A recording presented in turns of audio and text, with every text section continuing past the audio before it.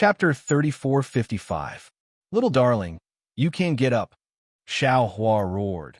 His figure bent slightly, and the wishful steel staff swung towards the legs of the battle puppet.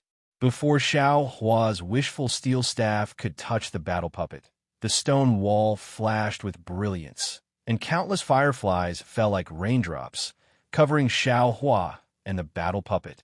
Oh no! Xiao Hua was shocked. He didn't know what these fireflies were. He couldn't care less about attacking the battle puppet again. He hurriedly raised his hand, and the seal of turning the sea rushed out of the space. Buzz! When a sound was heard, the bronze brilliance protected Xiao Hua. Zalala, like the sound of water droplets falling into a pot of oil, the bronze brilliance was rapidly eroded, and even the seal of turning the sea itself trembled slightly in the air. Xiao Hua hurriedly urged his spiritual power, and his hands formed a seal.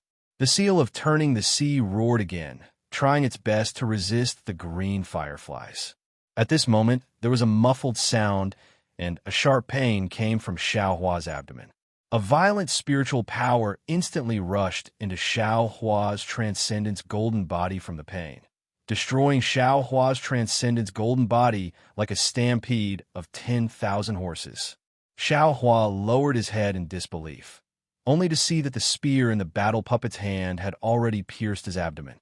When Xiao Hua raised his head to look, the battle puppet, whose hands and feet had been bound a moment ago, was now rapidly flowing with blue light. Xiao Hua's silk binding technique had already been broken by shattering fireflies. A thick arm that had suddenly extended by a lot stabbed out with the spear, while the other arm clenched into a fist and punched towards the left side of Xiao Hua's face, courting death. Xiao Hua was angry. He was greedy for small gains, so he was reluctant to destroy the battle puppet, but he didn't expect to suffer such a big loss. Roar! Xiao Hua hurriedly retreated and hurriedly urged the seal of turning the sea. With a loud dragon roar, the coiling dragon on the seal of turning the sea turned 10 feet thick, flew out of the seal of turning the sea, and rushed towards the chest of the battle puppet with the seal in its mouth. Boom! The battle avatar was also extremely agile. Its right fist immediately gave up on Xiao Hua and punched the seal of overturn the sea. With a loud boom, the battle avatar's fist was knocked off a large part. The battle avatar's figure also staggered. The seal of overturn the sea was also sent flying high up into the air and rushed to the top of the passage. Little thing, you're down. Taking advantage of the battle puppet staggered, Xiao Hua retreated and successfully got away from the spear. At the same time, the wishful steel staff on the ground and hit the left leg of the battle puppet. The battle avatar was originally staggering, but now it was swaying even more, as if it was going to fall to the ground. Seeing this, Xiao Hua's eyes widened, and his Dharma body rushed towards the legs of the battle puppet. He wanted to take advantage of this opportunity to defeat the battle puppet. The battle puppet didn't panic. Although it saw the seal of turning the sea once again rushing from the sky, the right fist that had slowly healed was ready to strike again, and the left arm was retracted, and the spear stabbed towards Xiao Hua's back. Dang! Xiao Hua naturally let go of the battle puppet's attack and swung the wishful steel staff in his left hand to block the spear. His Dharma body rushed forward and hugged the legs of the battle puppet. The battle puppet was also very good. Although its figure was crooked, its right foot kicked up without hesitation, obviously trying to force Xiao Hua to defend. Who knew? With a loud bang, the right leg of the battle puppet kicked Xiao Hua's chest, and Xiao Hua didn't intend to dodge at all. Almost like the spear piercing the golden body, a strange force rushed into the golden body, crazily destroying it. When Xiao Hua urged the heavenly law embodiment of heaven and earth to contend with this force, he laughed proudly. You should obediently be this father's puppet. Along with the laughter, Xiao Hua's left arm exerted strength, and his left shoulder arched forward, like a little ruffian fighting in the marketplace. He wanted to throw the battle puppet over, regardless of whether Xiao Hua's move was obscene or not. In short, it was really effective. The battle puppet's figure was completely out of balance, and it was thrown towards the ground. Xiao Hua's right leg swept the ground again, and when the battle puppet's left leg left the ground, he could put the battle puppet into the space. Just when Xiao Hua was feeling proud, suddenly, a very familiar hissing sound came from above his head. See, before Xiao Hua could raise his head to look, he heard Xian's frightened shout, "Little monk, black water, ancient beast." What? Black water? Ancient beast? Xiao Hua turned pale with fright. How? How'd it get here? Above Xiao Hua's head, there was a green brilliance that opened like a door. The Blackwater ancient beast that had previously entered the Blackwater Palace only now found this place. Seeing that Xiao Hua was fighting with the battle puppet, its eyes immediately flashed with a dark green brilliance. Following a hissing sound, the Blackwater ancient beast shook its head, and a desolate aura was released from its body, pressing down on Xiao Hua like a mountain. At the same time, the Blackwater ancient beast opened its mouth, and a stream of green water poured down like the Milky Way. Amidst Xian's panicked shout, Xiao Hua and the battle puppet were covered together. Damn it! Seeing that he had failed at the last step, Xiao Hua was helpless. He didn't dare to put his mind on the battle puppet anymore. Before he could even raise his head, he immediately let go of the battle puppet and turned slightly, wanting to escape. At the same time, Xiao Hua didn't forget to kick the battle puppet with his right leg, and his left hand slapped the top of his head, releasing a pressure comparable to that of a doppelganger stage cultivator. He did his best to resist the Blackwater ancient beast's ferocious aura. However, Xiao Hua still underestimated the strength of the guardian beast. His right leg had just kicked the battle puppet down when his whole body immediately stiffened, as if he was in a block of ice. An indescribable feeling rose from the bottom of his heart. Imprisonment technique? No. Blood-dripping paradise. Xiao Hua was stunned for a moment, then suddenly realized that this was the feeling he had when he was trapped in the blood-dripping paradise. This ancient beast is actually so powerful. At this time, Xiao Hua's heart was like dead ashes. Although he had already advanced to the nascent soul stage and his strength had greatly increased, he still didn't have any comprehension of the so-called domain realm. Even the blood-drop paradise couldn't cultivate to the domain realm so quickly. Little thing, then let's fight. Xiao Hua watched as the profound water ancient beast pounced from the sky.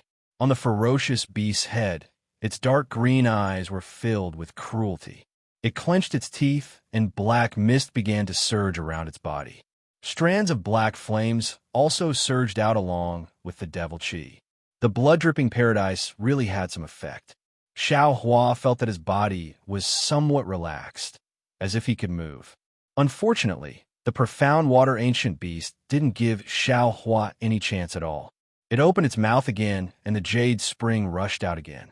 Xiao Hua felt his body tighten, and the blood-dripping paradise couldn't be activated again. What should I do? Xiao Hua anxiously thought of a countermeasure. Suddenly, Xiao Hua raised his eyebrows and slightly closed his eyes. A moment later, he opened them again. Above Xiao Hua's head, bursts of golden light flourished. It was the green-robed Xiao Hua's invisible nascent soul that rushed out of Xiao Hua's body. As the nascent soul rubbed its hands, strands of golden light more intense than sunlight shot into the green fireflies around Xiao Hua's body. Gotcha! The profound water ancient beast's immature domain collapsed under the nascent soul's spell. Demonic chi? In the distance, Xian had already held the golden hairpin in her hand when the profound water ancient beast appeared. Unfortunately, the ancient beast's power and the domain's power forced Xian to activate her genuine chi. The palace dress on her body flourished with golden light as she tried her best to resist. Although Xian wanted to spare some time to help Xiao Hua, seeing the demonic chi in Xiao Hua's golden body, her face was already very shocked. Now, she couldn't be any more shocked. The golden hairpin also froze in her hand. Xiao Hua was really too mysterious. Was he a Buddhist? A Confucian cultivator? A Taoist cultivator? Or maybe a devil? Xian lost her judgment. She didn't know how to help. At this moment, the profound water ancient beast unexpectedly raised its head. Its dark green eyes looked at Exion again. Its gaze fell on the golden hairpin that was already flashing with golden light. Not good. When Xiao Hua saw the profound water ancient beast looking at Exion, he already understood that this guy wanted to attack Exion first. He couldn't help but feel anxious. Sure enough, without waiting for Xiao Hua's reminder, the profound water ancient beast turned into a green light and was about to pass over Xiao Hua's head. "Where are you going?" The green-robed Xiao Hua urged his nascent soul. With a wave of his hands, the nascent soul's hand appeared out of thin air and was about to capture the ancient beast. Xiao Hua himself raised his hand and leaped into the air, attacking the profound water ancient beast with a wishful staff. Whoosh! It was a loud noise. It was the battle puppet that was previously knocked down. Before it could stand up, the spear in its hand unexpectedly flew out of its hand. In a flash, it mysteriously appeared behind Xiao Hua's back and went straight to his waist. Xiao Hua naturally noticed it this time, but it was really difficult for him to have both sides. If he took care of himself, the wishful staff could certainly send the spear flying, but he wasn't sure if his nascent soul's hand could catch the profound water ancient beast. Even Xiao Hua didn't think that a single nascent soul's hand could stop the profound water ancient beast. Forget it. In an instant, Xiao Hua made a decision. His right foot turned and kicked. He didn't care if he could succeed or not. His hands used all the strength of his body to attack the profound water ancient beast. He didn't expect to succeed, as long as he could block the ancient beast. Woo! Under the wishful staff, the Xianshui ancient beast was covered. The fierce wind could almost tear the void apart. The Yuanying's hand imprisoned the area in front of the Xianshui ancient beast. He wanted to kill this fierce ancient beast.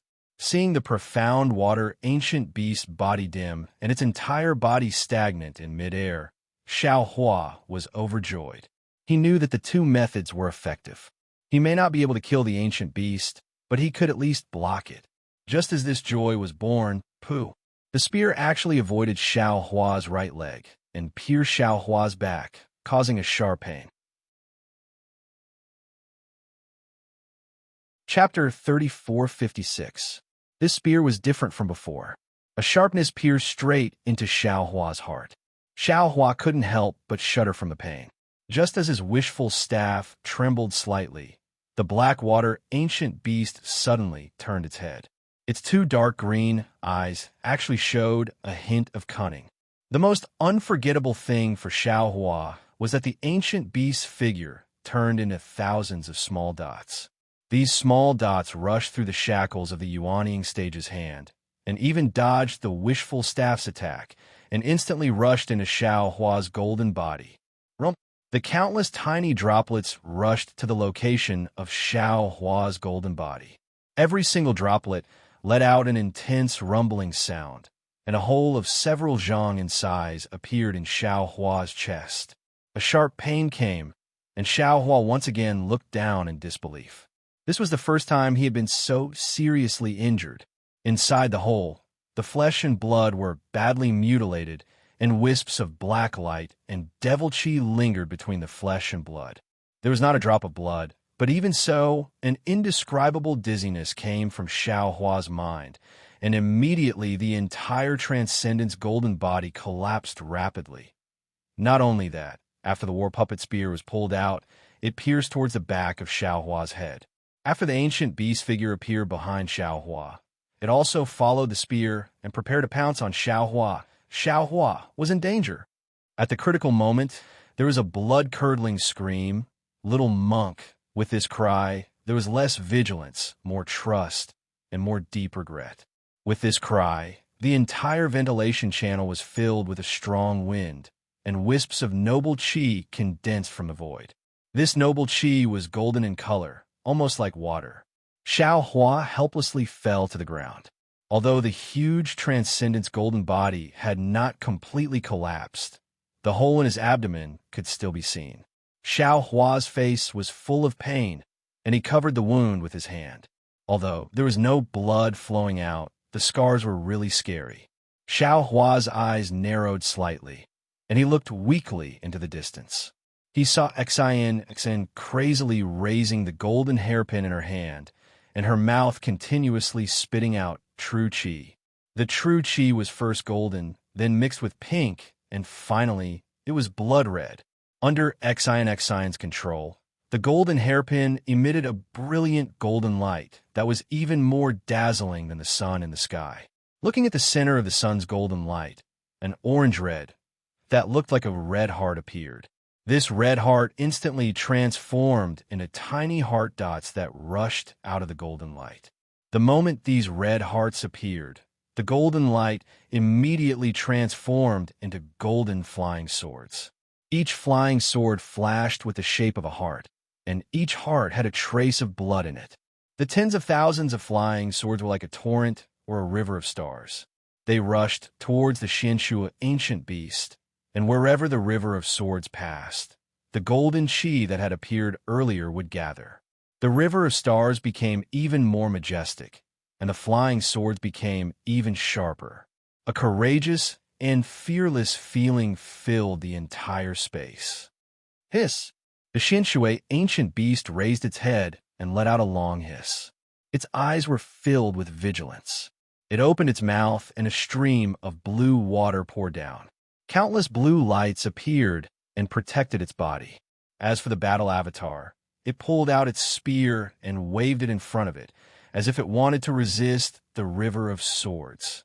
The golden light was vast and mighty, and the sword qi was like a forest. The river of stars rushed through the passage and swept past Xiao Hua's head. It easily shattered the Xianxue ancient beast's domain, and like a wave, it drowned the Xianxue ancient beast. The battle avatar's spear was unable to block the river of swords. Although the battle avatar's body flashed with blue light as it tried its best to resist, soon, countless flying swords pierced through its body, and the battle avatar was riddled with holes. However, the moment the Xianxue ancient beast was drowned by the river of swords, it did the same thing as when it attacked Xiao Hua. Its entire body quickly turned into tens of thousands of fireflies. Although many of the fireflies were destroyed by the river of swords, there were still a few that survived. After the entire golden river of swords passed, the golden hairpin's golden light disappeared and fell into Xian's hand. Xian's face was abnormally pale, and she was as dispirited as Xiao Hua. Clearly, the price of activating the golden hairpin was too great.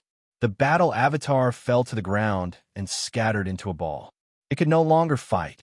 Before the battle avatar, the Xianxue ancient beast, which had almost turned into nothingness, reappeared. Although its form was almost completely gone, the dim dots gathered together again.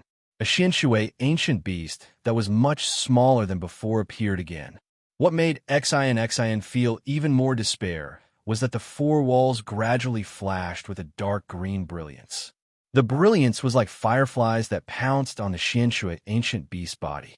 In just a few breaths, the Xianxue ancient beast's body gradually filled up, and its eyes gradually shone with a dark green brilliance. This brilliance was ferocious and cruel as it coldly looked at Xiao Hua and Xian. Fellow Taoist, Xiao Hua's injuries were very serious, and his body's recovery was also very slow. Clearly, he was affected by the array of the Xianxue palace. Xiao Hua had to whisper to the green-robed Xiao Hua, who was host to his nascent soul. I wonder if you can control the spirit-slaying Yuan light. Why would I need the spirit-slaying Yuan light? Watch I's methods. The nascent soul sneered. It opened its mouth, and a small cauldron flew out. This was Xiao Hua's life treasure. Now, the green-robed Xiao Hua, who was also a nascent soul, had erased the imprint inside. As the nascent soul pointed its finger, the small cauldron flew out with a five-colored flame. It surrounded the Xianxue ancient beast and burned fiercely. Hiss! The Xianxue ancient beast hissed, and its body uncontrollably expanded. The green fireflies also effortlessly penetrated the flame. It was very obvious that this cauldron could not compete with the ancient array. I'm afraid only the spiritual fire is left. Xiaohua's eyes were a little dizzy, and he secretly said to the green-robed Xiaohua. The green-robed Xiaohua was helpless. He smiled bitterly and said, "Only fellow Taoists can control that thing. I have the will, but not the power." Xiaohua's current situation was very strange. His body was injured, and he could not use his magic power. On the other hand, the nascent soul that supported his magic power could leave his body under the green-robed Xiaohua's control. However, if Xiaohua controlled the nascent soul, this nascent soul would not have any magic power to control it. But Xiaohua opened his mouth, and his mind turned dark. It was as if he was about to faint. In his blurry eyes, he saw the Xianxue ancient beast quickly take shape. His mouth was incomparably bitter. He unconsciously raised his eyes to look at the similarly helpless Exen. The two of them looked at each other and saw helplessness and despair in each other's eyes. This ancient Xianxue palace was indeed extraordinary. It was comparable to the spirit-severing stage Xiaohua. Exen, who had a great treasure in her hand, fought until the end. But in the end, she could not defy the heavens. Oh, suddenly, a shocked expression appeared on Exion's face. Then, this shocked expression turned into pleasant surprise. She slightly raised her hand and pointed at Xiaohua's head. Xiaohua was also stunned. He raised his head with difficulty, but all he saw was a flickering blue ripple of light. Within the ripple of light, there was the back of the Xianxue ancient beast. The back of the figure unwillingly spread its wings, and its strong tail circled in the air a few times before disappearing into the blue ripple. But at this moment, Xiaohua's vision turned slightly dark. He actually felt like he was about to faint. The green-robed Xiaohua did not dare to be negligent. He hurriedly controlled his nascent soul to enter his dantian and urged Xiaohua to take out the pill from the space. When Xiaohua sent the green-robed Xiaohua into the space, before he could take out the pill, a wisp of fragrance came from his mouth and nose.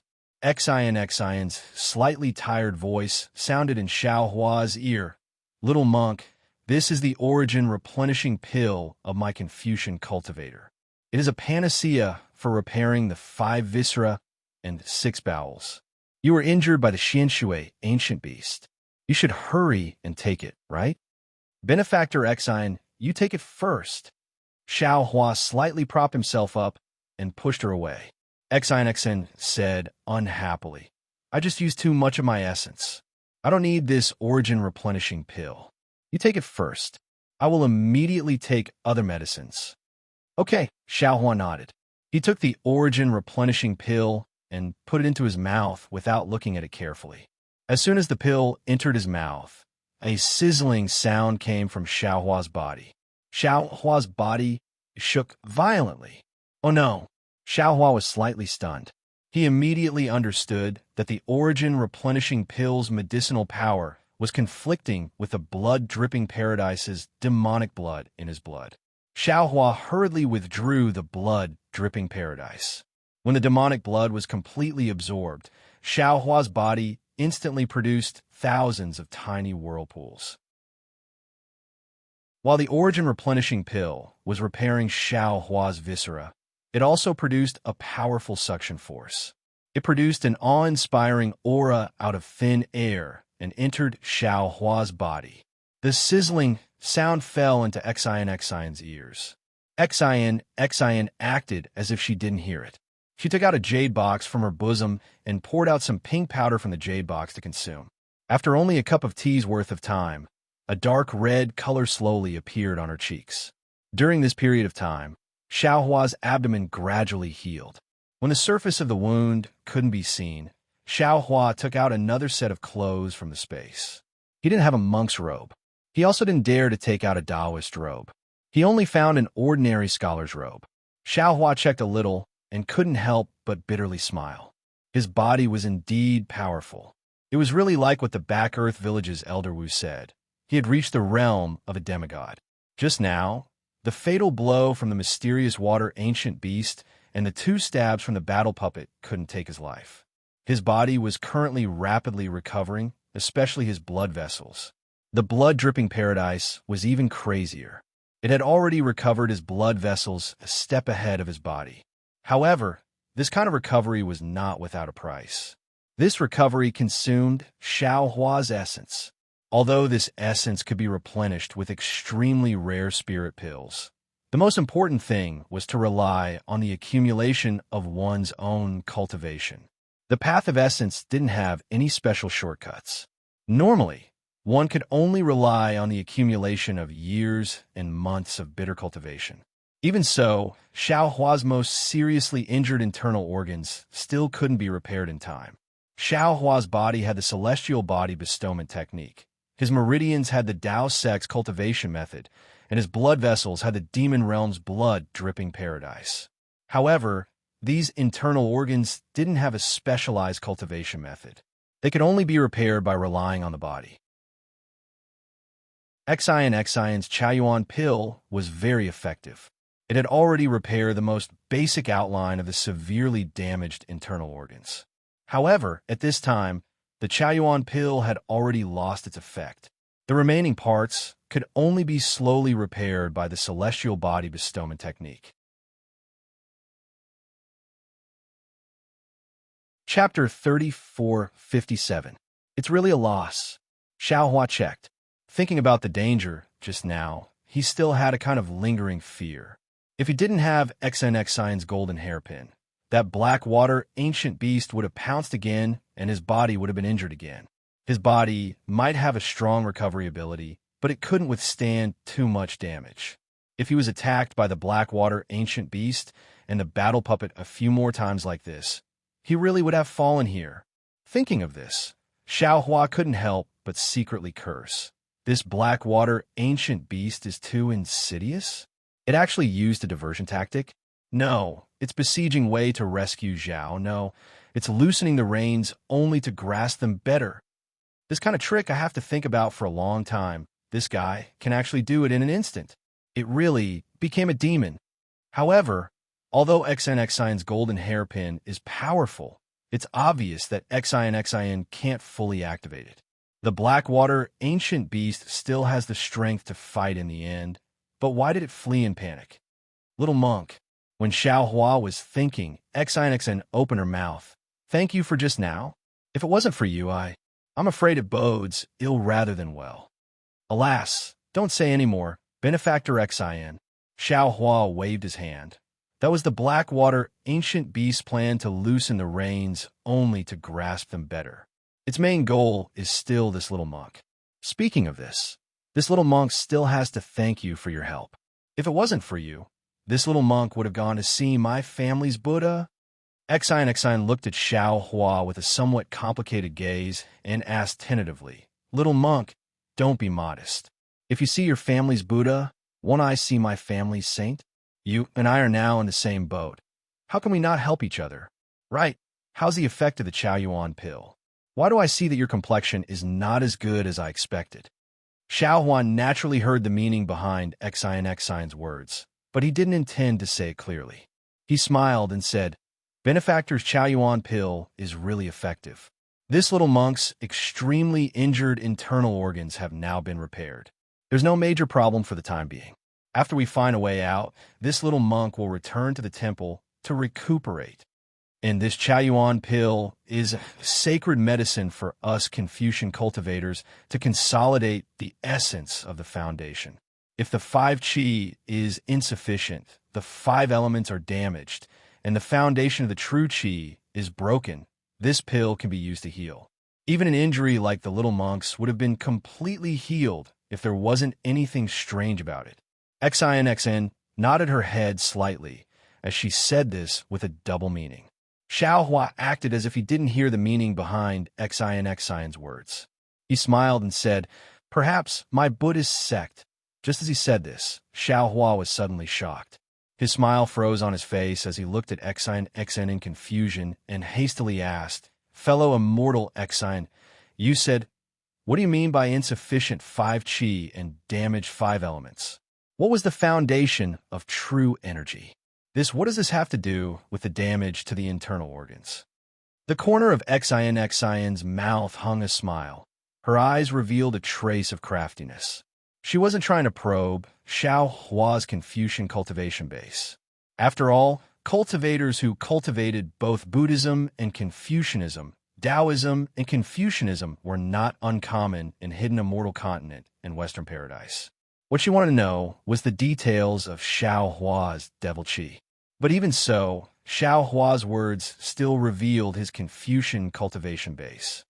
Isn't the little monk a disciple of the Buddhist sect? Why are you so interested in the secrets of our Confucian cultivators? Xin didn't answer the question, but asked instead. Holy shit, secrets? Once he heard the secrets, the greedy Xiao Hua's heart itched like a cat scratching it. Cough, cough. Xiao Hua pitifully hugged his abdomen with his hand, coughed twice, and said, "This little monk was only curious. Previously, I only heard that Confucian cultivators only needed to cultivate a lump of righteous qi in their chest to be able to shake the heavens and move the earth, but I didn't expect that this true energy had something to do with the internal organs. Little monk, have you ever burned a fire before?" Xin suddenly asked a seemingly unrelated question. Who would have thought that Xiao Hua would very naturally answer? Of course, this little monk has been a farmer since childhood. Chopping firewood, burning fire, weeding, plowing, there's nothing that I don't know, huh? Xin was stunned. At the same time, Xiao Hua himself was also stunned. The two of them opened their mouths, and the shape of their mouths was very similar. This little monk is really pitiful. Xin reacted, thinking that Xiao Hua was joking. She very pitifully said, "Then what does this little monk use to burn a fire in his house?" Xiao Hua returned to his senses and thoughtfully said, "Naturally, it's withered branches and dry firewood. If it's winter, perhaps there's also some withered grass or even dried wheat straw." Wheat straw. Xin naturally didn't know what wheat straw was, but she also didn't want to ask. She nodded and said, "Since this fire is lit by these withered branches and dry firewood, then without these, wouldn't it be impossible to start a fire? Ordinary people naturally can't." Xiao Hua slightly frowned, as if he somewhat understood. "That's right. Under the great Tao, we are all ordinary people." Xin hit the nail on the head. Although the noble qi of us Confucian cultivators is true qi, it's not the same as the true qi of the Taoist sect. The difference is not only that Confucian cultivators cultivate the noble qi, but also that the true qi of Confucian cultivators isn't a wood without roots or a fire without a source. You're saying? Xiao Hua suddenly felt that it was a bit inconceivable. His tone was somewhat stuttering. Your Confucian cultivator's true qi isn't purely refining the noble qi, but refining the 5 viscera and 6 bowels, using the 5 viscera and 6 bowels to produce true qi, and then refining it in the middle dantian. The heart hides the spirit. The hot eon is the spirit. The xiantian is the etiquette. The emptiness is the sorrow. The southern red emperor's fire qi is the origin. The liver hides the soul. The hot eon is the wandering soul. The xiantian is the benevolence. The emptiness is the happiness. The eastern greenwoods wood qi is the origin. The spleen hides the intent. The hot eon is the delusion. The xiantian is the faith. The emptiness is the desire. The central yellow emperor's earth qi is the origin. The lungs hides the soul. The hot eon is the ghost soul. The xiantian is the righteousness. The emptiness is the anger. The western white emperor's metal qi is the origin. The kidney hides the essence. The hot eon is the turbid essence. The xiantian is the wisdom. The emptiness is the happiness. The northern black emperor's water qi is the origin. Xin's face suddenly showed a dignified expression, and she recited word by word. This is the so-called 5 qi origin of our Confucian cultivators. Cultivating this 5 qi origin is the fundamental great Tao of our Confucian cultivators. But Xiao Hua bit his lips. He didn't have time to think about why Xin would reveal the secrets of Confucian cultivators to him at this time, and hurriedly asked, Why are there not so many records of Confucian cultivators in the ancient books? Only talk about refining true qi? Xin didn't answer, but instead said with a smile, "Little monk, you seem to know a lot about our Confucian cultivation method." "Correct." Xiao Hua nodded. "This little monk has dabbled in a lot, and once practiced Confucian cultivation method, even puff." Xiao Hua opened his mouth, and a Tai-E azure light flew out. Like a flying sword, it turned half a circle in the air, and then fell into Xiao Hua's mouth. "Sure enough." Xin slightly nodded. "You actually practiced to the point of transforming metal qi into a sword. Really good." But what?" Xiao Hua asked. Xin faintly smiled. "But this little monk is the same as the majority of people in the hidden immortal continent. He practiced it wrong." "Oh, it can't be said that he practiced it wrong. It should be that he practiced it wrong." "What do you mean?" Xiao Hua asked again. Xin also didn't hide it, and explained, "This little monk seems to also have a Taoist cultivation. Presumably, you also practice Confucian cultivators' true qi as Taoist true qi, right?" Yes. Xiao Hua also didn't hide it. Not only that, this little monk also practiced heaven and earth origin qi as noble qi. Now, I asked Benefactor to explain. "I don't dare to say that I can explain. I only know that the people in the world are increasingly utilitarian and increasingly impatient. On one hand, they give up the foundation of the five qis unification and only pursue the refinement of true qi, emphasizing the power of cultivation method. On the other hand, they purely pursue the pinnacle of the five qis, disdaining the benevolence of the balance of the five qis, and have long lost the original intention of Confucian cultivators." Xin lightly said, "In fact, in the early years, Taoist sects stole the cultivation method from us Confucian cultivators and created the method of using meridians to refine true qi and condensing true qi in my lower dantian. This is originally the inferior method. Now, we Confucian cultivators have actually seen the power of Taoist sex magic, and once again we only practice true qi and give up the five qis unification. How can we achieve the great Tao?" "What? You said that Taoist sex cultivation method was stolen from you Confucian cultivators' five qis unification?" Xiao Hua laughed involuntarily, feeling very absurd. "This is an old legend, and it's not something I can make up," Xin said in all seriousness. "I also don't know if it's true or not." "That's nonsense." Xiao Hua shook his head. "One is the refinement of meridians, the other is the refinement of the five viscera and six bowels. It can only be said that there are different methods to achieve the same result. How can it be stolen? Could it be that only Confucian cultivators have the good fortune of heaven and earth, and that true qi is the true essence of heaven and earth?" This, Xin hesitated slightly, staring at Xiao Hua for a moment, and then said, "The refinement of the five viscera and six bowels is different from the refinement of meridians, and the origin of true qi, perhaps, is not the noble qi." "Then what is it?" Xiao Hua retorted sarcastically.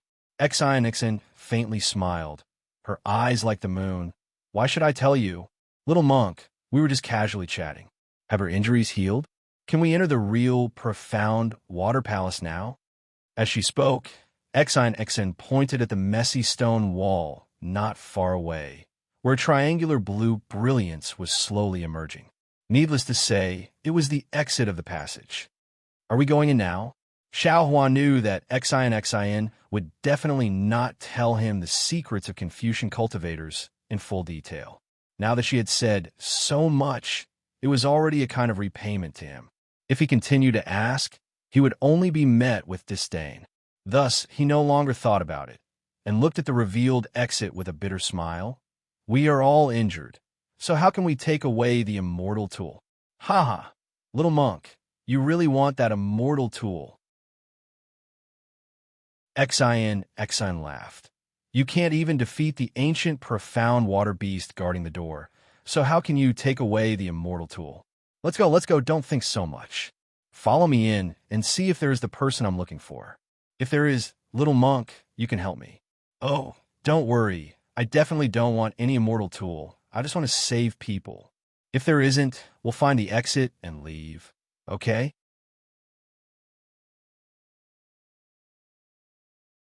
Chapter 3458. Xiao Hua pondered for a moment and said, "You also want to save a Confucian cultivator? That person. Forget it. Who cares what he does? If I can help this little monk, then I will. However, you're also injured now. You relied on that golden hairpin's imperial weapon?" "Correct." Xian saw that Xiao Hua did not ask about that person's origin and was quite satisfied. She nodded and said, "That golden hairpin is exactly what I relied on. This item consumes a lot of true qi and profound qi. With my cultivation, I can only use it 2.5 times. Previously, I didn't help in time because I was hesitating. This little monk once heard that the hidden immortal continent has 10 great imperial weapons. Your golden hairpin doesn't seem to be one of them. Can it be so powerful?" Xiao Hua asked in disbelief. "The so-called 10 great imperial weapons are just a joke." Xian coldly snorted. "How can an outsider know the background of my Confucian family?" Xiao Hua stood up. The triangular light had already taken shape. There seemed to be a door in the light, but neither Xiao Hua's eyes nor divine sense could see it. The two walked in front of the light. Xiao Hua frowned and said, "Xian Yinyue, are you sure that this door is an immortal weapon? Or can we find the exit from the immortal weapon?" "No." Xian's face showed a trace of excitement. "Who knows what's inside? This might even be the exit of the profound water palace. But since we've already reached here, can we still stop?" Xian waved her hand, and the golden hairpin appeared in her hand again. She said, "Little monk, you go in first." "Why me?" Xiao Hua jumped up like a cat whose tail was stepped on. He said, "My injuries are worse than yours. You're still holding an imperial weapon that's even more powerful than the 10 great imperial weapons. I'm a woman. You're a man." Xian crossed her arms and said with a smile, But you want to save your lover. There's no reason for me to take the lead, right?" Xiao Hua still shouted. Xian's face was slightly red. She rolled her eyes at Xiao Hua and said in a low voice, "Who said I want to save my lover? That person is my relative." "Oh, so it's like this." Xiao Hua felt very strange. His heart relaxed for no reason. He thought about it and waved his hand. He took out the wishful staff and urged the golden light to protect his body. He stepped into the light. However, just as Xiao Hua's figure touched the light shadow, a golden light appeared from the top of his head and quickly swept through his body. Then it disappeared. Xiao Hua's figure also disappeared. "Oh, could it be that I saw it?" Xian frowned slightly. "This is the Devil Buster golden light of the Dao sect.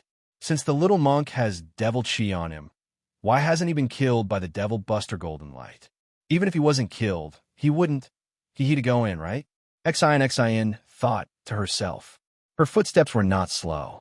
She held the golden hairpin in her hand and entered the light door. As Xian's figure disappeared, the light door suddenly shrank and disappeared. Xiao Huan naturally did not know that the golden light was the devil-expelling golden light of the Dao sect. He only felt that as the golden light flashed, his eyes were slightly dazzled, and an overflowing scenery seemed to flow by like the wind.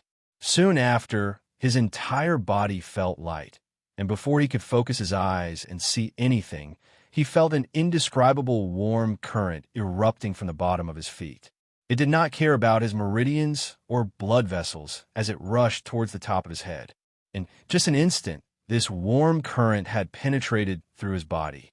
Xiao Hua's internal organs were ironed by this warm current, and there was not a single place that did not stick. His 36,000 pores felt as if they had eaten a ginseng fruit, and there was not a single pore that was not carefree. In addition to the comfort, Xiao Hua didn't care about the situation around him anymore. He hurriedly checked. What he almost couldn't believe was that not only was his yuanying, which had lost a lot of true qi, now in high spirits, but his seriously injured internal organs were also in good condition. Where was the serious injury before entering the door? How is this possible? Xiao Hua was shocked. He didn't dare to believe that when this golden light swept through his body, all his injuries were healed. Could it be that this is the power of an immortal artifact?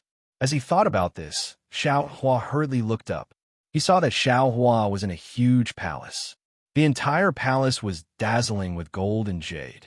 81 huge, coiling dragon pillars supported the entire palace. Around the palace, there were 81 flying phoenix curtains covering the four walls.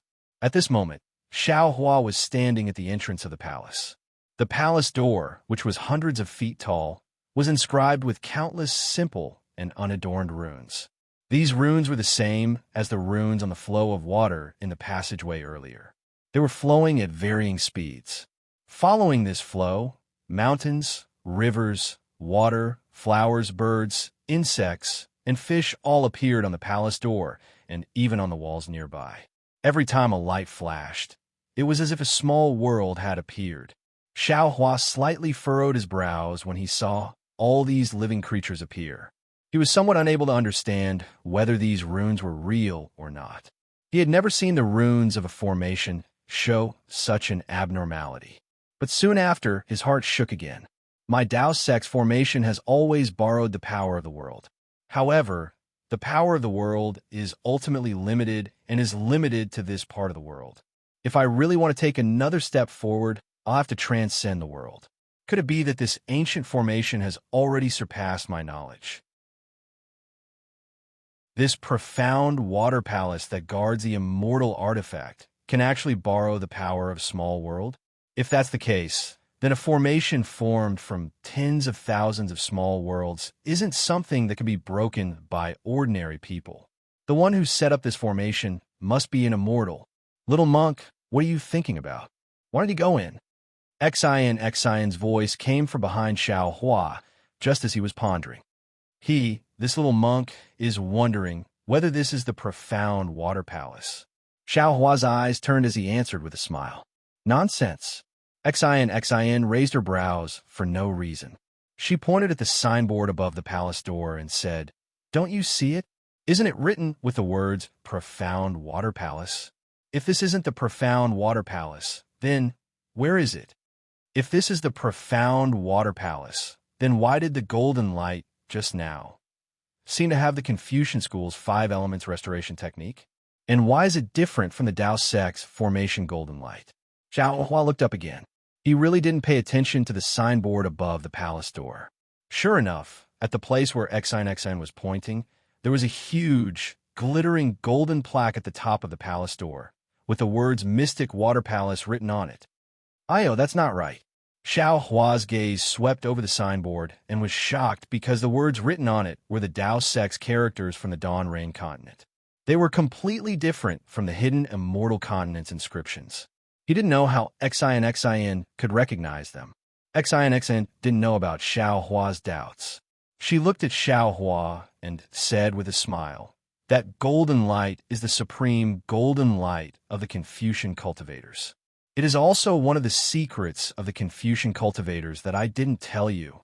Not only can this golden light repair your internal organs, even if your physical body completely disappears and only your soul is left, this golden light can instantly heal you.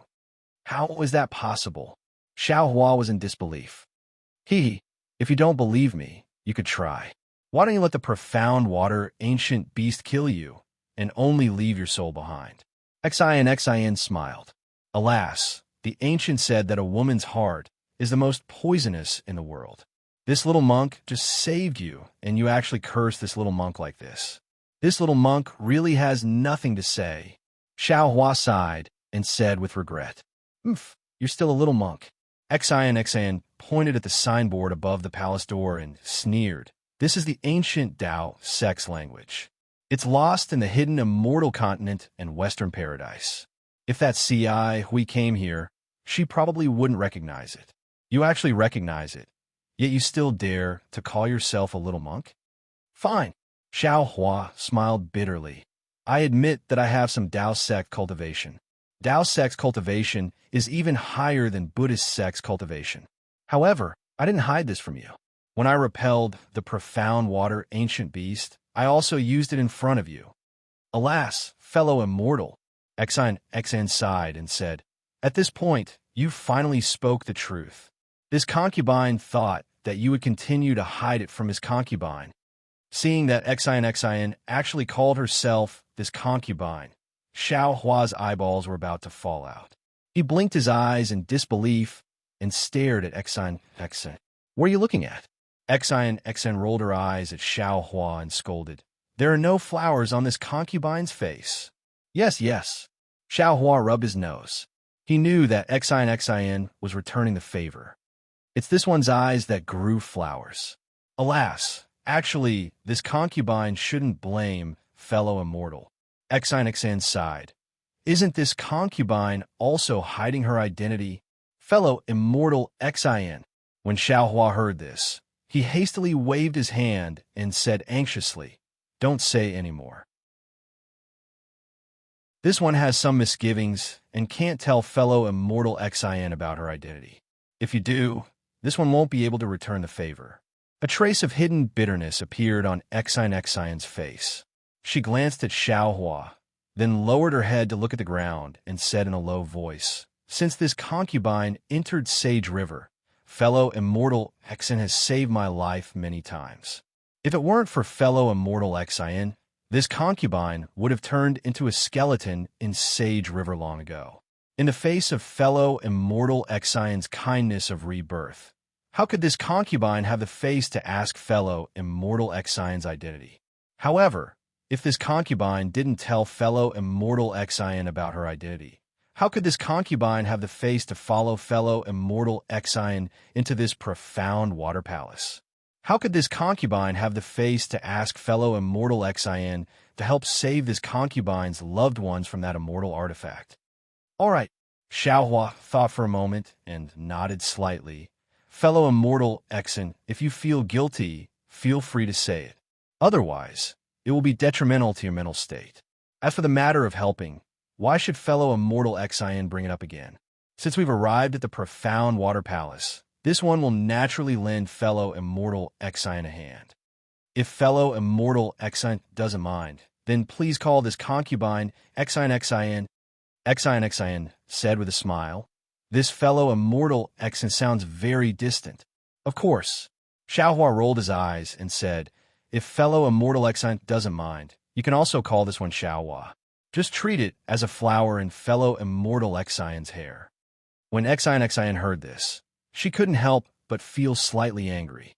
However, she immediately thought of something, and her hair drooped down while her face turned slightly red.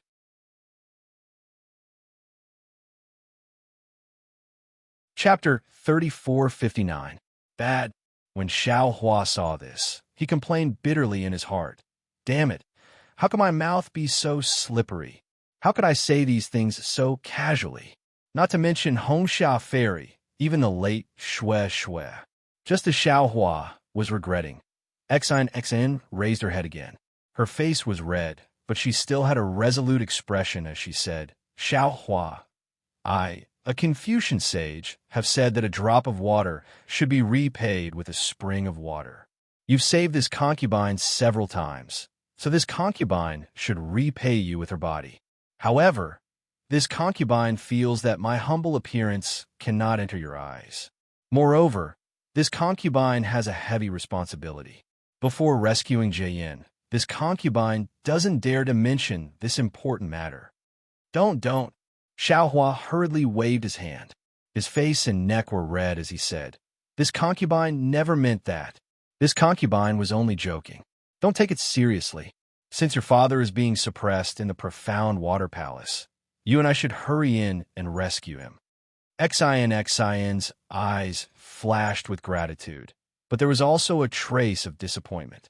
However, she slightly smiled and cleverly concealed it. She said, this concubine's heart is in a mess right now. Young master, please don't take my words to heart. As she spoke, she looked at the door of the profound water palace again, not daring to take a step forward. Xin, what are you afraid of? Xiao Hua frowned and asked, puzzled. Alas, Xin sighed again. To tell you the truth, this concubine was born in a second-rank Confucian family in the hidden immortal continent. Since childhood, this concubine has enjoyed a luxurious life. Young master may not know the splendor and wealth that this concubine has enjoyed. Even the princess of a country may not be able to compare to this concubine. Oh, I don't know if young master has heard of the Cha Nu kingdom in the hidden immortal continent. The power behind that kingdom is a branch of my Exian clan. Their princess is simply not worthy of being in my Exian clan. Alas, this concubine is talking too far. When this concubine grew up and could cultivate, this concubine not only read all the ancient books in the clan, but also learned some Taoist magic by analogy. At a young age, this concubine entered the realm of refining essence into qi. When this concubine's cultivation was successful, the clan passed down my Exian clan's gold essence cultivation technique. This gold qi gathering art is very difficult to cultivate, and it has always been exclusively cultivated by the men in the tribe. However, in my hands, it is like a smooth path for me. The bottlenecks that many others encounter do not even exist in my eyes. Thinking back to that time, I really felt like I was a heavenly beauty. Your aptitude is much better than this little student's. Xiaohua couldn't help but sigh when he heard this. What's the use of having good aptitude? Cultivation is just cultivation, nothing more. A bitter look appeared on Exian's face, and she said, I wholeheartedly practiced, wanting to refine the gold qi into the 5 qis unification realm.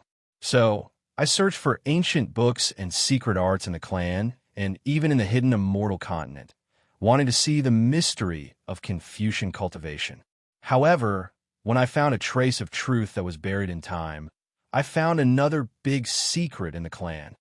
At this point, Exian looked at Xiaohua. Presumably, young master already knows what this secret is, right? Xiaohua nodded. It's not like I have a pig's head. How can I not guess? Alas, I never thought that a second-rank aristocratic family would actually hide such filthy things. Exian sighed more than once. My father was originally a candidate for the position of clan head, but the current clan head, in order to fight for this position, actually tricked my father into coming here in the name of treasure hunting, and then used an immortal tool to suppress him. And in order to cover up his crime, he pretended to be fond of me. He never rejected my requests and agreed to all of them. If I didn't obtain the ink, cloud, pupil personally written by my father, how would I know the big secret of this world? Seeing the always strong Exian become so weak, and the bitterness in her heart poured out, Xiaohua couldn't help but take a deep breath and say, Poor Exian, I didn't think that you had so many difficulties in your heart. Previously, you hid so many secrets, and this little student thought that you coveted the immortal tool, but I didn't think. At this point, Xiaohua couldn't say anything more. He felt that he really let Exian down. Young master, don't blame yourself. Exian raised her head, tears in the corners of her eyes. It's all in the past. You just need to believe me from now on. But now, I'm standing in front of the profound water palace. My wish of so many years is about to come true, but I'm still a bit nervous. I don't know what I'll be facing. Or will it all be for nothing? Or Exian didn't dare to continue. At this moment, she felt her hand warm as a large hand grasped her trembling, cold hand. Xiaohua's voice sounded in her ear. Don't be afraid, Exian. You didn't dare to say it before, because you were afraid of danger at any time. You were even more afraid of delaying the chance to save your father, so you always faced it alone. And now, you have me. The ancients were right. If 2 people share happiness, there'll be 2. If 2 people share pain, there'll be 2 halves. This little student is willing to share this pain with you and reduce your pain by half. Many thanks, young master. Exian was momentarily dazed by the sight of the profound water palace. After saying so much, her heart felt somewhat empty. However, when she heard Xiaohua's words of comfort, her heart suddenly felt full. Although the words, young master, didn't refer to Little Blossom, they contained a lot of meaning. Let's go in. Xiaohua raised his head and narrowed his eyes. Since we're already here, we have to face reality. Even if it's an immortal artifact, this little student wants to flip it over and see what it's like. Young master, you're so bold. Xian praised. She gently pulled her hand out of Xiao Hua's grasp and then took out the golden hairpin from her hair. She smiled and said, "However, young master only needs to help this concubine rescue Jiayin from the suppression of the immortal tool. There's no need to overturn the immortal tool." Xiao Hua smiled, raised his eyes to look at the enormous palace doors, and walked in. Contrary to Xiao Hua's expectations, there was no obstruction at the entrance. There was no radiance or ripples of magic power. It was no different from the entrance of an ordinary palace. Xian naturally followed him into the profound water palace. As soon as she entered, she immediately looked around with an extremely anxious expression on her face. Xian, don't be anxious. Xiao Hua reminded her. Since we've already entered, it's best to be careful. Don't lose your composure because of this. Xian took a deep breath and nodded. You're right, young master. I don't know why, but my mind has been in chaos over and over again today. I'm afraid it's because I'm about to see my father, right? Alas, this little student originally wanted to search for the immortal artifact separately from you. But now it seems like we can only go together. Xiao Hua smiled bitterly and shook his head slightly. Xian lowered her head in embarrassment and looked at the ground. Her voice was as soft as a mosquito's. I'll listen to young master's instructions. Let's go. We'll start searching from the left. Xiao Hua waved his hand and led Xian towards the left side of the profound water palace. The floor of the profound water palace was paved with huge blue stones, each of them dozens of feet in size. The edges of every blue stone were covered with strange runes. These runes were golden in color, and they flowed as Xiao Hua and Xian walked. Although Xiao Hua couldn't sense any ripples of magic power from these runes, he believed that the restrictions within the profound water palace were definitely more formidable than any of the previous passages. First, they arrived before a coiling dragon pillar. Xiao Hua and Xian's gazes fell on the pillar and the coiling dragon. The pillar itself didn't have any radiance, but the coiling dragon's muscular body emitted a faint golden light. This golden light seemed to come from the coiling dragon's scales and body. The huge dragon head that coiled its way up the pillar had its bloody mouth open and was facing the top of the palace. Xiao Hua stretched out his hand and touched the coiling dragon pillar. An extremely cold feeling came from his palm. Xiao Hua frowned slightly and slowly withdrew his hand. After that, the two of them circled the pillar a few more times. However, they didn't find anything strange about the pillar. The two of them looked at each other and didn't seem to be disappointed. Soon after, they continued walking forward. The palace was huge. The two of them walked for the time it took to burn a stick of incense before they arrived at a high platform with more than 10 steps. Above the platform was a small space with a golden seat. Xiao Hua and Xian were facing the other side of the palace that they hadn't explored before. Xiao Hua looked up and said to Xian, "It seems that the immortal artifact isn't below the platform." Xian didn't pay attention to Xiao Hua. Instead, she looked at the golden seat on the platform and bit her lip. It was unknown what she was thinking. Xiao Hua didn't dare to disturb her. He stopped and waited quietly at the side. After the time it took to brew a cup of tea, Xian spoke. "Young master, if I'm not mistaken, the immortal artifact should be beside the golden seat. Or perhaps this golden seat is the immortal artifact itself." "It can't be. This seat is the immortal artifact?" Xiao Hua was flabbergasted. "This isn't the appearance of the immortal artifact a little too low? If young master doesn't believe me, we can go forward and take a look." Xian slightly tightened her grip on the golden hairpin in her right hand and said with a forced smile, "Okay." Xiao Hua nodded. He lifted his leg and said while walking, "This young man doesn't believe." However, before he could finish his words, his raised leg stopped in midair, because a layer of invisible restriction appeared out of thin air above the high platform, blocking Xiao Hua and XINXN below the high platform. "Young master, move aside. Let me take a look." XINXIN saw that there was something strange about the platform. Instead of being surprised, she was happy. She took a few steps to the side and closed her eyes. When she opened them again, her originally black and white eyes gradually grew golden threads. Those golden threads grew more and more until her entire pupil turned golden. Suddenly, Xiaohua's vision blurred. It seemed that XINXIN had blinked. Her pupils suddenly shook, and two golden pupils overlapped each other. Immediately, XINXIN slowly walked to the front of the platform. She looked up and down, left and right. Moreover, she looked while walking, as if she was looking for a flaw in the restriction. After looking for half a meal's time, XINXIN's figure slightly swayed, and then she closed her eyes. Xiaohua was just about to ask with concern when he saw XINXIN's hand hit the top of her head. "Come!" A golden sound soared into the sky. A golden sword appeared in the air along with true energy.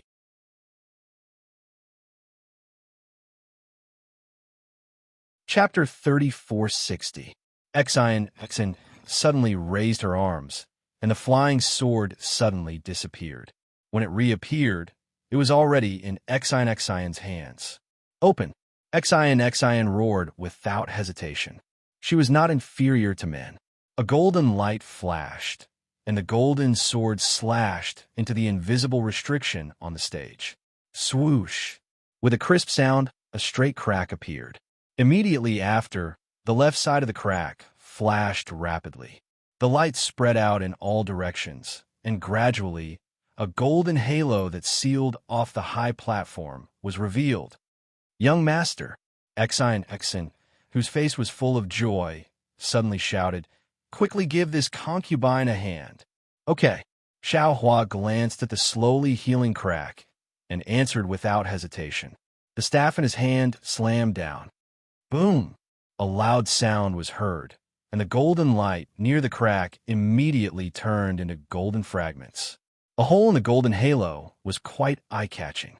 "Young master, quickly follow this concubine in." XINXIN seemed to be a little shy. She reached out and grabbed Xiaohua's sleeve. She wanted to jump through the gap, but just as her figure flew up, she suddenly fell from the air. Xiaohua's eyes were sharp and his hands were fast. His right hand held XINXIN's waist, and she floated into the gap like a fallen leaf. "Many thanks, young master." XINXIN was very shy, and the golden color in her eyes had not faded. Xiaohua very naturally looked into XINXIN's eyes, and a sharp pain like needles piercing his eyes came from them. Without waiting for Xiaohua to scream, and without waiting for XINXIN to finish speaking, an unparalleled power, more violent than a flash flood, instantly submerged the two people. Xiaohua was extremely frightened, and his body involuntarily trembled. His legs could not stand firm, and a deep fear was born from the bottom of his heart. At this time, Xiaohua did not pay attention to the stinging pain in his eyes and looked up with difficulty. The platform in front of him was very different from before. Above the golden throne, there was an oval mirror emitting a silvery white brilliance like a bright moon.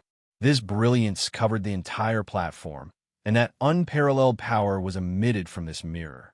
Following the brilliance, the entire platform was enveloped in this brilliance. Kunlun. Kunlun mirror?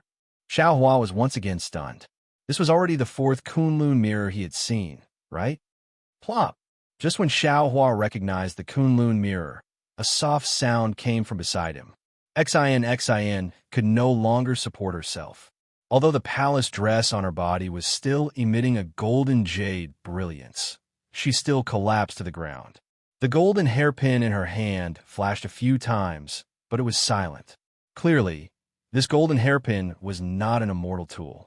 Puff! Xiaohua's left leg slightly trembled, and he also knelt on the ground. Then, his right leg began to tremble rapidly. It was obvious that he could not hold on any longer. Roar! Xiaohua roared as he waved the wishful staff, trying to resist. Unfortunately, the wishful staff hit the air and seemed to have no effect. Poof! Xiao Hua's hands and feet did not listen to him anymore. His other leg was also paralyzed, and the wishful staff was also thrown to the ground. Xiao Hua was speechless, his heart thumping. Damn, this is the real Kunlun mirror, although no one is controlling it. Even this Zhao's avatar is unable to stand in front of it. Young master. Next to him, Xanxen fell to the ground and said with difficulty, "It's all this concubine's fault for implicating young master. This concubine really underestimated this immortal tool. I didn't expect this immortal tool to be so powerful. With my cultivation, I can't even stand in front of this immortal tool. How can I save people?" Xiao Hua also grinned bitterly. "This young master is even more arrogant than you. He actually wants to take this immortal tool. Damn, this young master is really a frog at the bottom of a well. Young master has such ambition. One day, you will be able to take this immortal tool. This concubine believes." Xan also forced a smile. Xiao Hua looked up and said, "In any case, at this time, except for the Kunlun mirror, there is nothing else. Your father doesn't seem to be here." Speaking of this, Xiao Hua did not know how to comfort her. After all, Xiao Hua was confident that he did not have the ability to take this immortal tool. Even if Xion's father was here to suppress it, he was afraid that he would be powerless. But since Xion's father was not here to suppress it, where could he be? Xion's disappointment could be imagined. Sure enough, Xion's face instantly paled. Two translucent crystals flashed in her eyes. She opened her mouth as if she wanted to say something, but thousands of words and indescribable worries only turned into a sigh. It was as if a mountain was pressing down on Xiao Hua's body. He could not move at all. Fear grew in his heart. At this time, not only was Xion's hope of finding her father dashed, even his hope of escaping from the mysterious water palace had become slim. How do I get out? Xiao Hua turned his head and swept his gaze over the entire platform. He thought to himself, this Blackwater Palace is a complete palace. It only has one entrance, and this platform is the end of the palace. If there are any exits, they'll all be on this platform. But there is only one golden chair on the platform. Perhaps, like the Misty Cloud sect, that chair is a transportation array? Thinking of this, Xiao Hua came to a realization. At this time, Xan whispered again, "Young master, this concubine still has a secret method to activate the golden hairpin. Perhaps it can send you to the golden chair. This concubine has pondered for a long time. Perhaps this golden chair is the secret passage to leave the mysterious water palace. If this young master leaves, what will you do? Can you leave with this young master?" Xiao Hua did not answer, but asked directly. Xion's face became distressed. It's all this concubine's fault. This concubine doesn't know whether Ci Hui and Great Master Guzhun are dead or alive, but this concubine is willing to send you out. No need. Xiao Hua sneered. He clenched his fists and shouted, "This young master has his own methods. Let this young master see how powerful this unmanned immortal weapon is." Young master. Xin turned pale with fright. She hurriedly said, "Young master, don't force yourself." However, Xin's words were too late. Xiao Hua's body flashed with golden light. Under the suppression of the immortal weapon, the golden light had become extremely thin. However, as the golden light shone, Xiao Hua slowly stood up. At the same time, he used the reflection of heaven and earth mystique. His transcendence, golden body expanded inch by inch. Rise. Xiao Hua stretched out his hand and grabbed Xin's arm. With another roar, he swung his arm and threw Xin towards the golden chair. Young master. Xin's eyes were filled with tears. Dong. Xin's body hit the golden chair. Then, she powerlessly slid back onto the chair. However, to Xiao Hua's surprise, not only did the Kunlun mirror in midair not move, but the golden chair itself also did not move. There must be something wrong with the golden chair. Xiao Hua's transcendence golden body had been formed.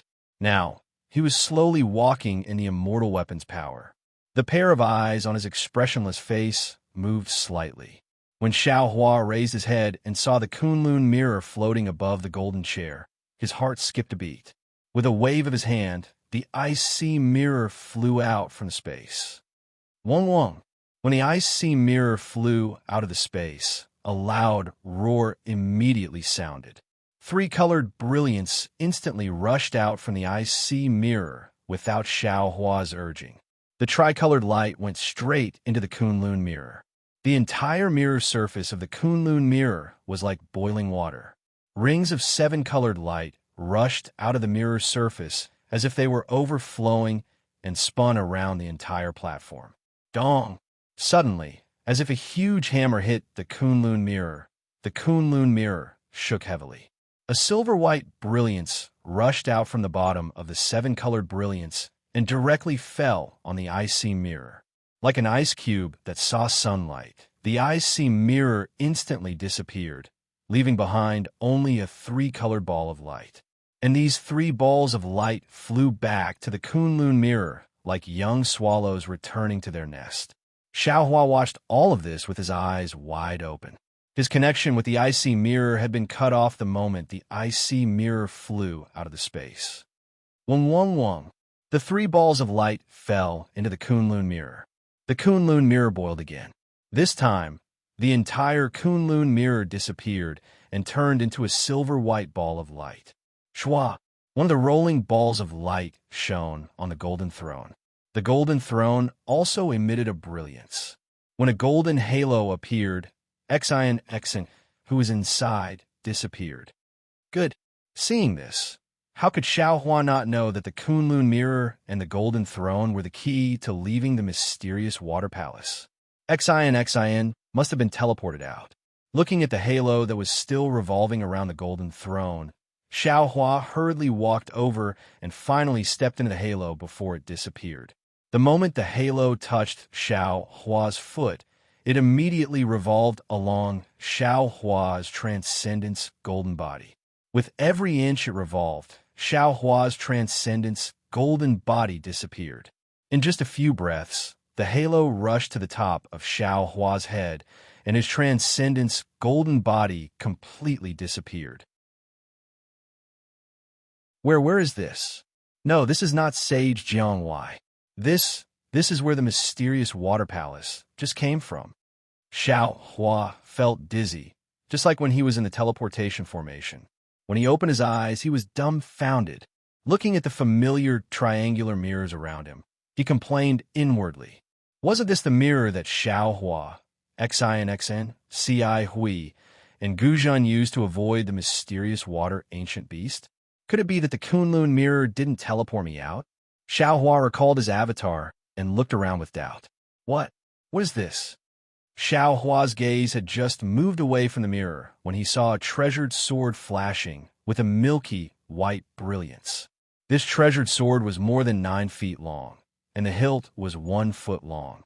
There were dragon and phoenix patterns on it, and a fist-sized heart-shaped object was at the end of the hilt. The blade of the treasured sword was 8 feet long, but it didn't look sharp. In fact, it didn't even seem to be sharpened. There were no spikes at the tip of the sword, only an oval shape.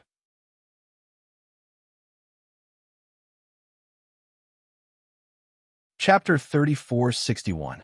The Son of Heaven's Sword. Although this treasured sword didn't show that it was the Son of Heaven's sword, Xiao Hua's eyes saw the long sword's great craftsmanship.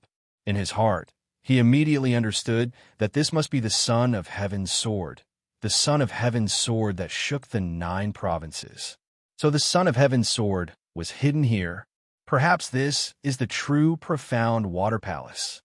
Xiao Hua pondered as he spoke, his gaze once again moving downwards. The Son of Heaven's sword light was very quiet, but it also had a kind of absolute dominance. A sword light as thick as a thumb pierced through space and rushed down. Far below the Son of Heaven's sword, where it had almost left the surface of the mirror, there was no light. It was like an abyss. There, the Son of Heaven's sword light transformed into a faint sword of light. Below the sword of light was an extremely dim golden sword of light. The tip of the sword was pointed upwards, resisting the sword of light with all its might. Although Xiao Hua didn't know what the golden sword of light was, he understood when he saw Xion's faint figure beside it. This was where Xion's father was suppressed by the immortal artifact. The immortal artifact suppressed was none other than the Son of Heaven's sword. Not only was there an immortal artifact in the mysterious water palace, but there were two of them. Io, what's going on? Why isn't the Son of Heaven's sword as powerful as the Kunlun mirror? Xiao Hua suddenly realized. Also, I can use my divine will.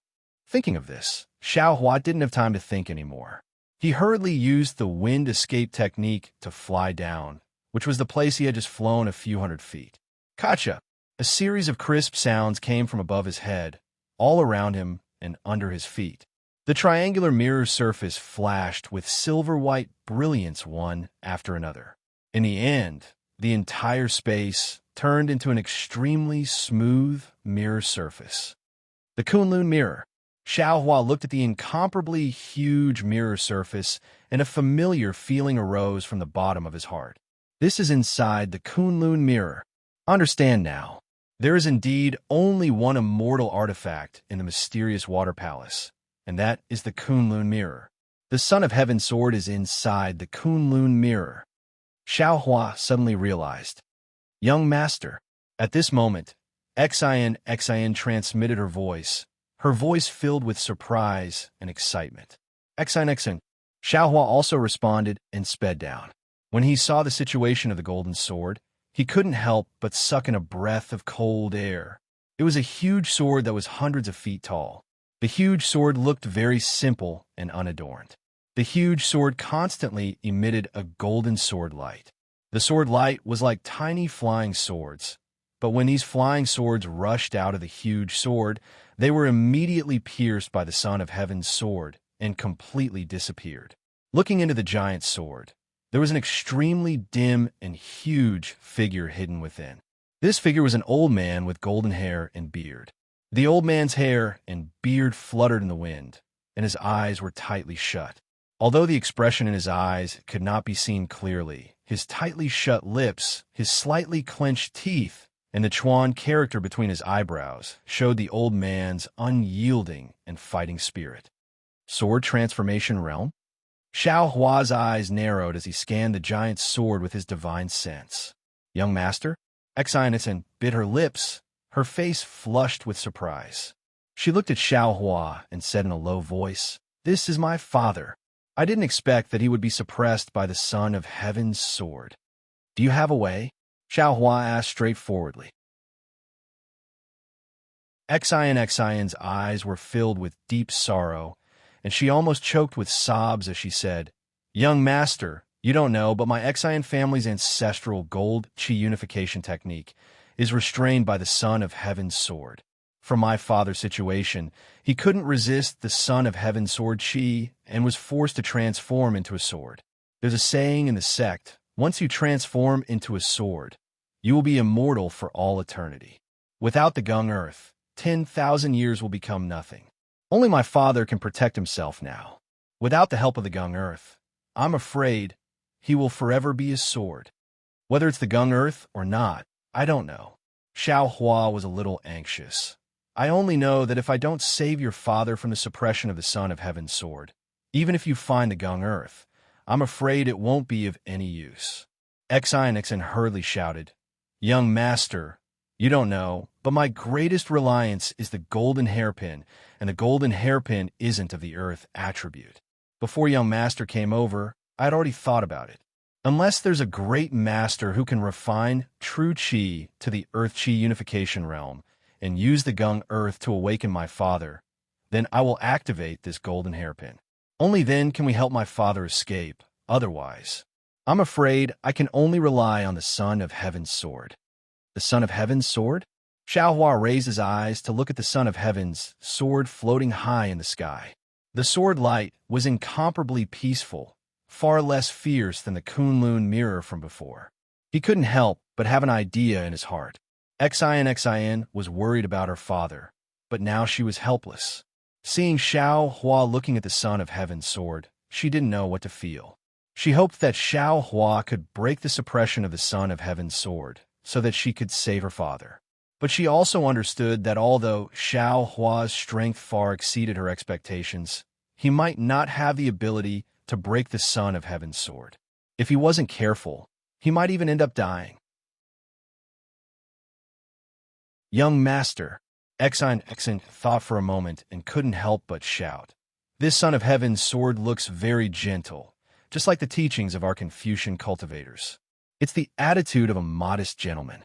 But young master should know that when the son of heaven is angry, millions of corpses will fall and blood will flow for thousands of miles. If young master touches the son of heaven's sword's reverse scale, you will definitely provoke the son of heaven's sword. The might of the son of heaven is far from what we poor people can compare to. Ha! Hearing this, Xiao Hua, who was originally hesitant, looked up to the sky and laughed.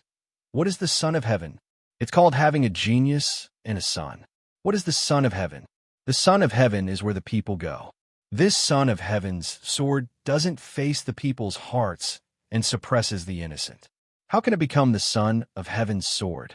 In the Kunlun mirror, there is no heaven and no earth. How can this son of heaven's sword be called the son of heaven's sword? Now, I am not talented, but I will hold up the sky for you. Since I am the sky in the Kunlun mirror, this son of heaven's sword should be in my hands. After laughing, the golden light around Xiao Hua's body flourished again. Countless hurricanes rushed out of the mirror and landed in Xiao Hua's golden body. The golden body, which was originally hundreds of feet tall, became even bigger, reaching hundreds of feet tall. In this space, it was like a demon god. Young master, Xin clenched her hands tightly. Her body trembled slightly.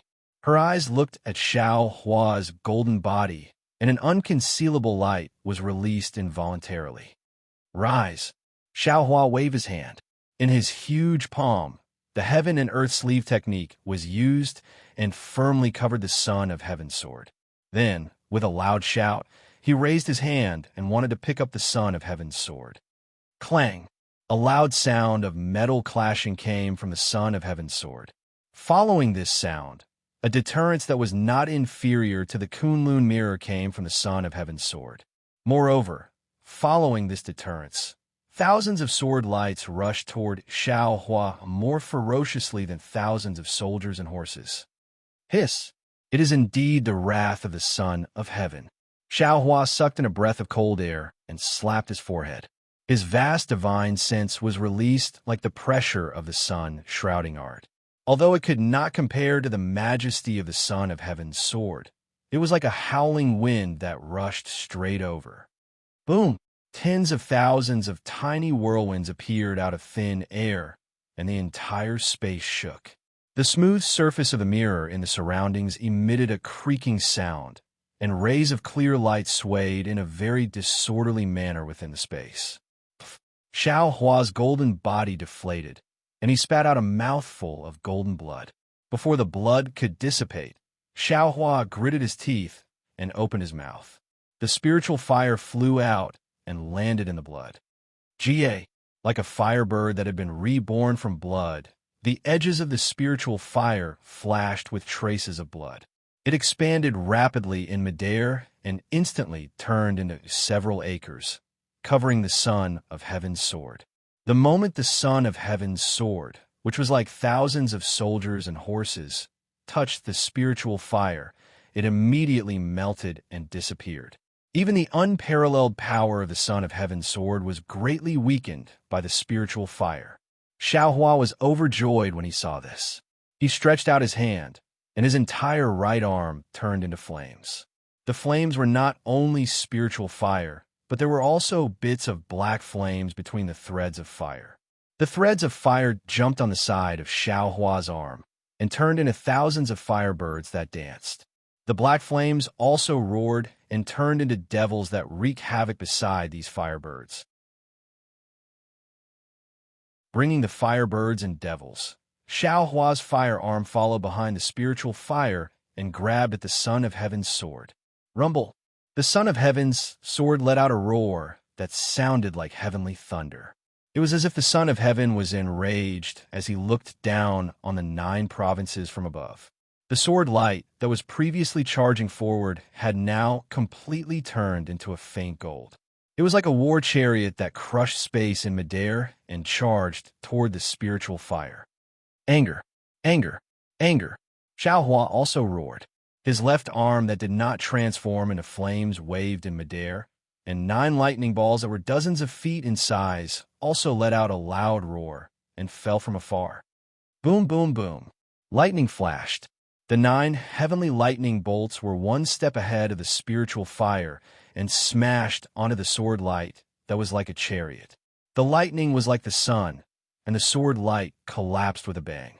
It was even more tragic than 10,000 horses falling to the ground.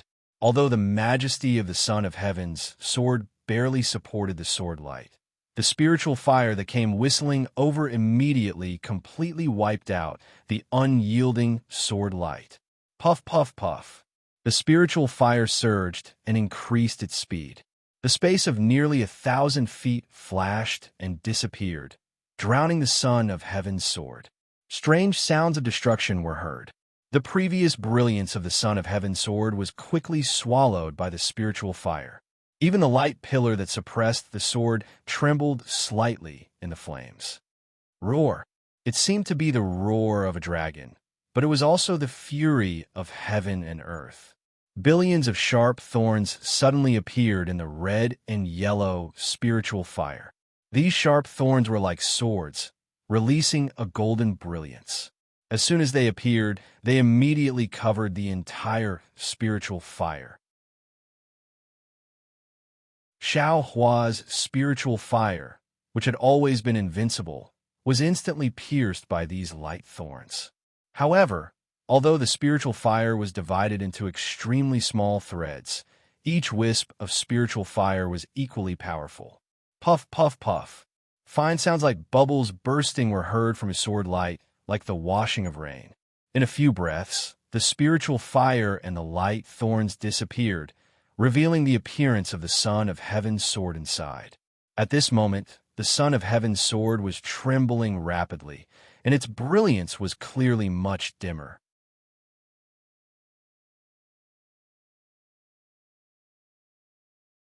Chapter 3462. Xiaohua's attack did not stop there. Just as the Son of Heaven's sword appeared, the fiery arm immediately reached inside. The two-colored flame burned the space around the Son of Heaven's sword until it was abnormally distorted. The Son of Heaven's sword could no longer calmly float in its original spot. The entire sword trembled and slashed upwards slightly. A gray mark hundreds of feet long flashed in midair. The sword beam streaked past the end of the gray mark and instantly pierced towards the fiery arm. Boom! The moment the Son of Heaven's sword moved, the beam of light that was suppressing the Son of Heaven's sword collapsed. The Son of Heaven's sword phantom on the Son of Heaven's sword shook slightly and looked like it was about to collapse. When Xin saw this, ecstasy appeared on her face. Without any hesitation, she waved the golden hairpin in her hand. A golden-green river of stars rushed out from the golden hairpin and headed straight for the Son of Heaven's sword phantom. Clang, clang, clang. The sound of horses and spears clashing could be heard from the phantom and the river of stars. It was as if thousands of soldiers and horses were fighting inside. In just the blink of an eye, the Son of Heaven's sword phantom that was stubbornly resisting flashed a few times and dimmed. The golden sword that had been suppressed suddenly let out a long howl. The sword beam extended, but the golden sword beam only extended about 3 feet before dimming and rapidly retreating. The figure of an elder that could be vaguely seen on the giant sword flashed a few times before slowly disappearing. Under the golden hairpin's golden green light, only a flying sword was left. Xion's face was bleak as she called out softly for her father. Unfortunately, the flying sword was cold, and she did not hear any response. Xion did not dare to be negligent. She waved her hand, wanting to grab the flying sword. However, the flying sword wailed, and with a flash of sword beam, it slashed at Xian's arm. Xian saw the danger and did not dodge. Off. Blood flashed as the flying sword slashed into her flesh. Strangely, the moment the blood touched the flying sword immediately stopped. Its brilliance faded and it obediently landed in Xian's hand. There was no joy on Xian's face. She carefully hugged the flying sword and looked up at the sky. At that moment, the space that had been sealed beneath the flaming arm was easily cleaved apart by the Son of Heaven's sword. The Son of Heaven's sword had already stabbed into the flaming arm. The extremely arrogant flaming arm was easily sliced into two by the Son of Heaven's sword edgeless. Ouch! An indescribable pain rose from the bottom of Xiaohua's heart. He looked on helplessly as the severed arm turned into a charred mass and disappeared in midair. Black flames rolled rapidly around the severed arm of the embodiment. The golden sword light flashed like lightning in front of the black flames. The severed arm could not be regenerated. Shua! The Son of Heaven's sword was raised again, and another gray sword mark appeared. This time, the Son of Heaven's sword's target was Xiaohua's head. Young Lord! In the distance, Xian turned pale with fright and hurriedly called out. Unfortunately, she was too far away, and not only could her voice not reach him, even her worries would be for naught.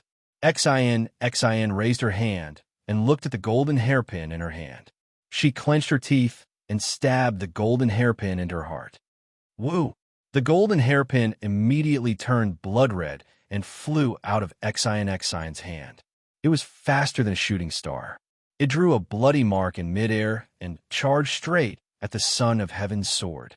The Son of Heaven's sword slashed out, and all 9 provinces submitted. This sword even caused the space in front of Xiaohua to collapse. In the blink of an eye, it reached the space between Xiaohua's eyebrows. Go! Xiaohua's figure flashed and hurriedly waved his hand. The seal of ocean overturning seal roared and rushed out to meet the Son of Heaven's sword. Shua! There was no suspense at all. The seal of ocean overturning seal merely blocked the Son of Heaven's sword and was immediately split into 2. The roaring coiling dragon was also split into 2 from head to tail. At this moment, Xiaohua saw that there was no way to dodge. Just as the Son of Heaven's sword was about to slash down on his forehead, woo! A blood-red light flashed, and the golden hairpin appeared at the end of the Son of Heaven's sword. Boom! Another loud sound. The golden hairpin hit the Son of Heaven's sword. Unfortunately, although the golden hairpin was powerful, it was still a mantis blocking a chariot. The Son of Heaven's sword only shook a little, and the golden hairpin was sent flying. The Son of Heaven's sword that could split heaven and earth continued to slash down. Young master. Xian's heart was in pain. She had not even tasted the joy of saving her father, and she immediately had to pick another bitter fruit. Just as Xian was crying blood, suddenly, a brilliant light appeared above her head. That formless nascent soul had appeared from the top of Xiaohua's head. The nascent soul's 2 small hands formed hand seals, and pieces of mirror light appeared. Pieces of mirror surfaces blocked the Son of Heaven's sword at the same time. Ka-ka-ka-ka. Countless crisp sounds rang out in the air. These mirror surfaces continuously appeared in front of the Son of Heaven's sword. However, these mirror surfaces were continuously shattered by the Son of Heaven's sword. Seeing that the nascent soul spell to control the icy mirror was effective, Xiaohua felt the joy of escaping death. He took advantage of this opportunity to quickly dodge. Then, the nascent soul waved its hand again. Shua! Several beams of light appeared from the surrounding mirror surfaces and shone in front of Xiaohua. A huge Kunlun mirror appeared. Boom! The Son of Heaven's sword struck again. The entire Kunlun mirror shattered with a bang, turning into millions of fragments. However, all of these fragments flashed with residual light. When these lights shone in front of the Son of Heaven's sword, the entire space was filled with a grayish-white color. Cracks appeared in the space. Come out! There was another soft shout. The nascent soul was very calm. It rubbed its hand again, and dozens of beams of light appeared again. Around the spatial cracks, Kunlun mirrors appeared at the same time. The flashing mirror light sealed the area around the Son of Heaven's sword. The Son of Heaven's sword was like a galloping horse. It finally had no way out here. After blocking left and right into space, it gradually calmed down. At this moment, 4 huge firearms stretched out from the 4 Kunlun mirrors at the same time. Just like the Son of Heaven's sword that had broken them, they grabbed at the Son of Heaven's sword from 4 directions.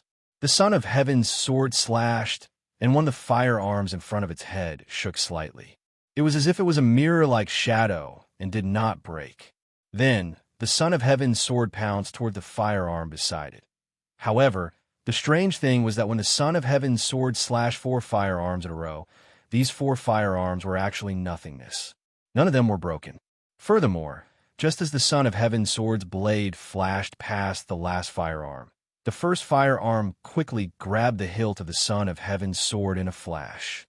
Roar! The Son of Heaven's sword roared angrily again.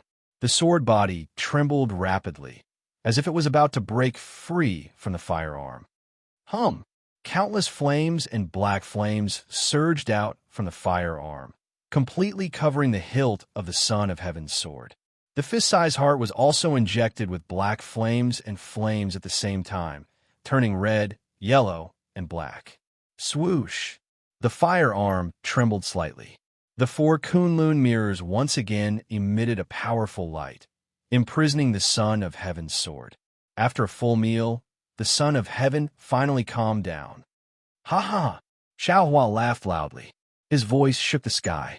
The 4 Kunlun mirrors instantly turned into fireflies.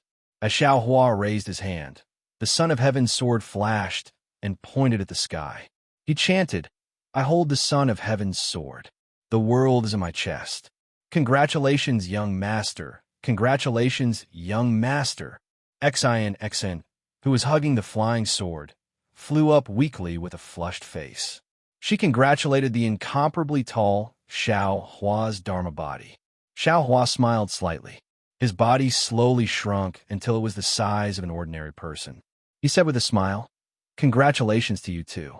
You have obtained a flying sword. I have obtained the treasured sword. We have both fulfilled our wishes. Young master's remarkable abilities are far from what I can compare to." Xian's eyes were filled with admiration.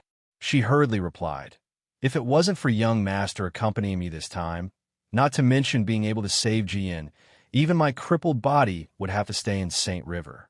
Speaking up to here, Xiaohua glanced at the flying sword in Xian's arms again. He asked with concern, Xian, how do you save your father? I don't know if I can help." Speaking of her father, a trace of worry appeared on Xian's face. She said faintly, "Although young master's methods are heaven-defying, father has already used my Xian family's secret technique under the suppression of the Emperor's sword. Like I said before, he needs the help of a rustic grandmaster. Only then can he be awakened with my assistance from the side." "But," Xiaohua said anxiously, "your father and Xian family patriarch are not on good terms. Now that he has brought the flying sword back, wouldn't he be walking into a trap?" Seeing Xiaohua's concern for her, Xian pursed her lips and smiled. "Young master, don't worry. This is Elysium, far from hidden immortal continent. I have made many friends in Elysium. Finding 1 or 2 rustic grandmasters is not difficult." "Hee, that's good, that's good." Xiaohua rubbed his hands and smiled happily. "I am also relieved." Speaking up to here, Xian looked at the mirror on the left and asked tentatively, "Young master has already subdued the Emperor's sword. But how we get out of here? How do I and young master return to the Sage River?" "Hee, that's easy." Xiaohua waved his hand in the air, and a simple Kunlun mirror appeared in his hand. Xian was shocked and asked curiously, "Young master, how did you subdue this Kunlun mirror? How come I didn't see it?" "Hee, it was a coincidence." Xiaohua smiled and said, "I used to have a magic treasure. It was a fragment of the Kunlun mirror. When I entered this place earlier, The fragment was fused with the Kunlun mirror. Because that magic treasure had already been refined by me, I can use the real Kunlun mirror if I don't have to. Young master is very talented. Xin sincerely admired and praised again. Xiao Hua raised the Kunlun mirror and spat a mouthful of clear air on it. The Kunlun mirror shot out a misty blue light and landed in the air. A passage appeared in front of Xin. Xiao Hua put away the Kunlun mirror and stretched out his hand with a smile. Let's go, I will send you out. Yes, thank you for your trouble, young master. Xin replied. Her face blushed. She slightly hesitated and sent her soft hand over. Holding Xiao Hua's hand, she stepped into the passage with Xiao Hua. The passage was actually very short. Before the warmth of Xin's soft hand could warm Xiao Hua's heart, a cool breeze blew in front of his eyes and a mist of water hit his face. The two of them had already reached the Sage River.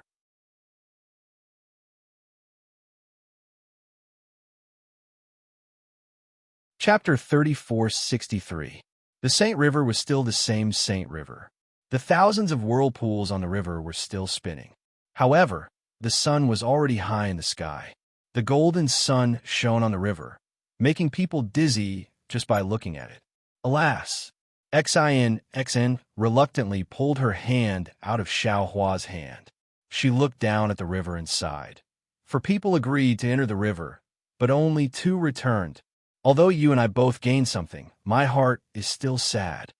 And Xiao Huan nodded. Since you and I walked the right path and found the mysterious water palace, then Ci Hui and Master Guzhun walked the wrong path. I'm afraid they died long ago. The dead are gone, and the living want a better life. Xin, I have something urgent to do, so I'm afraid I can't go with you to find them. I never thought of asking you to go. Xin was a little angry and threw her hand out of Xiao Hua's hand. Now that we're here, I still don't know your name. How can I dare to let you go with me? Xiao Hua was very embarrassed and said with a smile, Actually, I already told you before, but you didn't care. Oh, when? How come I didn't know? Xin was stunned. Xiao Hua smiled. I'm called Xiao Hua. Xiao as in Xiao Hua. Hua as in Xiao Hua. Didn't I already tell you? Xiao Hua. Xiao Hua. Xin couldn't help but laugh. She raised her fist and hammered Xiao Hua's chest a few times and said angrily, You call this announcing your name? Xiao Hua felt sweet in his heart, as if he was enjoying it very much. After a moment, Xin's neck turned red. She took out a white flower similar to Xin and handed it to Xiao Hua, saying, Xiao Gongzi, this is this concubine's keepsake. This concubine won't tell you where my Xin family is. After all, this concubine doesn't know how to get along with the Xin family in the future. If you want, you could go to the Channu Kingdom to find this concubine. Just give this token to the queen, and she will have a way to inform this concubine. Okay. Xiao Hua took the white flower and carefully put it away. Xin waved her hand, and a strange black and white bird flew out. Xin stepped on it and looked back with reluctance and said in a low voice, Young master, this concubine will go now. If you're doing well, then I'm doing well. Xiao Hua nodded. You have to take care of yourself. When I'm done, I'll definitely go to Channu country to look for you. Good. This concubine will wait for young master's news. Hearing this, Xin's face lit up with joy. The strange bird beneath her spread its wings and flew away with Xin. After flying for several dozen meters, Xin's gaze was still fixed on Xiao Hua. Go. Saving people is more important. Xiao Hua waved his hand, and Xin's figure finally disappeared. However, just as Xiao Hua was about to fly away, Xin's voice came again. Xiao Hua, the queen of the Channu country is a national beauty. You shouldn't be charmed by them if this concubine knows of. Xiao Hua's body trembled as he looked into the distance in astonishment. Xin's laughter gradually became softer in his ears. This little girl, Xiao Hua unhappily snorted. She's not as beautiful as Hongxia Fairy, but she's much more jealous. Damn it. Why did this young master have feelings for her? Xiao Hua couldn't be blamed. After all, he had been lonely for hundreds of years. Even a cultivator's heart would grow grass. In this Xinshui palace, Xiao Hua and Xian had gone through life and death together several times. Under such circumstances, any man and woman would inevitably feel close to each other. Not to mention Xiao Hua had risked his life several times for Xian and won her heart. In the end, Xiao Hua showed his might, took the emperor's sword and Kunlun mirror, and saved Xian's father. This kind of great kindness could only make Xian repay it with her body, right? Of course, if Xiao Hua could accompany Xian and save Xian's father from the sword, that would be even more perfect. Unfortunately, Xiao Hua was still thinking about Jiang Luer, and C.I. Hui's life or death was unknown. Xiao Hua could only go to Jinshan Temple by himself. Fortunately, when Xiao Hua was bargaining with C.I. Hui, he had fully considered this accident and asked about the situation of Jinshan Temple. Now that he had bid farewell to Xian, Xiao Hua looked at the sun above his head. His figure swayed, and he flew in the direction of Jinshan Temple. After flying for half an hour, the mountain ridge gradually became steeper. The trees all over the mountain gradually became thicker, and the people gradually became fewer. Even the commonly seen temples in Elysium couldn't be seen. Xiao Hua's heart unconsciously jumped. He had a bad feeling that he seemed to be lost again. But when he looked up at the sky, he didn't know when, but the scorching sun was in the sky, and the sky was covered with dense red clouds. Bolts of lightning flashed in the clouds, and there wasn't a trace of wind in the whole world. This told him that a huge array had enveloped the world. Damn it, there's going to be a big storm. Xiao Hua sighed. Even if this young master wants to find someone to ask, I can't. Helpless, Xiao Hua released his Buddhist sense and casually looked around. Huh? In just half a cup of tea's time, Xiao Hua suddenly discovered that at the foot of a mountain, next to a stream, under a Bodhi tree, there was a little monk sitting upright. This little monk looked to be around 10 years old. He was wearing an ordinary monk's robe, and his teeth were white and his lips were red. In front of the little monk was a flat piece of land, and there were a dozen or so stones placed on it. Woo! At this moment, a light wind blew from the horizon, gently blowing Xiao Hua's scholarly robe. Along with this light wind, thousands of fierce winds gradually formed. That fierce wind not only wreaked havoc in the sky, but also the green trees and forests between the mountain peaks were blown askew by this fierce wind. Little monk, Xiao Hua used the wind escape technique to land in front of the little monk and hurriedly shouted, "A big storm is coming. Why are you still here? Where's your temple? This one will send you back." Hearing Xiao Hua's voice, the little monk's face revealed a smile. He opened his eyes, and his pair of eyes shined like stars. The little monk opened his mouth, and his words almost scared Xiao Hua. "You finally came? Xiao Hua was stunned, and his heart became alert. Golden light flashed around his body, and he coldly asked, "Who are you? How did you know this one was coming?" Speaking up to here, Xiao Hua suddenly realized that if someone knew he was coming, who else could it be besides the person who built the Shaoling Long Temple? Immediately, Xiao Hua's Buddhist sense swept over the little monk, and he hurriedly said, "Senior, who are you? Could it be that you came from the Shaoling Long Temple on the snowy mountain? Were you waiting for this one here?" The little monk, was very indifferent. He pointed in front of him and said with a smile, "Benefactor, don't be anxious. Sit down and finish this game of chess first. This little monk will break it down for you one by one." Play chess? Xiao Hua looked at the stones on the ground. Sure enough, these stones were divided into two halves, and there were also some lines drawn under the stones. Senior is in a good mood. Xiao Hua didn't dare to relax. He cupped his hands and said, "However, at this time, a storm is coming. Even if you want to play chess, you still need to find a place to take shelter from the rain, right?" Ha ha ha. Benefactor's words are wrong. Form is emptiness. Emptiness is form. As long as your heart is calm, Where will the storm come from? The little monk smiled and pointed his finger to the sky. Sure enough, the mountain where the wind was still roaring suddenly stopped. After a few breaths, the clouds that sealed the sky slowly dispersed. In the clear sky, a blazing sun revealed a smiling face. The little monk was smiling under the shade of a tree. This, Xiao Hua sucked in a breath of cold air. He looked at the little monk in disbelief, and then looked at the sky.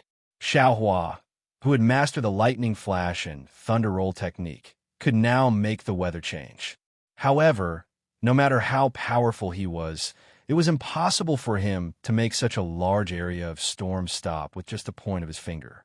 Without green seal characters, spells, and magic power, Xiao Hua was sincerely convinced. He cupped his hands and said, "Senior's method is good. This one has learned. Sit down. Let's play this game of chess first." The little monk faintly smiled and pointed with his finger. Xiao Hua had no choice but to sit down. He lowered his head to look at the chessboard and said with a bitter smile, "Senior, this one's talent is naughty and mischievous. I don't know how to play chess." It's simple. This poor monk will teach you. I guarantee that you will be able to learn it in one try." The little monk faintly smiled and pointed at the chessboard on the ground. Xiao Hua listened with rapt attention. After a short while, he understood. There were only a dozen chess pieces on the ground, and they were divided into two groups. Moreover, the lines on the ground were limited.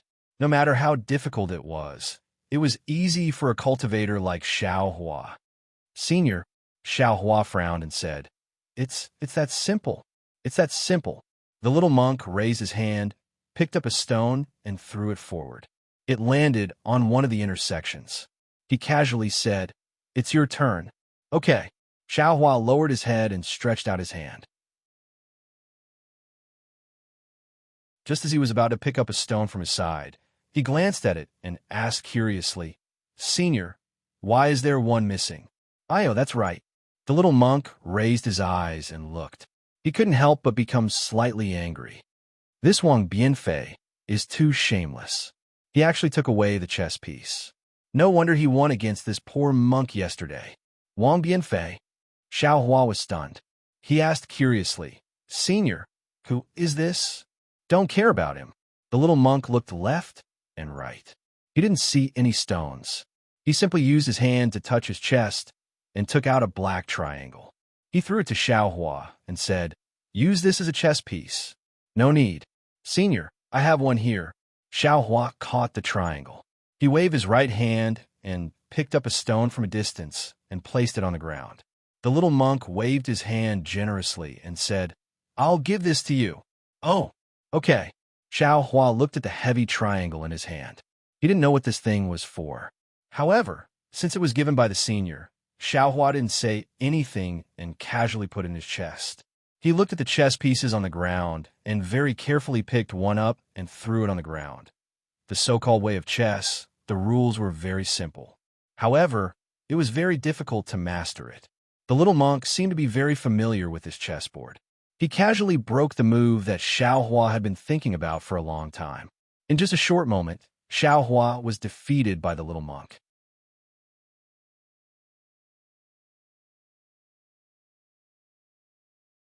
Chapter 3464.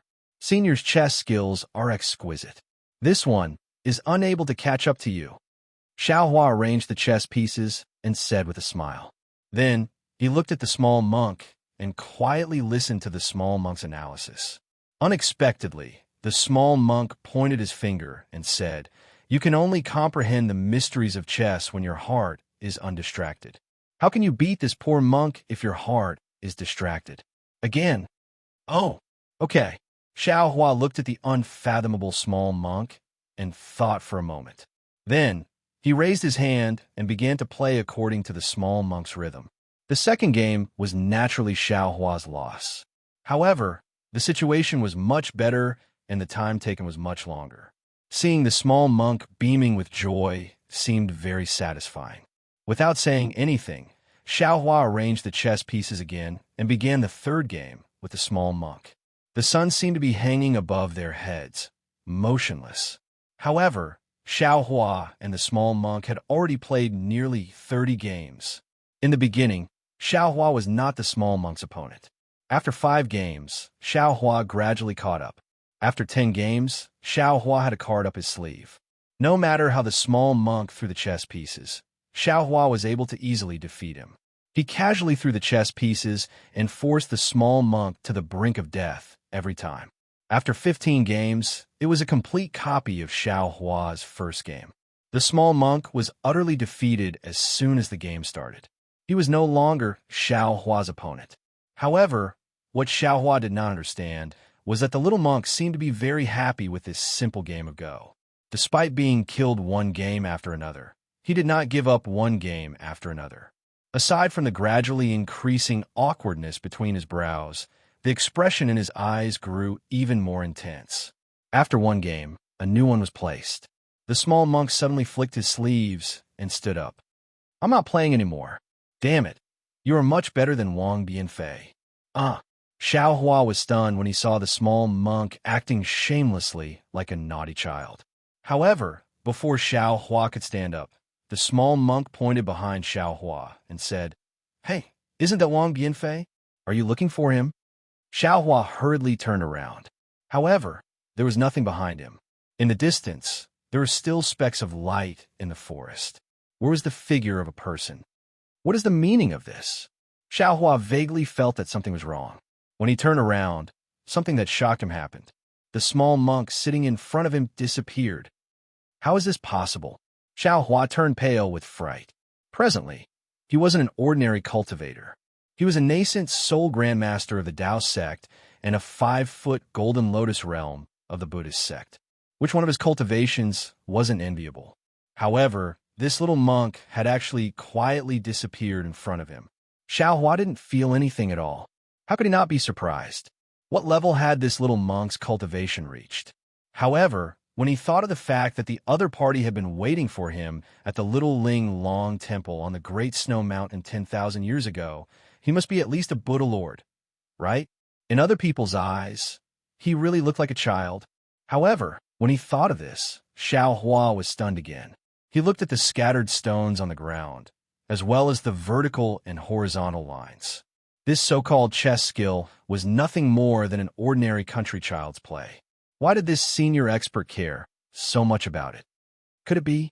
Xiao Hua suddenly thought of a possibility and hurriedly reached out to take out the black triangle from his bosom. Sweeping it with his divine sense, he unexpectedly discovered that this object was not ordinary. This is a Buddhist treasure. Xiao Hua immediately understood. This little monk was probably waiting here for this object. Immediately after, Xiao Hua used his Buddhist sense to take a look. However, he still couldn't see anything.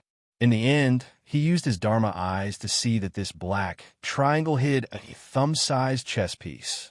It really is a chess piece. This senior is unfathomable. Xiao Hua closed his Dharma eyes. He was truly convinced. Immediately after, Xiao Hua bowed towards the sky. "I am Bodhi. Thank you, Buddha Lord, for bestowing this treasure." Suddenly, a light laugh came from afar. Wasn't that the voice of the small monk? Xiao Hua hurriedly released his Buddhist sense and scattered it towards that direction. Oh, why is there a child here? Xiao Hua's Buddhist sense naturally couldn't catch up with the small monk. However, 100 li away from the Buddhist sense, he saw a child who wasn't even 10 years old. He was holding a charcoal pencil and sitting cross-legged in front of a flower and tree that was taller than a person. He was drawing something on the ground in front of him stroke by stroke. The child's clothes looked shabby, and several places were sewn with patches. He was also carrying a small embroidered bag on his back. Although this embroidered bag was sewn with needle and thread and rags, it was very clean. Just as Xiao Hua was about to withdraw his Buddhist sense, a person who looked like a servant quickly walked over from the valley not far from the child. Seeing the child, he hurriedly shouted, "Wang Bianfei, why are you here? Quick, quick, Lord Wang is looking for you." Wang Bianfei. Xiao Hua was stunned and secretly said, "Isn't this the Wang Bianfei that the little monk was talking about?" Soon after, Xiao Hua's eyes turned, and he leaped into the sky and flew towards the place where Wang Bianfei was. When he flew closer, Xiao Hua could already see clearly that this was a small mountain village built in the middle of several mountains. There were more than 100 families in the mountain village. At this time, some people were farming on the mountain, and some people were hunting in the mountain ridge. Within the village, women were weaving and planting vegetables, washing and cleaning. There was also a group of children playing and making noise. It was a lively scene of a village. At this time, Wang Bianfei was standing in the courtyard of the largest family in the mountain village. A middle-aged man with a protruding mouth and monkey-like cheeks was saying something to him in a sharp voice. Another middle-aged man with a fat head and big ears was arrogantly sitting on a recliner not far away. He was holding a palm leaf fan in one hand and a wine pot in the other. The fat man fanned himself a few times and snorted a few times. He then stuffed the wine pot into his mouth and took a few sips. He looked very free and unfettered. Xiao Hua's body was hidden in the air, and he could already hear clearly. He heard the middle-aged man say, "Wang Bianfei, Lord Wang called you over today because he took a fancy to your painting skills. I heard that everything you paint is vivid and lifelike. Today, I want to let you show off your skills." As he spoke, he took out a silver ingot from his bosom and said with a smile, "If your painting can satisfy Lord Wang, then this silver ingot is yours." Wang Bianfei glanced at the silver ingot. His expression did not change, and he did not accept the silver ingot. He only slightly nodded and said, "Head butler, please tell this lowly one what to paint today. If this lowly one's painting can't satisfy Lord Wang, how can this lowly one dare to accept this silver ingot? To others, it is extremely difficult, but to you, it is very simple." The skinny butler slightly smiled and put the silver ingot back into his bosom. Wang Bianfei slightly frowned. He looked at Lord Wang, who was not far away, and then looked at the butler. He bit his lips and said in a low voice, "Head butler, this lowly one has a question. I don't know if I should ask." "There is no harm in speaking." The head butler very generously waved his hand. Although this lowly one knows how to paint, this lowly one is still small and clumsy. It is impossible for this lowly one to satisfy Lord Wang. Wang Bianfei opened his mouth, and his words were mature again. "If Lord Wang has any important matters, please feel free to invite the great painters in Pingxi City to do it. This lowly one knows that his painting is not worth a silver ingot. Since Lord Wang asked you to come, he naturally has his own plans." The butler looked at Wang Bianfei with some astonishment. He really did not expect Wang Bianfei, a child who was not even 10 years old, to be able to think so much. He smiled and said, "You don't have to ask so many questions. Just focus on painting." Wang Bianfei nodded and said, "This lowly one understands." Immediately after, the butler walked to the fatty's side and whispered a few words. The fatty waved his hand to indicate that he understood. The butler then brought Wang Bianfei into the backyard. The backyard was a place that was similar to a garden. A lady dressed in gorgeous clothes was sitting on a swing. The butler brought Wang Bianfei forward and pulled Wang Bianfei, saying, "Aren't you going to greet young lady?" "Yes, this lowly one greets young lady." As if he understood something, Wang Bianfei calmly bowed and greeted. Get up." The young lady seemed to have something on her mind. She absent-mindedly waved the circular fan in her hand a few times and said, seeing that the young lady did not pay attention to Wang Bianfei, the butler hurriedly pulled Wang Bianfei to the side and said in a low voice, "Lord asked you to come here today because he wants you to paint a portrait of a young lady. This is very important. You must paint it well. As long as Lord and young lady are satisfied, that silver ingot just now will be yours." "Yes, this lowly one understands." Wang Bianfei nodded vigorously. "This lowly one will do his best to paint it well." "Good." The butler clapped his hands and said, "It's up to you." After saying that, the butler waved his hand, and a few servants who were already at the side immediately brought over a desk, rice paper, brush, ink, and other items. After the servants had arranged the items properly, a few servant girls quickly walked over and opened up the rice paper and other items and put them away. There was even a little girl who walked to the side of the desk and prepared to grind an ink stick. Wang Bianfei hurriedly waved his hand and signaled for everyone to stop. He walked to the side of the inkstone and carefully took out the ink stick. He poured some clear water into the inkstone and slowly ground it. At the same time, he frowned and stared at the young lady who was also frowning while sitting on the swing. After the time it took to drink a cup of tea, the entire back garden was silent except for the sound of the wind. A few servants and servant girls were puzzled, but they did not dare to make a sound. They stole glances at Wang Bianfei and then at the butler. The butler patiently waited for a while, but when he saw Wang Bianfei's reaction, he looked left and right and waved his hand to signal everyone to leave. He quietly retreated to the entrance of the garden and looked at the Lord and Wang Bianfei in the distance. That's strange. What is this? Even if he wants to paint a portrait for this young lady, he should find an adult painter. There may not be any in this village, but there are plenty in Pingxi City. There's no reason to find this child. Xiaohua, who was invisible in the air, felt a little strange and secretly said, "Moreover, there are only 100 or so families in this village. How can there be such a rich Lord Wang? He is 10 times or even 100 times richer than a local rich man." He looked at Wang Bianfei again. He stared straight at the young lady for more than enough time to eat a meal. Then he slightly closed his eyes and composed himself. He then turned around and walked to the front of the desk. He lifted his foot and stepped on a small stool that had been prepared earlier. He reached out and picked up a slightly thick brush from the brush washer. He dipped the brush in the thick ink of the inkstone and waved his hand to draw on the rice paper.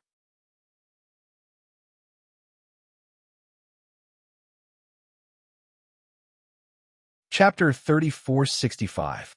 Xiaohua was very curious and leaned over to take a look. He saw that Wang Bianfei's first few strokes were actually drawing around the entire Xian paper, not to mention a human figure. Even a graffiti seemed to look better than Wang Bianfei's few strokes. However, in just a few breaths, Wang Bianfei only slightly drew on these lines, and an extremely plump woman's silhouette was revealed. Good. Xiaohua didn't know how to draw, but seeing how confident Wang Bianfei was and how he didn't even look at the woman, and how his brush seemed to have the help of the gods, he couldn't help but praise in his heart. Such an intelligent child is indeed rare in this world. And at this moment, he also understood why Lord Wang didn't look for other painters. Wang Bianfei used a thick brush to outline the rough outline of the portrait. Then he picked up a small, thin brush to draw on the outline in detail. In the end, he took out a small, rough red brush from his embroidery bag and slightly modified the cheeks and lips of the portrait. Finally, he took a deep breath and took out the thickest brush from the brush washer. He dipped it in ink and touched the eyes of the portrait twice with lightning speed. Xiaohua felt his eyes light up.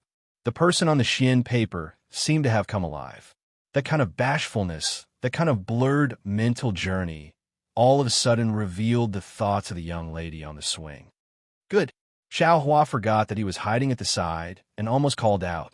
Fortunately, Wang Bianfei was concentrating on brewing and didn't notice. When he put away the brush, he raised his head and called out, "Housekeeper, I'm done drawing." After finishing the portrait, Wang Bianfei's high spirits immediately disappeared. He carefully put down the brush and respectfully said while standing at the side, Master. The housekeeper didn't come over and instead called out. So fast, Lord Wang quickly ran over. The fat on his body trembled and beads of sweat dripped down.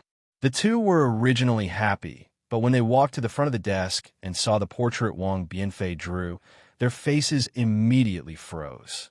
Master! Seeing this, Wang Bianfei's face also slightly changed. He said in a low voice, "Could it be I didn't draw well?" Humph. Old Master Wang snorted coldly and didn't say anything. He glanced at the butler. At this moment, the young lady also walked over from the swing. When she saw the portrait, her expression changed greatly. There were tears in her eyes. She covered her face and quickly walked away. The steward's face changed, and he said angrily to Wang Bianfei, "Don't you have eyes? My family's young miss is as beautiful as a flower. How could you paint her like this? With this painting of yours, how could the son of the deputy county magistrate take a fancy to miss?" But, Wang Bianfei was stunned. He looked at his painting in confusion and said curiously, "Master, I painted it according to Miss's appearance. It's exactly the same." Wang Yifei didn't understand the inside story, but Xiao Hua, who was in midair, had a clear mind. Sure enough, that housekeeper pointed his finger at the left cheek of the portrait and shouted, "My family's miss clearly doesn't have a mole here. Why did you draw one here?" "Master, I've been wronged." Wang Bianfei hurriedly defended himself. "Miss clearly has a black mole on her left cheek, and it's not small. There are 4 more on it." "Shut up." The steward slapped Wang Bianfei's face and said angrily, "Quickly remove this black mole." "No." Wang Bianfei's face was red with 5 finger marks. His tears flowed out, but he still clenched his teeth and said, "Father said that a painter is the eyes of people. Whatever you see, you have to draw. If you fake it, you're not a painter." "Little baby." Master Wang next to him took out a gold ingot from his arms and shook it in front of Wang Bianfei's eyes. He smiled and said, "If you remove this black mole, I'll give you this gold ingot." Unfortunately, Wang Bianfei looked at the gold ingot, slightly bit his lips, and shook his head. "No, I saw it, so I have to draw it, humph." Master Wang flung his sleeve and threw the gold ingot on the ground. He said coldly, "If it weren't for this black mole, I wouldn't have asked you to draw it." After saying that, he panted and left. Wang Bianfei, don't refuse a toast only to be forced to drink a forfeit. The steward looked at the gold ingot on the ground, and a trace of greed flashed in his eyes. He carefully picked it up and wiped away the dust on it, and said, "I know that in your family, only your mother makes a living by weaving and starching. The charcoal and paper that you use to draw every day are all exchanged by your mother's hard work every day and night. Now you only need to gently move the brush, and this gold ingot is yours. It's enough for your family's expenses for 10 years. Think about these 10 years your mother doesn't have to work hard. Don't you think that you—" At this point, the steward didn't say anything more and looked at Wang Bianfei with confidence. "No." Unfortunately, Wang Bianfei still shook his head. As the saying goes, don't do good because it's small, don't do evil because it's small. 1,000 miles of dike can be destroyed by an ant's nest. As long as I start to draw fake, painting, and lie for the first time, I can't do it again. Pa! Without waiting for Wang Bianfei to finish speaking, the steward gave him another slap. The other half of Wang Bianfei's face turned red again. Xiaohua was slightly angry and raised his hand. But just as he was about to make a move, he frowned again. He looked left and right and asked curiously, "This Wang Bianfei should be that senior's friend despite the difference in age, right? With that senior's divine ability, it's impossible that he doesn't know about this matter. Why doesn't he make a move?" Thinking of this, Xiaohua also put down his hand and looked on with interest. "Master," Wang Bianfei's tears fell down, feeling very wronged. Unfortunately, the steward still didn't plan to let him go. He pointed at the painting and said coldly, "Wang Bianfei, look at what you've drawn. It doesn't look like my family's young miss at all. I won't let you remove them all. This rice paper is 1 tael of silver. You can leave after you pay the money." You. Wang Bianfei turned pale with fright. "Where do I have 1 tael of silver? You also didn't say that I have to pay the money if I don't draw well." "I don't care so much. Since your drawing doesn't look like it, you have to pay the money. I can draw whatever I see. How can my drawing not look like it?" Wang Bianfei argued. "How about master let the young miss compare with this painting?" "Humph. Is the young miss someone you can see whenever you want?" The steward sneered. "Unless you can prove that whatever you draw looks like it, otherwise, Wang Bianfei might not be able to tell that this was a small trap, but Xiao Hua understood. However, with him here, he wasn't afraid that Wang Bianfei's life would be in danger. Thus, he simply flew to the top of the wall and sat there to watch. However, after that little monk disappeared, he didn't appear again. Xiao Hua released his Buddhist awareness several times, but there was no trace of him within 100 Li Master. How do you want me to prove it? Wang Bianfei took the bait as expected. After all, he couldn't afford to pay that tael of silver. The steward's mouth revealed a trace of a sinister smile and said, "This is easy. I will invite your mother from home and let her be locked together with my family's vicious dog. As long as you can draw a tiger that scares the vicious dog, it will prove that your drawing is good. If you can't, TSK. Either you let the vicious dog eat your mother, or you remove the mole from this painting." Wang Bianfei didn't think that he would suddenly drag his mother into this. His mind was in a mess. "Men," Steward E ordered, "tie up Wang Bianfei's mother and bring her here." "Yes." The nearby servants had already responded and hurriedly left. But, I have never seen a tiger before. How can I draw this?" Wang Bianfei's face turned red as he hurriedly explained. Steward E flicked his sleeve and left with his head raised. "Mother!" Wang Yifei cried and stumbled as he ran out. The servants were in high spirits. Without waiting for Wang Bianfei to plead with Master Wang, they had already brought Wang Bianfei's mother over. Wang Bianfei's mother looked to be around 30 years old. However, the hair on her temples was already white and there were many wrinkles at the corners of her eyes. Even that pair of eyes were slightly squinted. Clearly, she had been working very hard under the oil lamp at night. "Son, how did you offend Master Wang? Hurry up and apologize to him." Wang Bianfei's mother didn't know what happened. Seeing the Wang family's servants' ferociousness, she was already trembling in fear. The moment she entered the courtyard, she hurriedly shouted. Unfortunately, before Wang Bianfei could reply, "Woof woof," a few fierce dog barks sounded and a dog cage that was taller than a person was already carried out. Wang Bianfei's mother seemed to be extremely afraid of dogs. Upon hearing this sound, she immediately collapsed onto the ground. "Mother!" Wang Bianfei didn't seem to think that his mother would be so afraid of dogs. Because in the past, whenever he encountered dogs, it was always his mother who stood in front of him. However, at this moment, he had already forgotten that he was afraid of dogs and bravely rushed over. However, evil people were fiercer than dogs.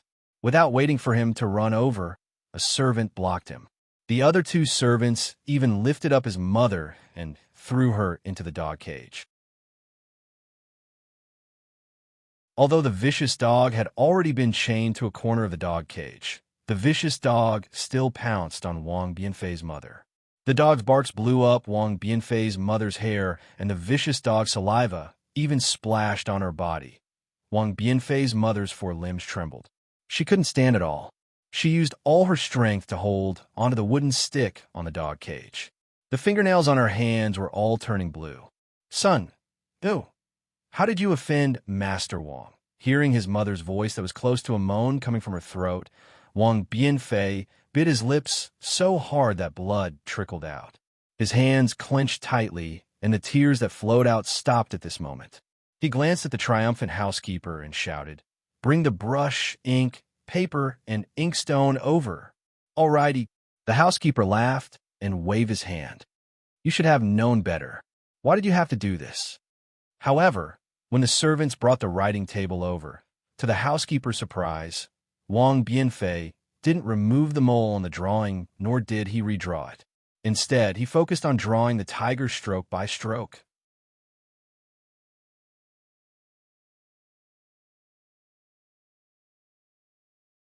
Chapter 3466. Xiaohua was also filled with righteous indignation as he watched from the high wall. Even though he was already a nascent soul master, he still couldn't help but want to take action when he saw such an evil thing. However, when he saw Wang Bianfei unyieldingly draw the tiger, his heart moved again. He looked at the lady in the dog cage and saw that there was no danger to her life. Moreover, the metal chain was extremely sturdy. He stopped and watched with great interest as Wang Bianfei drew the tiger. He wanted to see how Wang Bianfei's tiger would be able to scare the evil dog. Unfortunately, after a moment, Xiao Hua smiled. It was very simple. Wang Yifei's tiger was not a tiger at all. Instead, It was like a cat, an enlarged cat. Is this what it means to draw a tiger, but not a cat? Xiao Hua laughed in his heart. The evil housekeeper's face was originally ugly, but when he saw Wang Yifei's tiger, he unconsciously became happy. Knowing that Wang Yifei didn't know how to draw a tiger, he had to modify the young Mrs. Portrait according to his own calculations. Moreover, he also understood that his young Mrs. face was flawed. He absolutely couldn't let the painters in Pingxi City draw it. In that case, before the young Mrs. Portrait was sent to the county magistrate's mansion, the county magistrate's son would already know. Although this Wang Yifei was young, he seemed to draw better than ordinary painters. His master really had to rely on this Wang Yifei. How about it? The evil housekeeper laughed. You want to scare the evil dog with this tiger? Do you want me to release the evil dog? But Wang Yifei's face turned red. I said that I can draw anything that I have seen. I have never seen this tiger before. The evil housekeeper grinned. Whether you see it or not is your business. Whether you release the dog or not is my business. Master. Wang Yifei saw that the evil housekeeper was about to raise his hand. His eyes turned, and he hurriedly ran in front of Master Wang. With a plop, he knelt on the ground and said anxiously, Master, can you give me 3 days?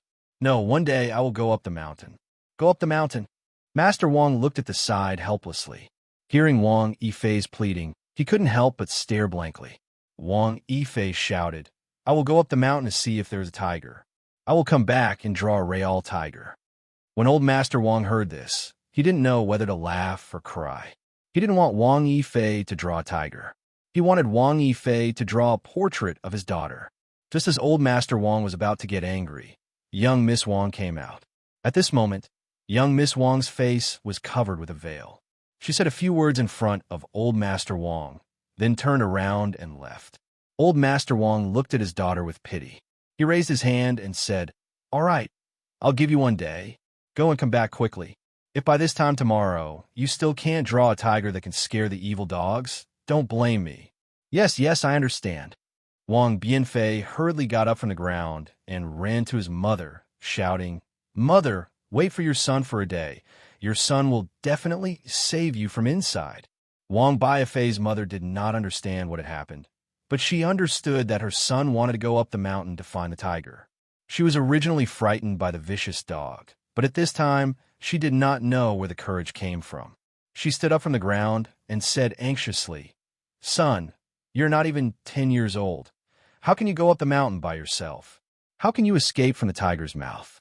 Don't worry about Mother. Mother would rather be eaten by this vicious dog than let you go up the mountain. With that, Wang Bianfei's mother walked towards the vicious dog. Wang Bianfei was scared out of his wits, but the servants next to him were nimble. They hurriedly took a few wooden forks and pressed the vicious dog that pounced on Wang Bianfei's mother to the ground. Mother! Wang Bianfei gritted his teeth and forced a smile on his face. Don't worry, Boy secretly went up the mountain to draw last year. He also saw the tiger, but he did not draw it. This time, Boy went up the mountain to secretly take a look. He will come back immediately after drawing the tiger. There will be no problem. But even after listening to Wang Bianfei's explanation, Wang Bianfei's mother was still not at ease. Just as she was about to say something, Wang Bianfei waved his hand and hurriedly ran out of the Wang family. He said while running, "Mother, Boy will be back soon. It will be very fast." After Wang Bianfei left, only a few dog barks could be heard in the Wang family's courtyard. The servants were all silent. That evil housekeeper did not expect things to develop like this. "What are you waiting for?" Lord Wang raised his head and shouted at the housekeeper. "Why are you still not following Wang Bianfei? If he really went up the mountain, how can a child like him be the tiger's opponent?" "Lord, don't worry." The housekeeper hurriedly smiled. Wang Bianfei was just saying, "This lowly one has never gone up the mountain to see the tiger. Where can he find the tiger? He probably went to the mountain and saw that he could not go up the mountain, so he naturally came back." "Go quickly," Lord Wang impatiently said in anger. "This is what Miss said. You can't even do such a small thing. What a fool." Yes, this lowly one will go now," the housekeeper promised, and hurriedly left with two servants. Not long after, a servant girl hurriedly came out from the backyard. She said a few words in front of Lord Wang and hurriedly went out. Lord Wang's face showed helplessness. He waved his hand and ordered a few servants to carry Wang Baifei's mother out of the dog cage and bring her to a firewood room at the side. This miss is not bad. Xiao Hua stood in the air and watched, nodding slightly. Then his figure flew up again and followed Wang Baifei, who was running the distance. Behind Wang Baifei, there were naturally the housekeeper and a few others. However, these people chased Wang Baifei out of the village and lost him. After all, the mountain village was surrounded by fields and could go up the mountain from anywhere. Wang Baifei was also small, so who knew where he went? Housekeeper, a servant looked at the road leading up the mountain and said with a smile, Wang Baifei is only a child. How can he go up the mountain by himself? Besides, this mountain is so big. Where's he going to find Tiger? Don't worry. Even if he goes, he will come back in less than half a day when it's dark. And I don't have to accompany him to run around blindly. How can I go up the mountain? Go, bring the wine and meat. I will wait here for that kid to escape back. The housekeeper ordered and sat down on a stone. The other two servants secretly went back. Looking at the corner of the mountain village, the servant girl who came out earlier also came out of a small courtyard. Behind her was an old hunter with white hair and beard. The servant girl returned to the Wang family's courtyard, and the old hunter quickly went up the mountain.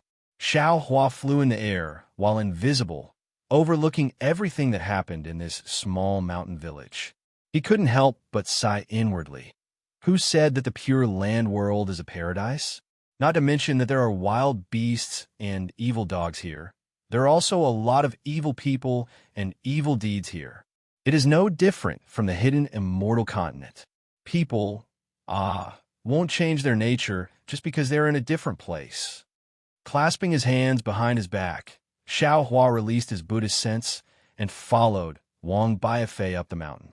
He didn't understand why the so-called senior led him to this small mountain village and why he met Wang Baifei. However, he was also patient. It was only a day. He wanted to see how things would end in the end. This was not out of the Wang family's servant's expectation. However, this servant only guessed half of it right. This mountain was indeed big. Wang Baifei couldn't find a tiger in a day. However, what he didn't guess was that Wang Baifei didn't hesitate at all and went up the mountain by following the vague mountain path. However, this mountain was really big. Wang Baifei went straight for nearly half a day. Seeing that the sun was about to set, he was still groping in the mountain forest and didn't even see a tiger's hair. Of course, Xiao Huan knew where the tiger was. However, he didn't need to remind him. The old hunter found Wang Baifei's trace and went up the mountain from the side. He even took advantage of Wang Baifei's blind groping to catch a tiger cub from the tiger's den and went to meet Wang Baifei. This was definitely an intentional chance encounter. Wang Baifei saw the old hunter. When he saw the tiger cub in the old hunter's hand, Wang Baifei hurriedly shouted, Grandpa Zhang, did you catch a tiger cub? Oh, Wang family's boy, it's so late. Why are you still on the mountain? The old hunter naturally didn't reveal any trace of his whereabouts. He was very surprised and shouted, Quickly go down the mountain. It's already late. It's too dangerous here. Grandpa, where did you catch this tiger? Are you going back to the village? Wang Baifei asked somewhat anxiously. The old hunter smiled and said, Grandpa is old. How can I catch a tiger? This tiger cub was picked up by Grandpa on the road. Now I'm going to send it back to the tiger's den. Why do you want to send it back? Wang Baifei didn't understand.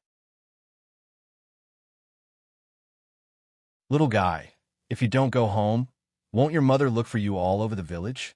The old hunter smiled and said, If this tiger cub is missing, won't that dumb insect look for you all over the mountain? And it is very likely that it will directly rush into our village. That will be troublesome. Hearing the old hunter mention his mother, Wang Baifei couldn't help but cry again. After all, he was still a child who was not even 10 years old. Oh, little boy, what happened to you? Are you lost? Don't worry, Grandpa will send this tiger back, and then we will go down the mountain together. The old hunter hurriedly comforted him. But Wang Biafei asked again, Grandpa, can you take me to the tiger's den? I want to see what a Real tiger looks like. You don't want to live anymore. The old hunter was shocked. He was afraid that the maid who looked for him earlier didn't explain clearly, so he quickly replied, Even I don't dare to go to the tiger's den. Don't forget, a tiger's nose is more sensitive than a dog's, and it can run faster than a dog. Once you get close to its den, it will immediately notice you. It will be too late for you to run away. Then, Wang Biafei hurriedly said, Grandpa, I just want to see a Real tiger. It's fine if I don't get close to it. You silly child. The old hunter smiled and said, Don't I have a tiger here? Although it's not a big tiger, after you see it, you can think of it as a big tiger, right? This, Wang Biafei was a little hesitant.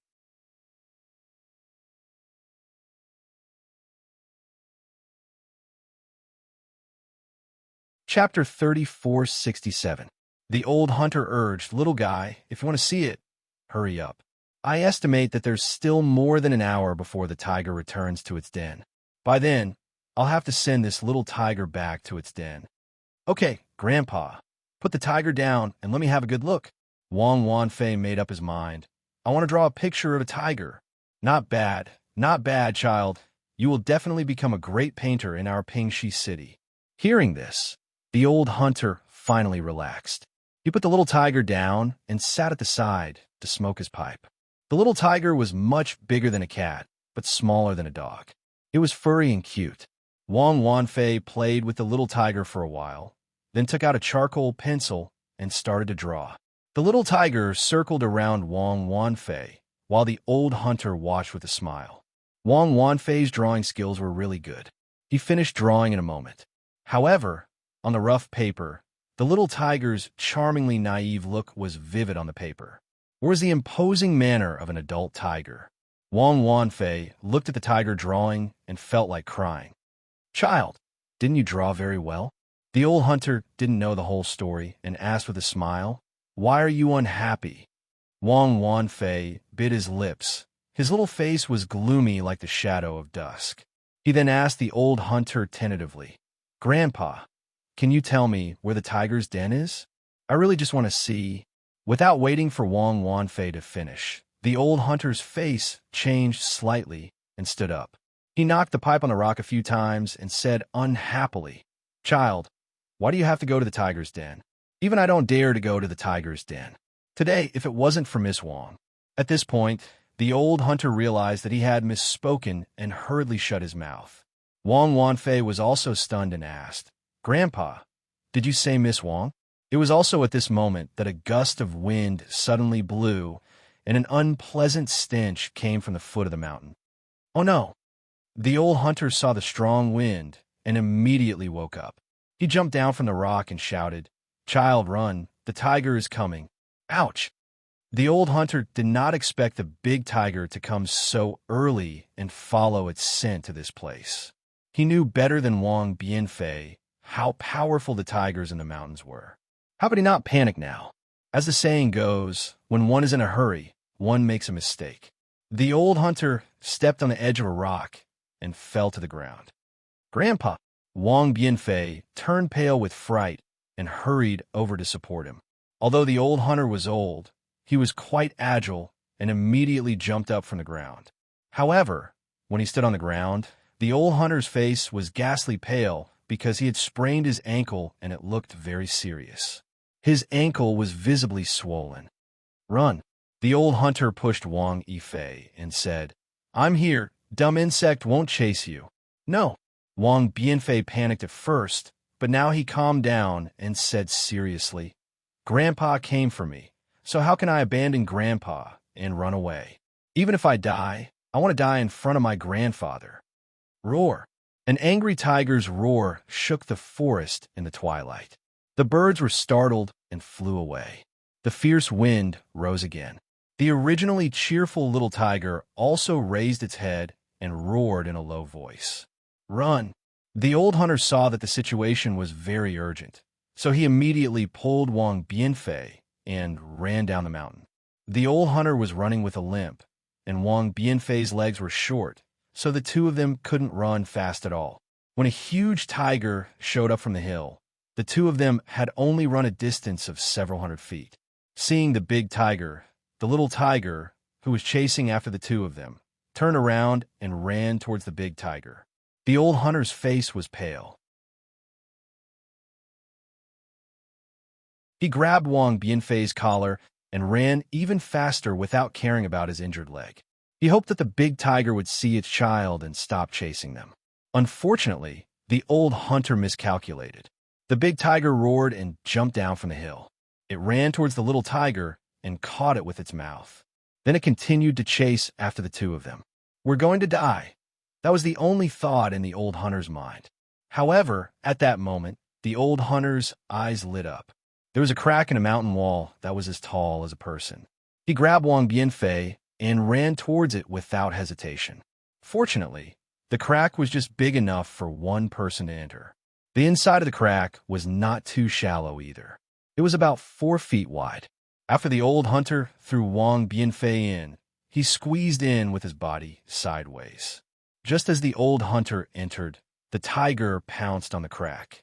It slammed its claws on the crack, and the sound of rocks breaking could be heard. It was as if the entire mountain wall was shaking. The old hunter had never been so close to a tiger before. He was so scared that he sat on the ground and crawled into the crack. However, before the old hunter could take more than a few steps, he hit the rock wall and Wang Bianfei. He could not take another step forward. Roar! The tiger pounced on the crack and let out a loud roar. The stench from its bloody mouth really hit them in the face. Then, the tiger stretched out its claws from the crack and tried to grab Wang Bianfei and the old hunter. The tiger's shining claws swayed in front of Wang Bianfei's eyes. Different from the old hunter's panic, although Wang Bianfei's little face was also pale, his eyes were filled with surprise. He clenched his little hands tightly and stared at the angry tiger without blinking. Seeing that someone actually dared to look at it, the tiger became even angrier. It crazily attacked the crack, leaving deep marks on the hard rock wall. Fortunately, the tiger was not a demon and did not think of using its tail. Otherwise, the two of them would not have survived. Xiao Huan naturally hid himself not far away. Wang Bianfei and the old hunter were not in any danger, so he did not have to do anything. He just watched quietly. The big tiger roared for a whole meal. Seeing that it had no effect, it simply lay on the ground and guarded. The little tiger was also leisurely strolling by the side. At that moment, the sky was completely dark. Inside the crack, Wang Bianfei's eyes were like stars. The tiger's madness just now was deeply imprinted in his mind. He stared at the tiger outside the crack, not daring to close his eyes, for fear that he would forget the tiger's anger. However, a child was still a child after all, especially after being frightened. In less than an hour, his eyes slowly closed. He had experienced too many things today, and only a peaceful sleep was the best place for him to go.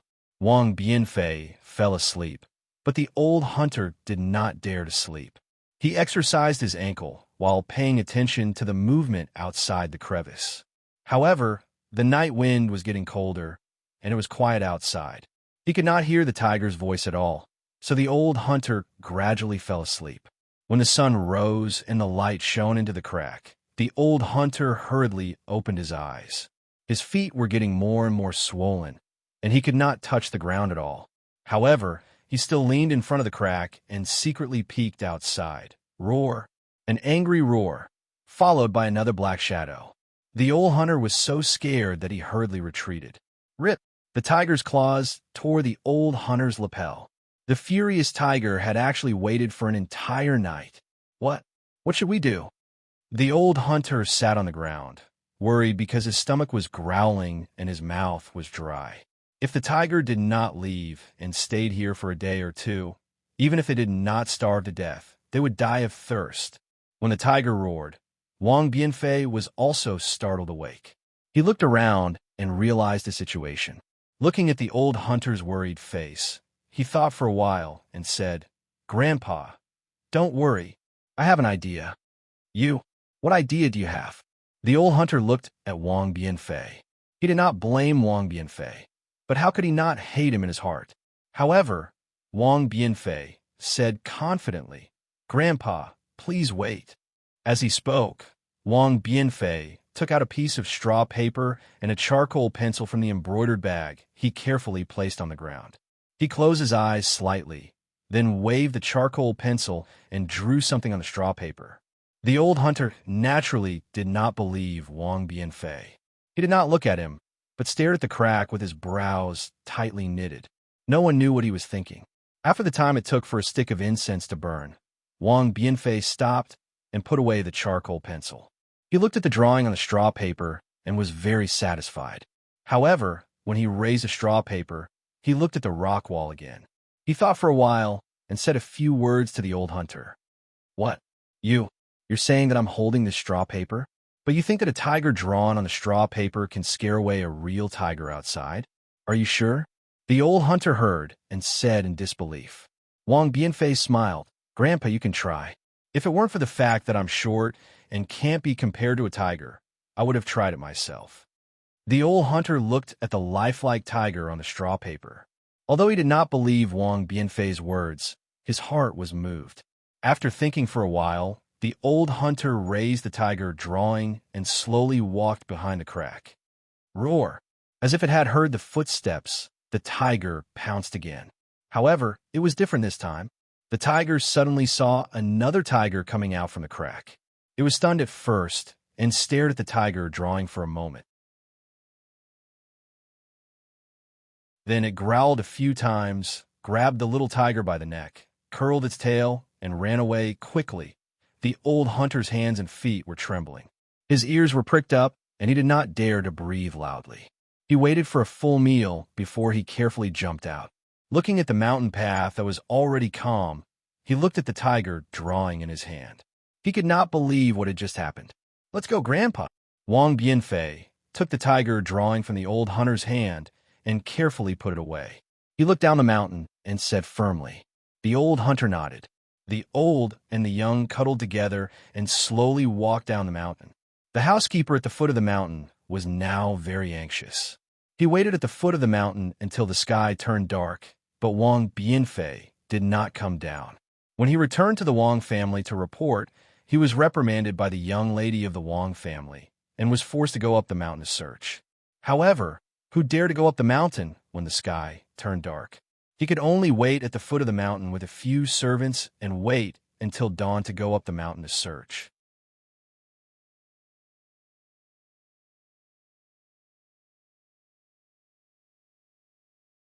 Chapter 3468.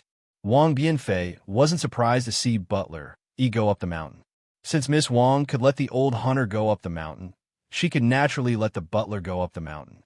However, when he thought of how Butler E's idea almost cost him his life, Wang Bianfei's face turned cold. The butler didn't care about Wang Bianfei's attitude. As long as Wang Bianfei didn't die, he could answer to Miss Wang.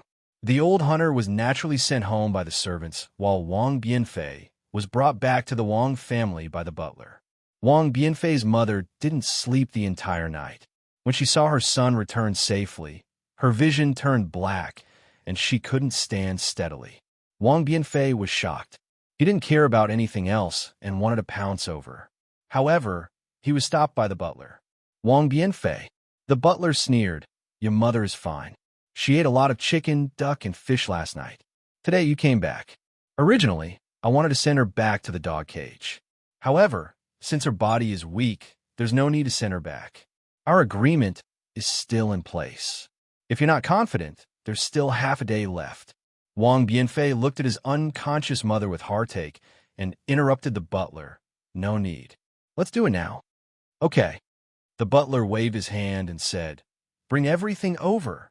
Woof woof. The vicious dog barked and was brought into the dog cage.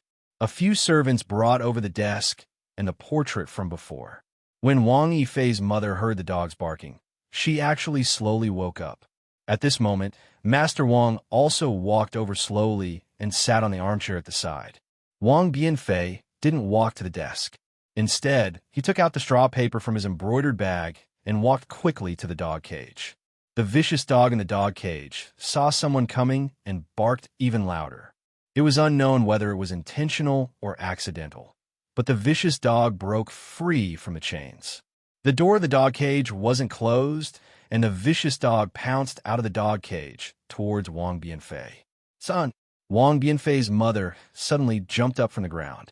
She no longer cared about her fear of the vicious dog and ran towards Wang Bianfei, wanting to block in front of Wang Bianfei. Looking back at Wang Bianfei, he was calm and collected. Seeing the vicious dog pouncing towards him, he suddenly raised the piece of paper. With a shake of his hand, the picture of a roaring tiger opened. Oh, the grass paper fluttered in the wind.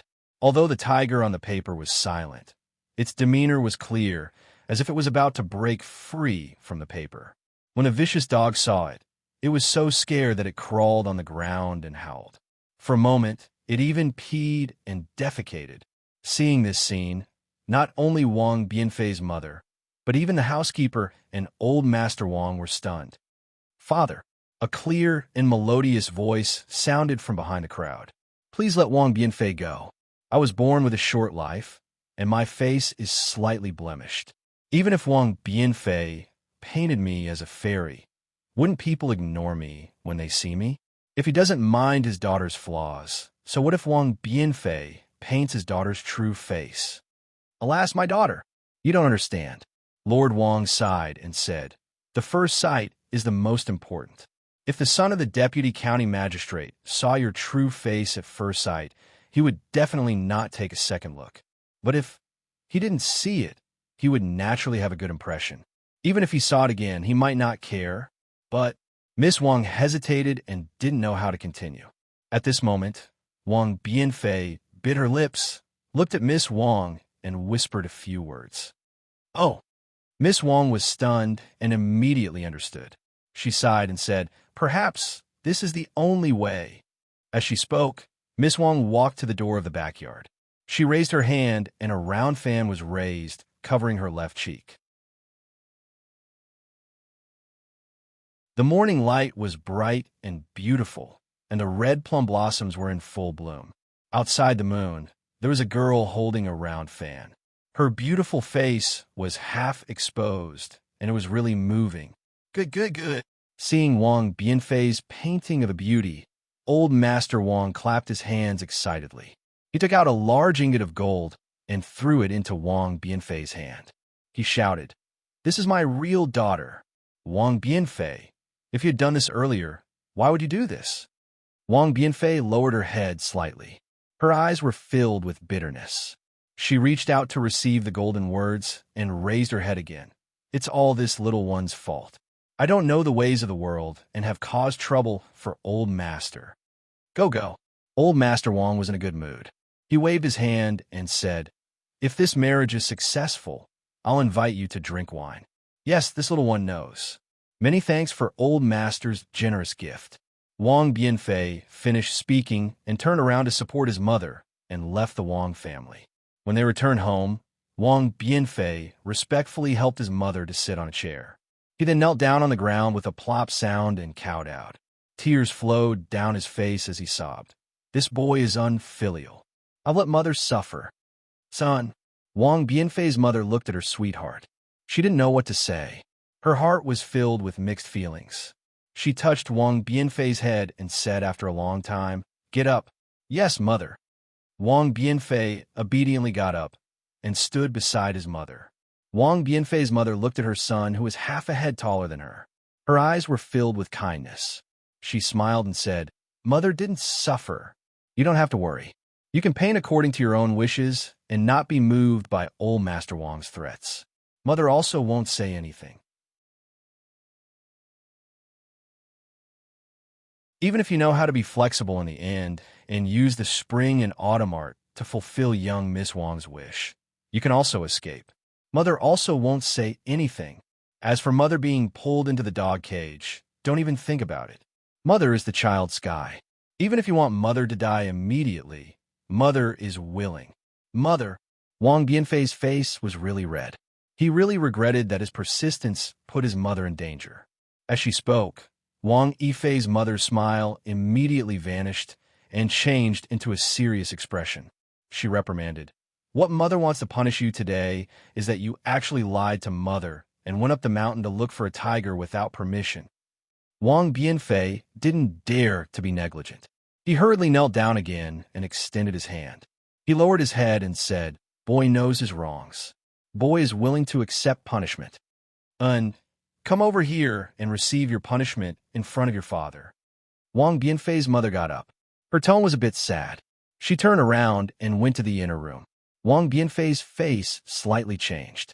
His small teeth bit his lips until they turned white. He knew that if he didn't make Mother sad, Mother definitely wouldn't let him be punished in front of Father's portrait. On the wall of the inner room, there was a portrait. The middle-aged man in the portrait was very similar to Wang Bianfei. It was Wang Bianfei's father who died early in his prime. Wang Bianfei obediently knelt in front of Father's portrait and extended his two small hands. Wang Bianfei's mother picked up a ferrule from the offering table. She slightly bit her lips and raised the ferrule up high. With a pa sound, it hit Wang Bianfei's small palm. Hiss! Wang Bianfei took a cold breath and didn't cry out in pain. Even so, how could Wang Bianfei's mother not hear it? The corner of her mouth slightly twitched and her hand unconsciously trembled. However, she gritted her teeth and raised it again. With a pa sound, the ferrule came down again. Wang Bianfei's arm involuntarily trembled again. However, when Wang Bianfei's mother raised the ferrule again, her gaze fell on Wang Bianfei's hand. On his palm, there were two dark red marks from the ruler. There were a few bloody scratches from the mountain rocks. Now, with a hit, they split open again and blood flowed out. These blood stained the rough calluses on his fingers red. Son, seeing this scene, how could Wang Bianfei's mother still hit him? She couldn't help but let out a heart-wrenching cry and threw the ferrule to the ground. She hugged Wang Bianfei's small head and cried out loud. Seeing his mother's loss of self-control, Wang Bianfei instead calmed down. He leaned into his mother's embrace and said word by word, Mother, don't feel sorry for this boy. Boy made a mistake and should be punished. It's this boy who is unfilial and made Mother sad. However, the more Wang Bianfei spoke like this, the more Wang Bianfei's mother's heart ached. She cried for an entire meal's worth of time before stopping. Xiaohua, who was invisibly standing outside the room, felt his heart ache when he heard this. He used his hand to touch his chin and seemed to be thinking about something. After Wang Yifei's mother finished crying, she remembered that Wang Yifei had not eaten a drop of rice or drank a drop of water for half a day and a night. She hurriedly took her son out of the room and prepared food for him. Although the food was simple and crude, Wang Yifei sat by his mother's side and ate very happily. Wang Bianfei's mother then took out Wang Bianfei's clothes from the basket at the side and began to sew. Son, looking at Wang Bianfei eating in big mouthfuls, Wang Bianfei's mother said, as usual, You also saw it. It's not easy for us orphans and widows to live in this world. You have to properly learn painting and become the best great painter in Pingxi City like your father. Only then can you stand out among your peers. Only then can you. Speaking to this point, Wang Bianfei didn't raise his head like before and obediently agreed. Instead, he lowered his head and only ate, not replying. Wang Bianfei's mother glanced at her son and didn't pay him any attention. She only thought that her child was starving and continued, There's Mother to take care of the family.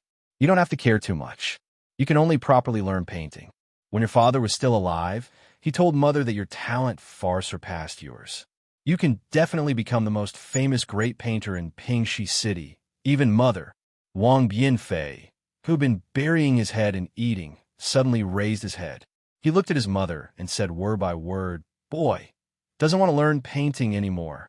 What? Wang Bianfei's mother was stunned. The sewing needle suddenly pierced her finger and a bean-sized drop of blood instantly flowed out of her finger. However, she didn't seem to see it as she stared at Wang Bianfei. Wang Bianfei saw that his mother's gaze was so sharp. His eyes unconsciously flickered and he wanted to lower his head. Wang Bianfei's mother was about to get angry. However, She took a deep breath and placed her bleeding finger in her mouth to suck it. She suppressed her emotions and said indifferently, "Why don't you want to learn painting?" "Mother." Wang Bianfei was a little scared. However, looking at the broken porcelain bowl in front of him, he bit his lips and said, "Boy said it." "Mother, don't be angry."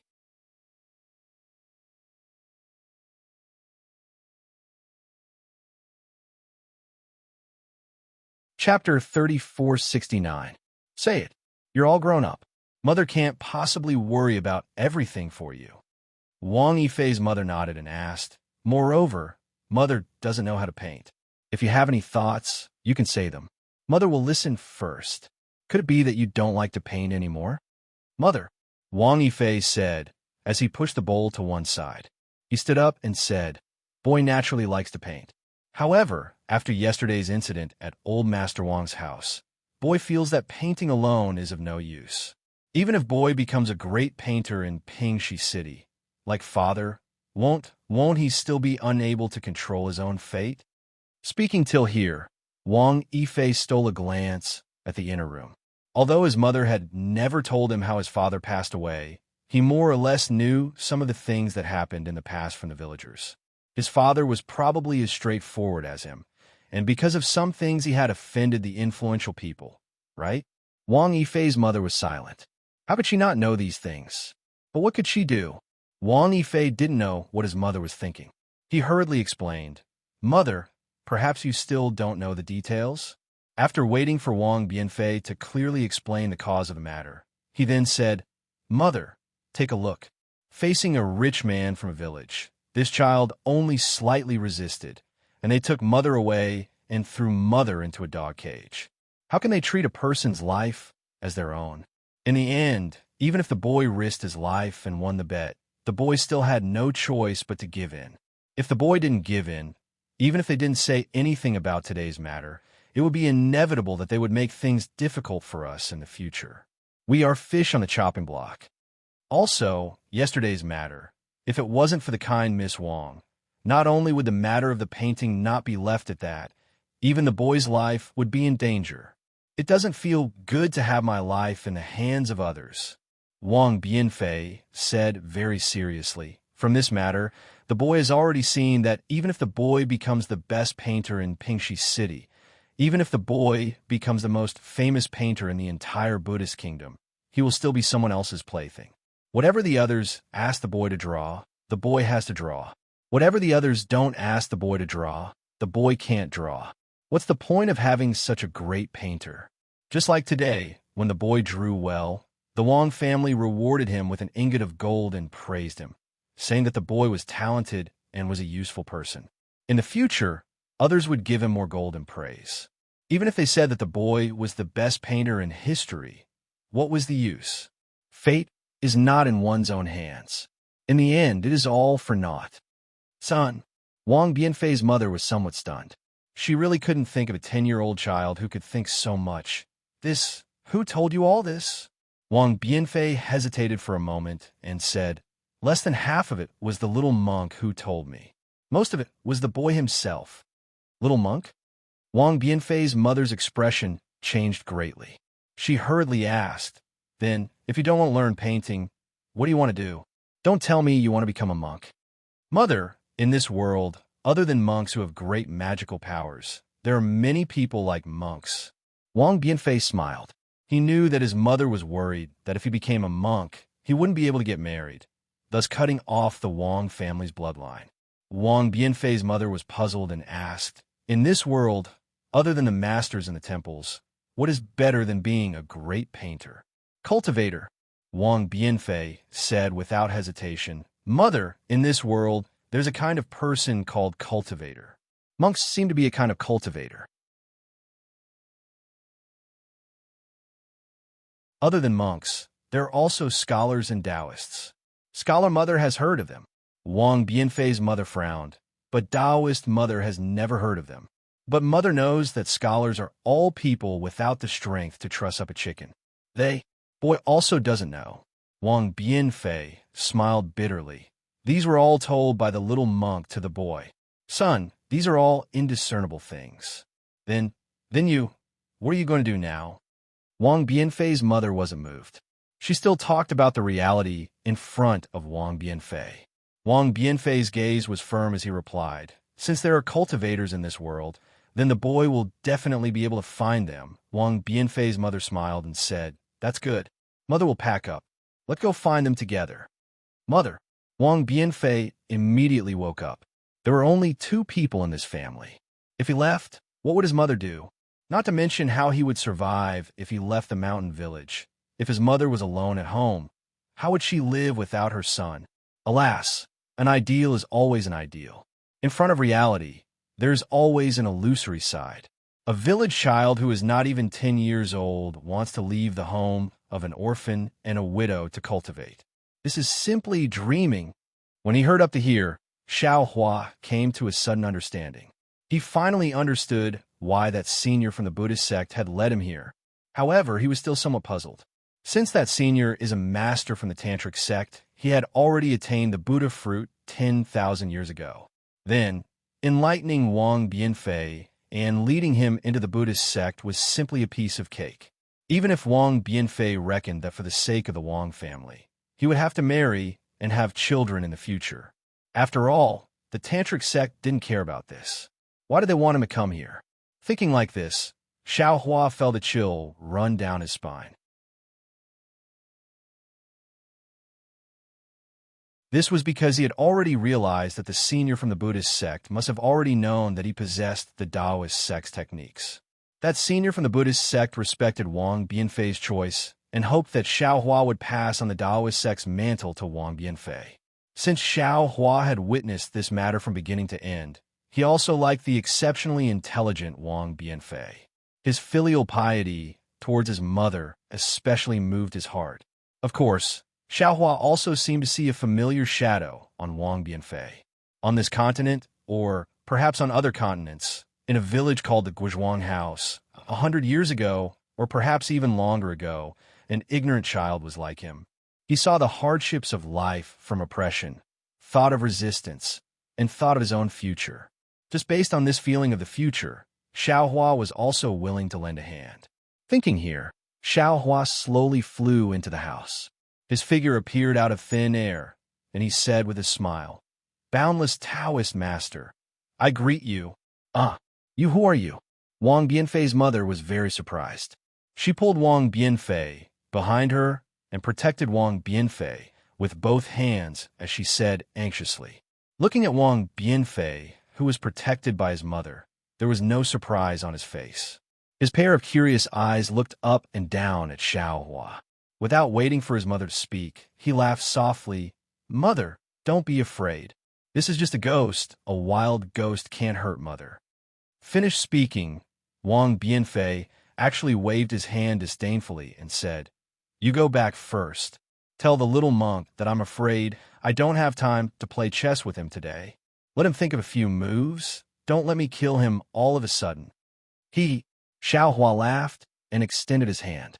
Wang Bianfei's figure involuntarily flew out from behind his mother and landed in midair. Wang Bianfei's mother couldn't move her body at all. At this time, Wang Bianfei was stupefied. He looked at himself in disbelief, then looked at Xiao Hua and said in shock, "You're not a ghost?" "I naturally am not." Xiao Hua still had a smile on his face. Dao, a master." Wang Bianfei's mother was very anxious. She had already forgotten the word Taoist that Wang Bianfei had just said. She shouted, "If you have anything to say, you can tell this servant. As long as this servant can agree, I will agree. You must not hurt my son." "Boundless Taoist master." Xiao Hua chanted a Taoist name and waved his hand. Wang Bianfei landed on the ground, and Wang Bianfei's mother could also move freely. "Taoist master?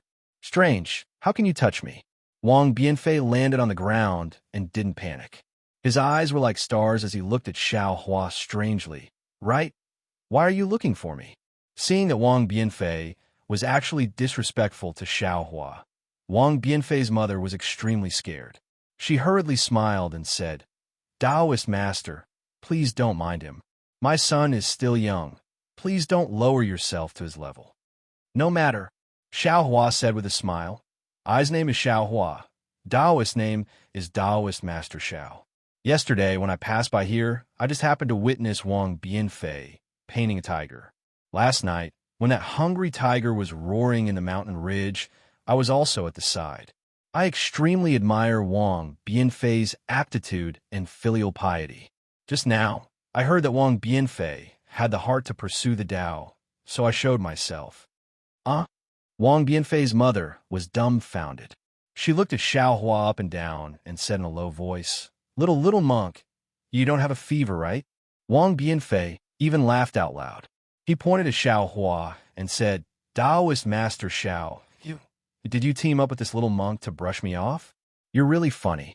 You even passed by here and you can actually look at me from the side. Why didn't I see you?"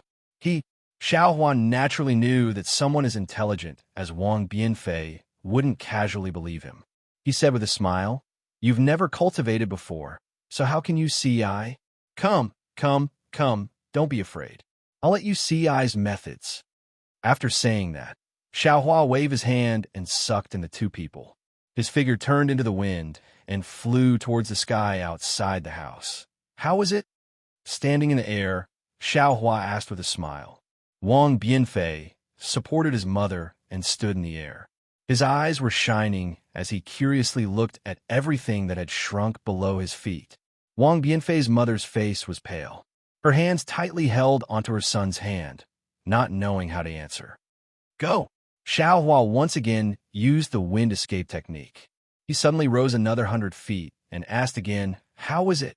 Wang Bianfei bit his lips and looked at his mother, who had already closed her eyes. He said, Taoist Master, can you go any higher? What's so difficult about that?" Xiao Hua laughed loudly. He brought the two of them to the edge of the heavenly fire, wind, and lightning before stopping.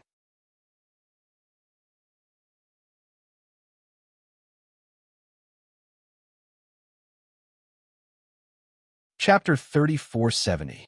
Looking at the endless thunder, fire, and wind, Wang Bianfei's face flushed with excitement.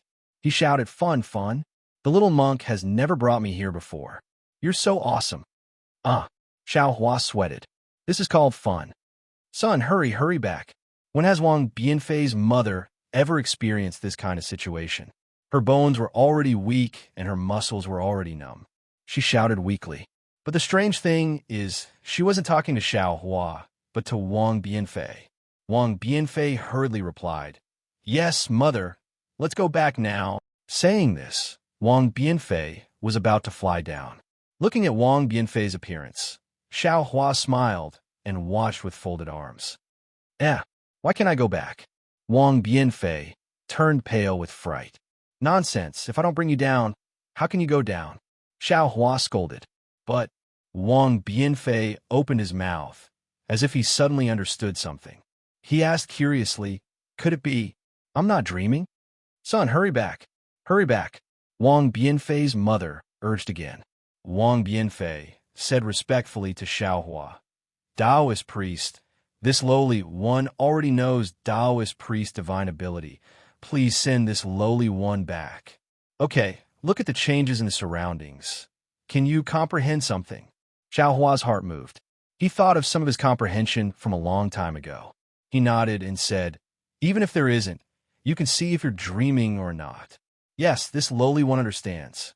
Wang Bianfei didn't dare to be negligent. Hearing Xiao Hua's words, he looked around. The earth came closer from afar. The village grew bigger from small. When Wang Bianfei returned to his house, his face was still filled with confusion. He still didn't dare to believe whether he was dreaming or not. Wang Bianfei's mother also sat there blankly, looking like she didn't dare to believe. "Wang Bianfei, I heard what you said outside the house earlier. What you said was very good. Your own fate must be controlled by your own hands." Xiao Hua said indifferently, "Even if you don't have the ability to control it now, you must have an unyielding heart. How big the heart is, how big the world is. I was born in the Tao sect and was similar to you from a young age. We were both born in a small village. I may not be able to move mountains and create seas, but I am still capable of causing storms and clouds.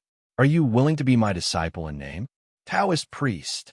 Without waiting for Wang Bianfei to speak, his mother cried out, "Please don't take my son away. He's still young." He, don't worry, sister-in-law. Xiao Hua said with a smile. I won't take him away for the time being, and I won't forbid him from getting married in the future either.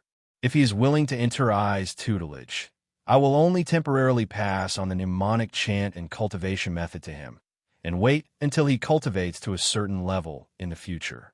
By then, not only will sister-in-law live a long life, even your son will be able to marry a celestial immortal for you. Really? Wang Bianfei's mother couldn't believe it. Ow! Xiaohua almost said, monks don't lie. When Wang Bianfei heard that he could prolong his mother's lifespan, his eyes lit up. He nodded his head firmly and said, since Taoist priest says so, then I am willing to be your disciple. It's just, what is a disciple in name? A disciple in name is to first remember your name and wait until you have succeeded in your cultivation. Only then can I truly accept you as my disciple.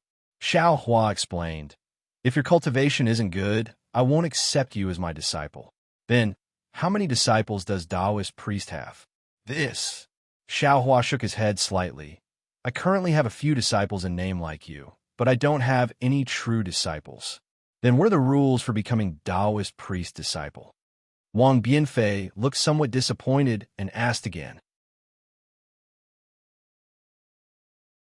Xiao Hua slightly scratched his head, thought for a moment, and said, for the time being, there are no rules. Since you're just a disciple in name, I will first give you some cultivation method to cultivate. I can't stay here for long, so I will first pass on some cultivation method to you and give you some pointers. Everything can wait until later. Can't stay for long? Wang Bianfei was somewhat puzzled by Xiao Hua's words, but he didn't dare to ask more, and very cleverly claimed to be a disciple and asked, then, can disciples still paint? Why can't you? Xiao Hua said with a smile. Actually, Master also knows Confucian cultivation methods. In the future, if you are willing, you can also cultivate.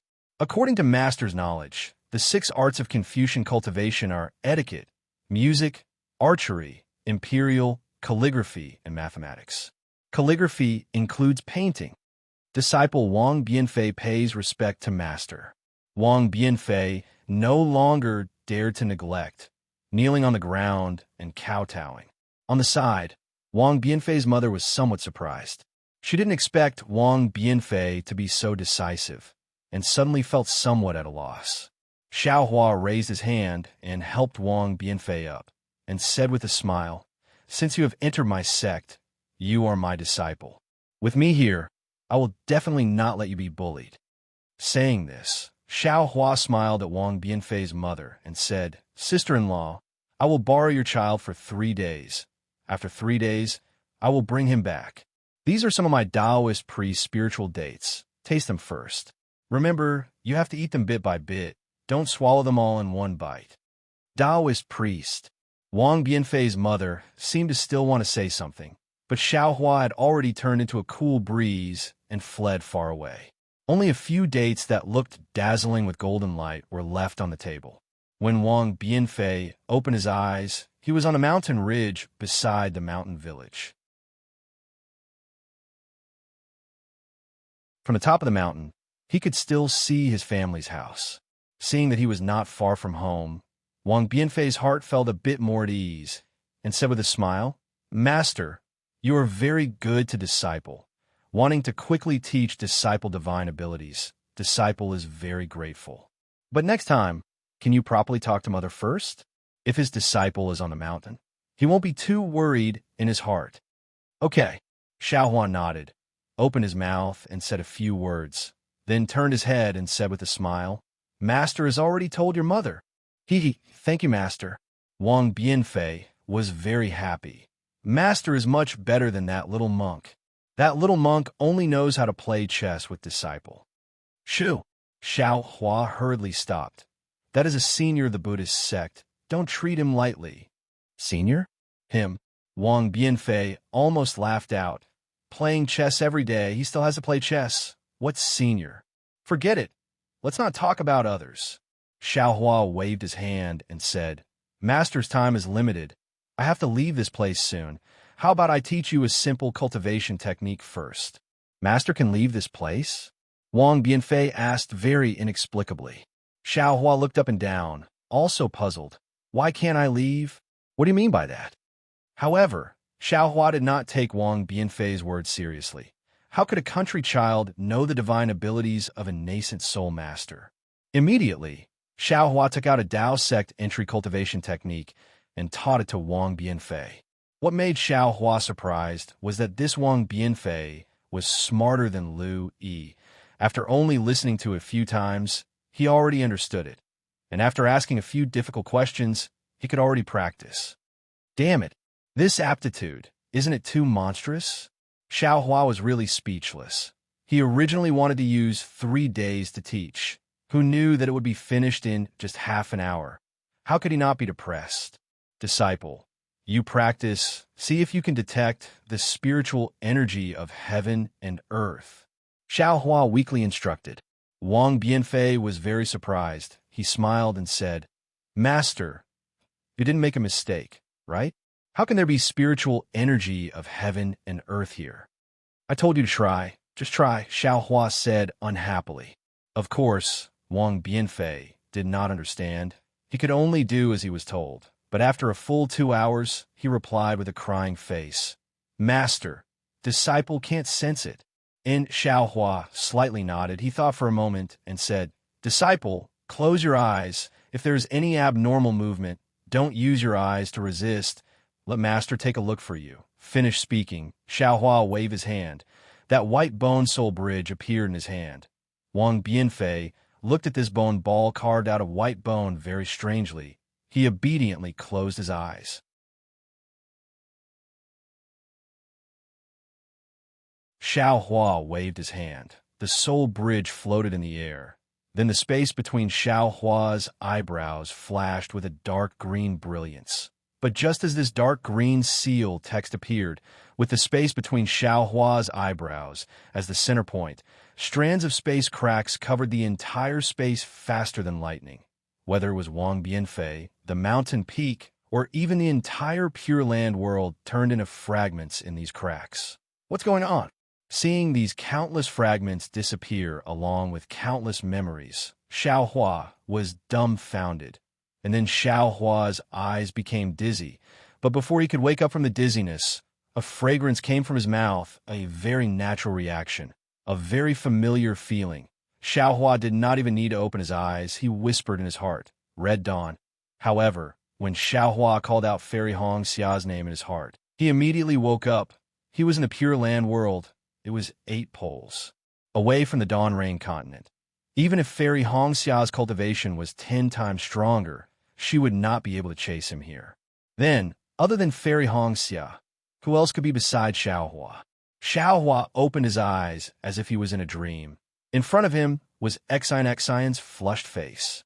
Moreover, on those thin eyelids, faint red lines were clearly visible. Without waiting for Xiao Hua to think about what happened, he suddenly came here from the small mountain village in the Pure Land world. The slightly trembling eyelids in front of him suddenly opened. In those close eyes, first there was a kind of sweetness, then there was astonishment, and, after a few breaths, it turned into shyness and anger. In the end, all the eyes turned into a mass of golden light. Then, XNXN urged her body to escape from Xiao Hua's embrace. But at this moment, the two of them finally saw their situation. Xiao Hua and XNXN were intimately hugging each other. Face to face, Xiao Hua's forehead was against XNXN's forehead. XNXN's eyes were against Xiao Hua's eyes. Even if the two of them tried their best to tilt their heads back, they were still tightly huddled together.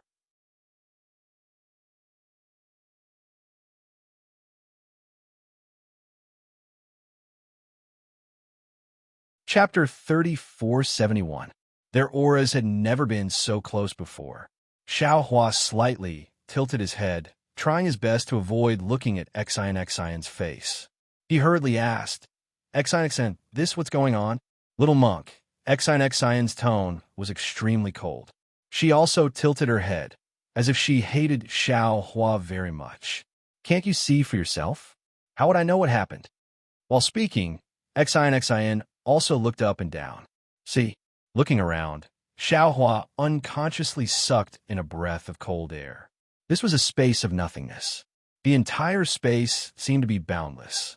In this space, there were two kinds of colors. One was the part where Xiaohua and Xin were. It was completely pitch black. The endless black gas, mixed with the black flame, was surging violently like the sea. The other was pure blue. It was above Xiaohua's head. This pure blue was not the sky blue of the space outside, but a kind of crystal clear blue of water. Moreover, this blue water was different from the black gas. It took the shape of a jade and flowed above the entire space like a fountain. Not only did it cover the entire sky above the black gas, even the boundless distance was filled with a kind of blue water. As for Xiaohua and Xin, they were at the intersection of this water blue and pitch black. After Xiaohua finished looking around, he hurriedly lowered his head. He saw that his entire body was bound by strands of black gas. This black gas was mixed with black flames. Wasn't this the demonic gas he was extremely familiar with? Damn it! How can it be demonic gas? Xiaohua was puzzled. What is this place? Didn't you already take your father's flying sword and leave? Why did you suddenly appear here? Io, that's not right. You called me little monk? Suddenly, Xiaohua distinguished from the appellation. How could Xin, who had just escaped, still call him little monk? Even if she didn't call him Xiaolang, young master was already catchy. Your father just turned into a flying sword. Xin angrily said, You're a Buddhist disciple. Don't tell me you don't even know about illusion arrays. Illusion array? Xiaohua was stupefied, completely stupefied. He knew about illusion arrays, but he didn't think that illusion arrays could actually become real. Everything that had happened to him seemed to be vivid in his mind. No matter how he looked at it, it seemed to be real. Xin didn't say anything. Everything that happened in the profound water palace might have been his own wishful thinking. But what about the little monk, Wang Bianfei, and everything that happened to Wang Bianfei? Could it be that everything was what he was thinking? Xin gazed at Xiaohua, who was hugging her tightly, and she said furiously, We fell into an illusion formation as soon as we entered the dark water palace. If my guess is correct, then this is an illusory formation created by the demon Qi. Everything that has happened since we entered the profound water palace is an illusory formation. Xiaohua frowned slightly and asked curiously, How can you be so sure? Why don't you say that this is the illusory array? Or perhaps you and I haven't escaped from the illusion array yet?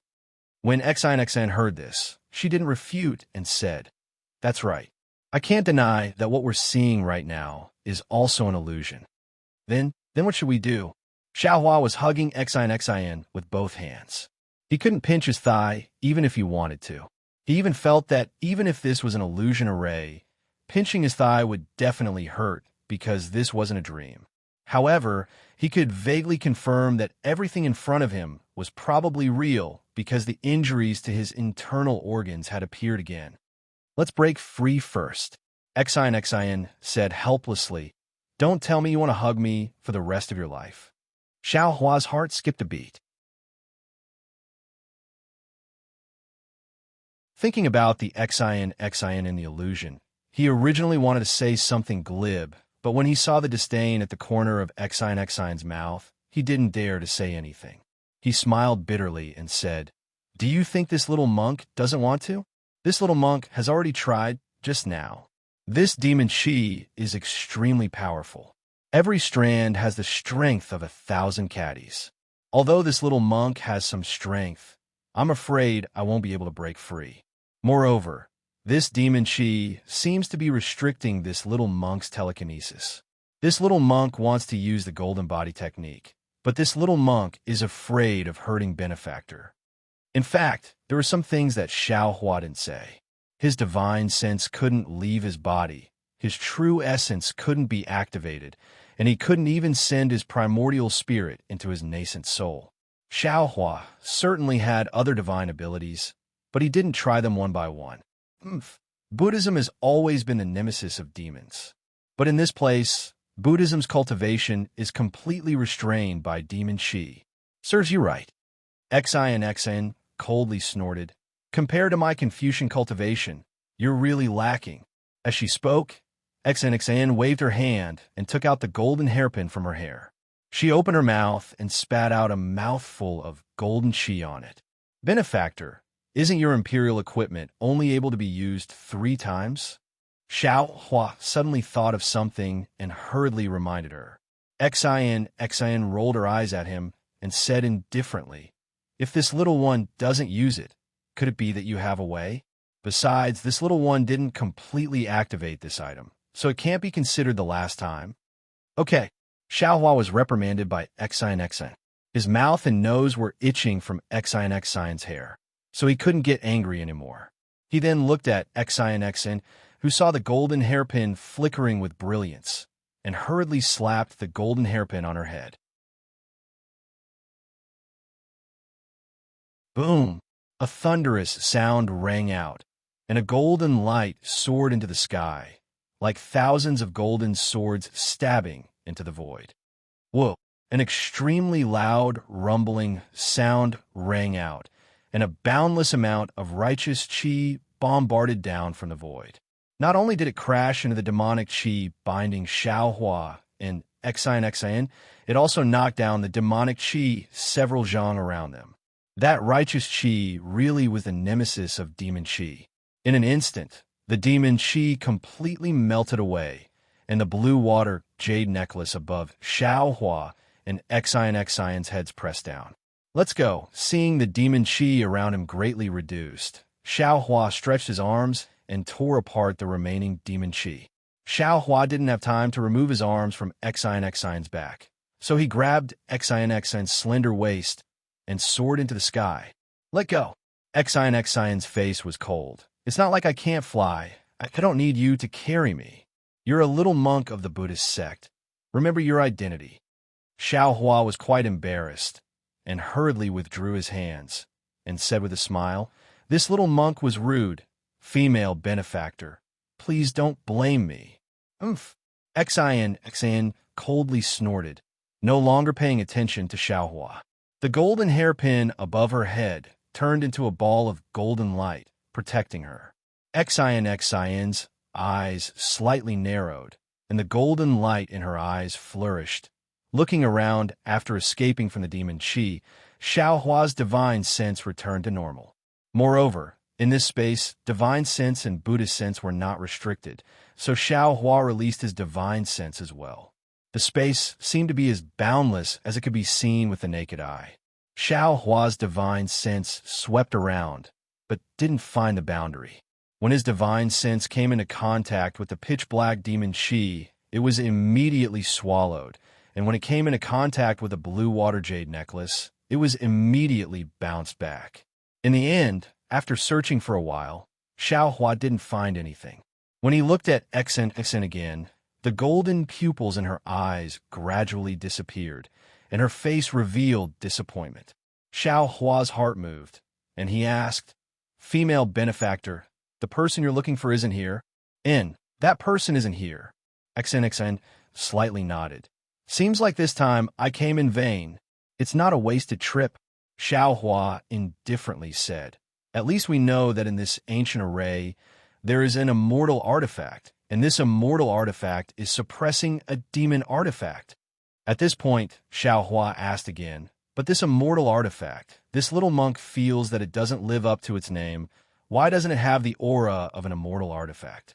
Oh, what kind of aura does the immortal artifact in little monk's eyes have? Xin asked with interest. Xiao Hua naturally told her about the situation in the Kunlun mirror that he encountered in the illusion. Haha, little monk, Xin laughed. In the eyes of ordinary people, you're an immortal. Don't tell me that you usually release your aura when you have nothing to do. You bully ordinary people for no reason. Perhaps Xiao Hua somewhat understood Xin's meaning. But this is an immortal artifact, something that shouldn't exist in the ultimate land of bliss. Xin looked at the blue water above her head, and then looked at the pitch black under her feet. As if taking advantage of this time to rest, She suppressed her temper and explained, since it's not something from the ultimate land of bliss, when it comes to the ultimate land of bliss, it will be suppressed by the ultimate land of bliss. Not to mention an immortal artifact. Even if an immortal came, it would also be the same. This immortal artifact has not been activated, so it should be similar to an ordinary imperial artifact. Also, didn't you see? This immortal artifact has been suppressing a demon artifact for who knows how many years. Although the immortal artifact has the ancient array to provide vitality, it must be consumed. Now, whether it's an immortal artifact or a demon artifact, I'm afraid that it has reached the point of exhaustion. At this point, does female benefactor know what this immortal artifact is? Xiao Hua reminded. Especially, does female benefactor know how to get out of here? If this one knew, would this one still stand here and talk nonsense with you? Xian said with a bitter smile. If we get out, even watching the sunset on the banks of the Sage River would be more interesting than here, right? Xiao Hua's face was bitter. He raised his head to look at the blue jade, then lowered his head to look at the vast demon chi. He sighed and said, Then what should we do? Rumble. Right at this moment, in a place high up in the sky, where Xiao Hua's gaze and divine sense could not reach, a series of rumbling sounds suddenly came. Following that rumbling sound, the jade above the two people's heads rapidly shrank. At the same time, the demon chi under their feet rose like a rising tide. Speaking of Guzhan, his figure easily passed through the blue halo. His eyes were filled with brilliance, and he unconsciously closed them. When he opened his eyes and saw the scene in front of him, he was shocked, because in front of him was a blue space. In this space, there were tens of thousands of jade, one set on another, one connected to another. The entire jade seemed to be one, but if one looked carefully, each strand of blue was a jade. Guzhan released his Buddhist sense. With his Buddhist sense in the Lotus Realm, he could not see the true appearance of the jade. Even when his Buddhist sense reached its limit, he could not see the end of this space. Moreover, when he turned back to look at the arch bridge he came from, there was already no trace of it. He was just standing in the void.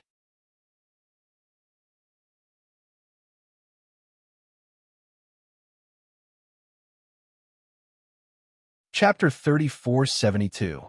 Guzhan thought for a bit, and then took out a jade bead from his robe. The jade bead was like a drop of water and had the same color as the jade. Guzhan opened his mouth and sucked the bead into his mouth. Then, he reached into his chinquan pouch and took out a shining golden staff. This staff was different from Xiao Hua's nine-dragon staff. It was as thick as a bowl and very smooth. There was no dragon shape at all. At the top of the staff, there was a bump the size of a cucumber.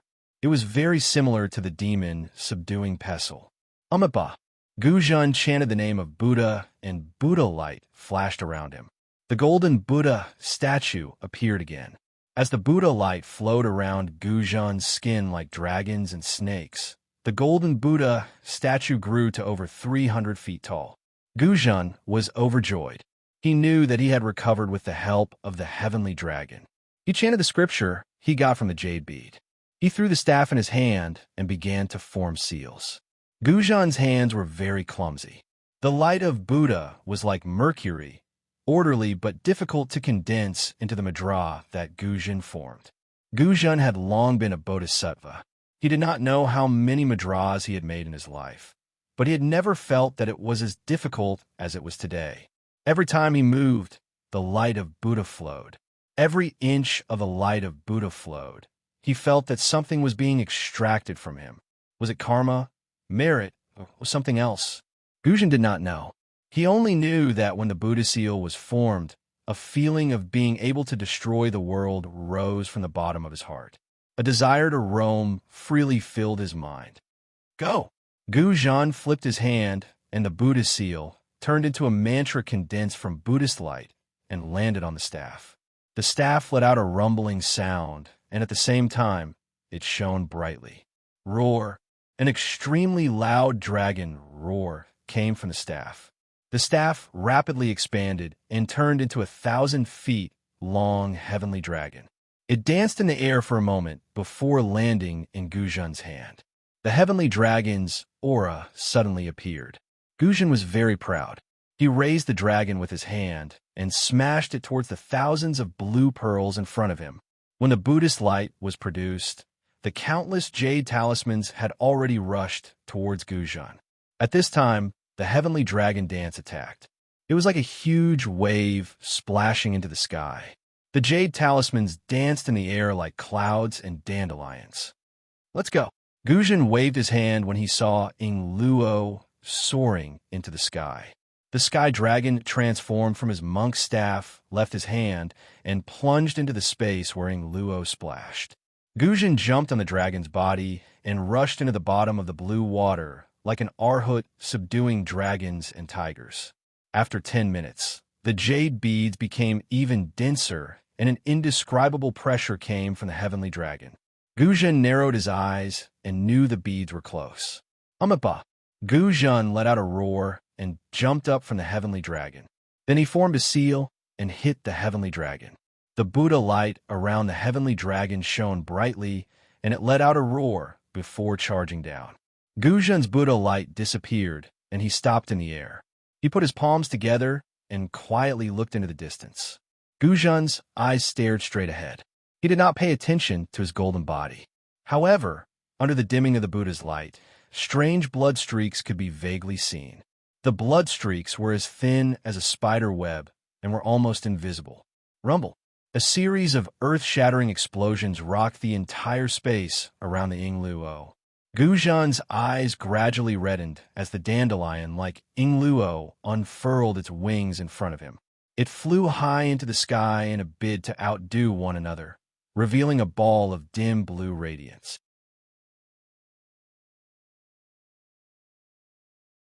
"Is this the immortal treasure Exan spoke of?" Guzhan frowned and urged the cloud under his feet to charge forward. "You're right. You're right. You're right. You're right. You're right." Guzhan looked at Guzhan from afar. When they got closer, Guzhan could see clearly that there was a triangular flag inside the light. The flag was aqua blue, with 5 jade talismans embroidered on it. Between the talismans were faint ripples of water. A few ferocious dragons were embroidered on the edge of the flag. However, the dragons were swaying slightly, and there was no fluctuation of elemental energy. The entire small flag emitted a blue light. Every time the light flashed, many jade talismans would appear and slowly float in the air. Above the blue light, strange runes flowed. These runes were gold and silver in color. They were shaped like tadpoles and inscriptions. When Guzhan saw the immortal treasure clearly, he immediately flipped his tongue and swallowed the jade beads hidden at the bottom of his tongue. He glanced at the jade beads that had just exploded and saw the clouds that were beginning to condense. Guzhan understood that the heavenly dragon staff's explosion was only because it borrowed the heavenly dragon's Buddha power to temporarily imprison the flag. It wouldn't be long before his seemingly unbreakable restriction would be broken by the flag. He had to take advantage of this extremely short window of time to control the flag. However, when he thought about controlling the immortal treasure, Guzhan felt uneasy. But when he saw the unmoving flag in the aqua blue light, he couldn't help but feel a desire to control the world. Smack!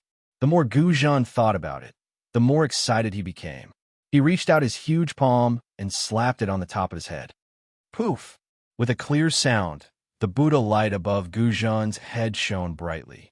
A heavenly king walked out from the top of Guzhan's head with a 9th rank golden lotus.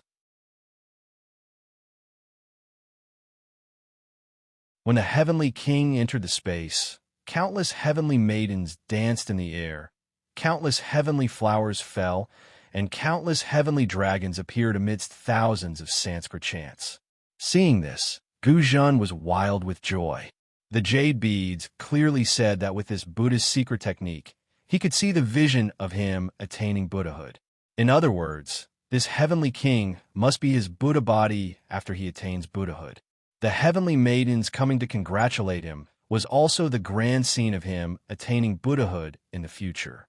Heavenly King, I'm actually a heavenly king after attaining Buddhahood. This is unimaginable. Guzhan screamed in his heart. When he heard the words of the heavenly dragons, he thought that if he attained Buddhahood, he would only be a Jialan. He didn't expect that he would be a heavenly king. This was really beyond his imagination. Amipa, the heavenly king, looked exactly like Guzhan. He stood in the air with his palms together and chanted, "This poor monk greets the great monk." Guzhan hurriedly returned the greeting and said uncomfortably, "Amipa, this disciple greets the heavenly king. No need to be so polite." The heavenly king said with a smile, "You and I are one. It's enough to call me great monk." Guzhan didn't even dream that he could be called a heavenly king or great monk. He was so happy that he couldn't close his mouth. He said with a smile, "Yes, yes, this poor monk greets the great monk. Great monk, are you ready?" The heavenly king's Buddha light shone brightly. In a moment, he was as tall as Guzhan's golden body. The heavenly king glanced at the flag not far away and said with a smile, "Now is the most crucial moment for you and me. If I succeed, this poor monk will attain Buddhahood in the future. If not, you won't even be able to enter the cycle of reincarnation. This poor monk understands." Guzhan's eyes had turned blood red. He shouted fanatically, "This poor monk will definitely attain Buddhahood. Good, as you wish." The heavenly king also had the feeling of looking down on the world. How could this be the demeanor of a Buddhist heavenly king? As the heavenly king's voice fell, the lotus platform under his feet turned into a ball of Buddha light and rushed to the other side of the flag. Although there was an extremely strong deterrence around the flag, it didn't disappear onto the Buddha light. Guzhan didn't dare to delay and hurriedly urged the auspicious cloud. However, when he was only 20 feet away from the flag, he couldn't move forward anymore because the deterrence was like the sand in the deep sea. It drowned his mouth and nose. He couldn't fly half a step forward at all. Seeing that his heavenly king golden body easily crossed the flag and went to the same position as him, the fervor in his heart was even hotter than the scorching sun at noon. Seeing that the heavenly king was in position, he raised his hand and took out a few blood-red relics from his bosom. He opened his mouth and spat out a mouthful of Buddhist light, and those relics all went into his stomach.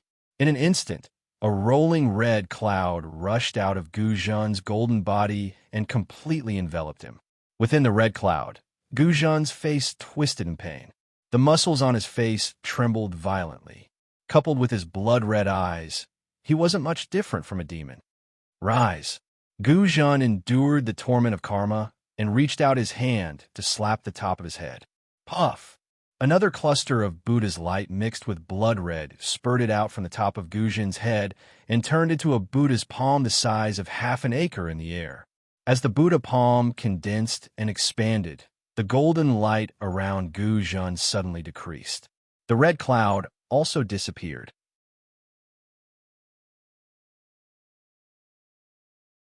However, these red clouds were entangled with the golden light and condensed into a golden red kasaya that tightly stuck to Guzhan's body.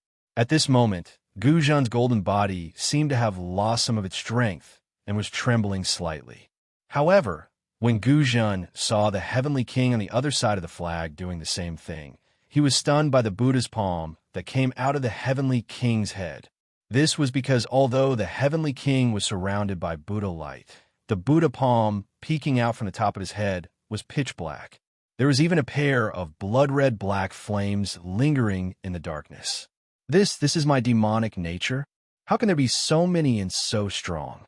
If I cultivate by myself, I'm afraid I won't be able to achieve fruition even if I cultivate for another 10,000 years.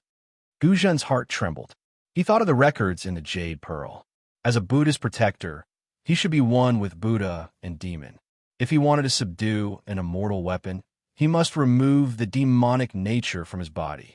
The Jade Pearl was a Buddhist weapon that Sky Dragon gave to Guzhan. It could temporarily extract Guzhan's merit and demonic nature. The merit condensed into a golden body, which had to contain the demonic nature. Then, Guzhan's body used a Buddhist divine ability, and the golden body used the same divine ability. However, This divine ability became a pure demonic technique before the demonic nature. Under the pincer attack of the Buddha and demon, the immortal weapon could only be captured. Capture. Seeing that the time was right, Guzhun didn't dare to think too much. He chanted a mantra and formed a seal with his hands. The Buddha palm above his head suddenly fell down.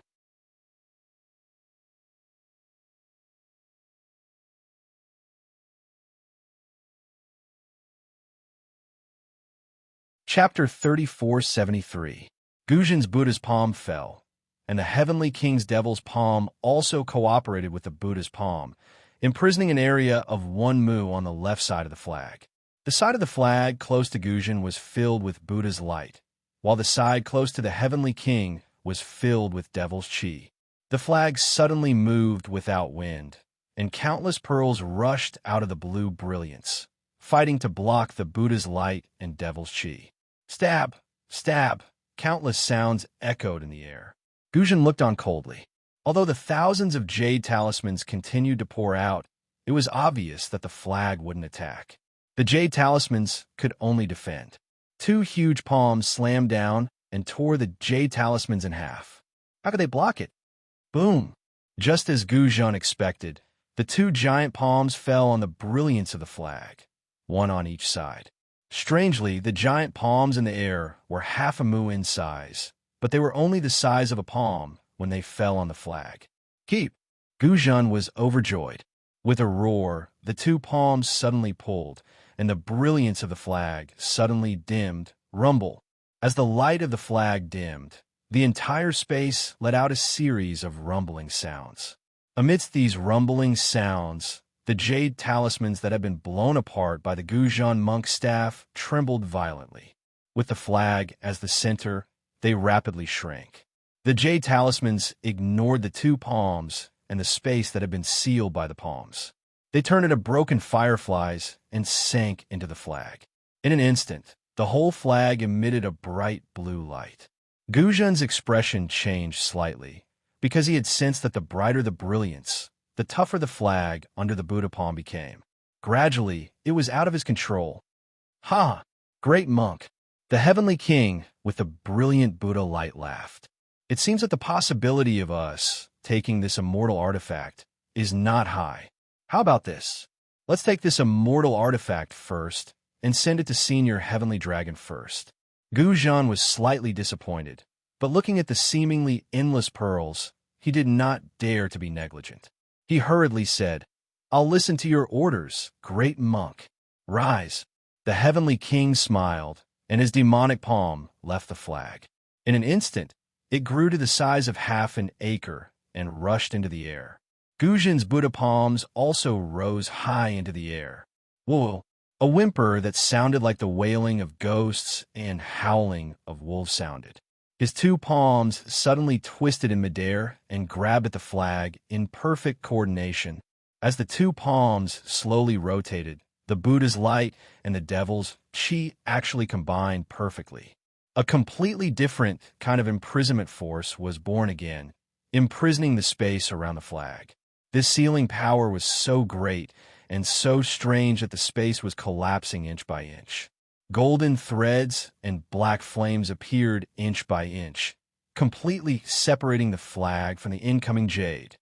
Master Guzhan? Just as Guzhan's eyes flashed red and his heart was filled with joy, an extremely shocked voice came from afar. Guzhan was taken aback. He raised his head and saw a transcendence golden body, which was more than 100 feet tall, flying over with golden light flashing around it. Beside this transcendence golden body was a woman in palace attire, riding on a golden flying sword. However, the golden light flashing around the woman was extremely dim. It must be very difficult for her to break through the confinement of the transcendence golden body. The shocked voice came from this woman. At this moment, Guzhan was no longer the Guzhan from before. He only glanced at the flag for a moment before retracting his gaze. He still urged the Buddha's palm to cooperate with the devil's palm to grab at the flag. Of course, the closer he got to the flag, the stronger the flag's resistance became. Even though the space within 1,000 feet of the flag had been twisted by the two giant palms, the flag could not even flutter. Combined, the Heavenly King roared. Guzhan's willpower surged out uncontrollably. The Buddha's palm and the Devil's palm, which were originally distinct meridians, slowly merged.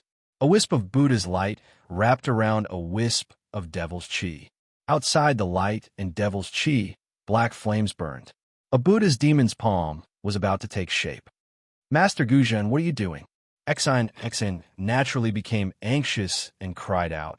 This is the immortal world's mystic origin water control flag. It's the item used to suppress the demonic world. If you take it away, won't that demonic creature appear? Unfortunately, Guzhan turned a deaf ear to Exine's words. The same rumbling sound came from the space. Beside the Buddha's demon's palm, countless heavenly flowers, fairies, and even countless devils riding on demonic dragons emerged from the void. The Sanskrit chants mixed with demonic chants shook the entire space. Benefactor Exine, don't shout. Xiao Hua sneered. Guzhan has already turned into a devil. Didn't you see his eyes? Didn't you see the blood vessels on his golden body? Also, the golden body in front of him is originally a devil god's image. However, this devil god's image is plated with a layer of Buddhist light. This devil god's image is exactly the same as Guzhan. It should be the devil spirit of the devil world, suppressed by the mystic origin water control flag. By the way, Benefactor Exine, how did you know this flag was previously called a mystic origin water control flag? Yes, little monk. How did you know this heavenly monarch's golden body is a devil god's image? How did you know the devil world can also produce devil spirits? Exine retorted without hesitation. Instead of asking me, why don't you think about how to stop Guzhan? I'm going to stop Guzhan. What are you going to do? Xiao Hua glanced at Exine.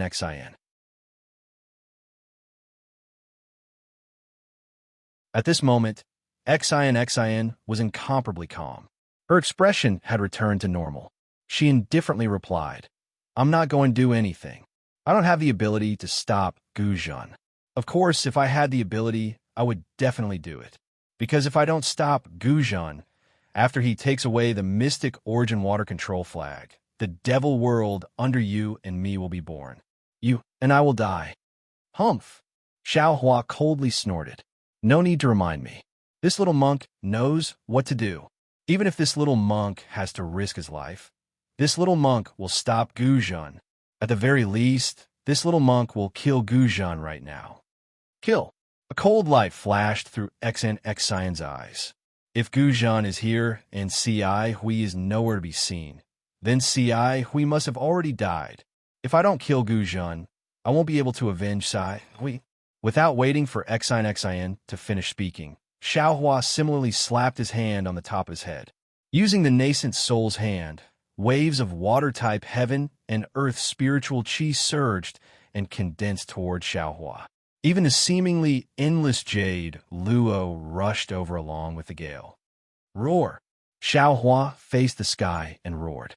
With a shake of his arms, the heavenly law embodiment technique, dragon transformation art, and heavenly human body bestowment technique were all activated.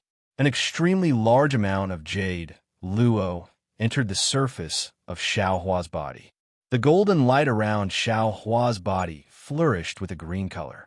Under Exine's stupefied gaze, the golden body also expanded to a size of more than 300 feet. The nascent soul's hand on top of the golden body's head expanded to a size of more than 1 mu. It violently tore apart the restrictions around the flag and met the Buddha's demon hand with a backhand. Guzhan really didn't expect Xiao Hua's nascent soul's hand to be so familiar. It was so much faster than his Buddha's demon hand. However, a trace of disdain surfaced in Guzhan's heart. The Buddha's demon hand's power could even tear apart the defense of an immortal tool. Even if Xiao Hua's strength was at the 5th grade of origin energy, it was impossible for him to block it. Sure enough, with a loud bang, the two hands clasped together.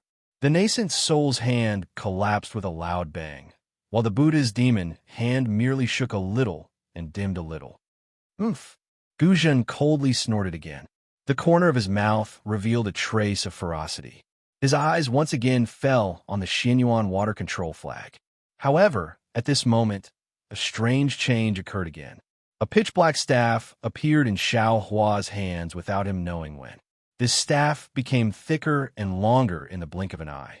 It streaked across the sky and struck the Buddha's demon hand. The staff had yet to reach the body, but the whistling wind of the staff had already destroyed the Buddha's light and demon chi in the void, as well as the fairies, heavenly flowers, and heavenly dragons. What is this thing? Guzhan was greatly shocked. He used all his strength to urge the Buddha's demon hand to fall down with a loud bang. Boom! Another loud bang, no less than the previous one. Xiao Hua's wishful staff was knocked away. Xiao Hua's huge golden body also staggered and almost fell down. However, the almost unparalleled Buddha's demon hand was also smashed in half. The half-mu of demon flames and other things were swept away, and many jade pearls once again rushed over. Guzhan was furious and roared. Damn it! Abandoning the Xianyuan water control flag, the Buddha's demon hand grabbed at Xiao Hua's golden body. The huge Buddha's demon hand swept across the sky, and the collapsed place was quickly repaired. When it fell on the top of Xiao Hua's head, it was already as good as new. At this time, Xiao Hua had already stood firmly in midair. Looking at the Buddha's demon hand, the demon chi had taken the upper hand. He knew that the unknown demon had completely controlled Guzhan. If he did not make a prompt decision, he would really die. Thinking of this, Xiao Hua roared. His right arm exerted strength, and the wishful staff smashed down. At the same time, his left hand waved and took out the sword gourd. His left hand pinched a seal, preparing to cast the soul-punishing light. Boom! Another loud bang. This time, the Buddha's demon hand was only smashed by 2 fingers, and the wishful staff was knocked into the air. Because Xiao Hua was prepared, his golden body did not lose its balance. Quick! The moment the wishful staff was knocked away, Xiao Hua's soul-punishing light had already been activated. His left hand pinched a seal, and the green and red soul-punishing light rushed out from the sword gourd. All of a sudden, it nailed Guzhan's golden body in midair. Even the Buddha's demon hand began to collapse. Seeing that the soul-punishing light was effective, Xiao Hua was overjoyed. The spiritual power in his body surged, and he fully activated the soul-punishing light. He wanted to cut off Guzhan's head in one fell swoop. At this time, Xian, who was watching the battle, did not have time to be surprised by Xiao Hua's means. She clenched her hands tightly and stared at the soul-punishing light, waiting for Guzhan's head to fall to the ground. Swoosh! Xian was only looking at the sky, but she didn't notice that not far from her feet, in the midst of the surging demonic energy and black flames, a dragon-shaped phantom suddenly rushed out. This phantom flashed through the jade bracelets, and 100 feet of space seemed to pass through a crack. Without waiting for anyone to see, it had already cut across Xiao Hua's left arm.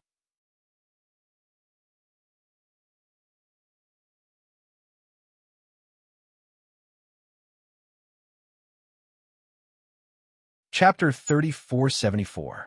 Xiao Hua only felt a black shadow flash before his eyes, as if the entire night had pounced on him. That black shadow was shaped like a dragon, but also like a scimitar.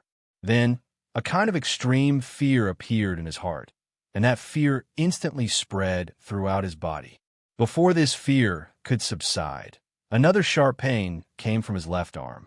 Xiao Hua couldn't help but scream, "Ah!" When he looked down again, his left arm had already been chopped off from the middle. Before Xiao Hua could do anything else, that severed arm had already been swept up by the black shadow and fell into the devilish energy. Roar! The sharp pain in his body had yet to subside, and many of Xiao Hua's primordial spirits screamed in unison, especially that orange giant, whose left arm was also severed, rolling around in pain inside Xiao Hua's bones. Xiao Hua's mysterious dark cloud also rapidly flickered, and that dark green color greatly decreased. looking at the dragon vein, body, and even the primordial spirits in the space were all heavily injured. The power of that Black Shadow's attack was actually so powerful. Xiaohua was heavily injured by that Black Shadow. Not only did the spirit-slaying Yuan light disappear, the sword gourd floated in the air, and the 300-zhong golden body rapidly shrank, gradually turning into a normal human form. Since the spirit-slaying Yuan light disappeared, Guzhan's primordial spirit recovered. Guzhan's eyes became even redder, and he let out a beast-like roar. The Buddha's demonic hand fell down and firmly controlled Xiaohua's body. Xiaohua was about to be turned into meat paste. All of this happened in a flash. When Xin came to her senses, Xiaohua's body had already fallen into Guzhan's demonic hand. Even if Xin wanted to activate her life-saving golden hairpin, it would be too late to do so. Just when Xin was in despair, a crisp voice was heard. This voice sounded very childish, but the tone was filled with vicissitudes of life. Hui, Xin was startled and immediately became overjoyed.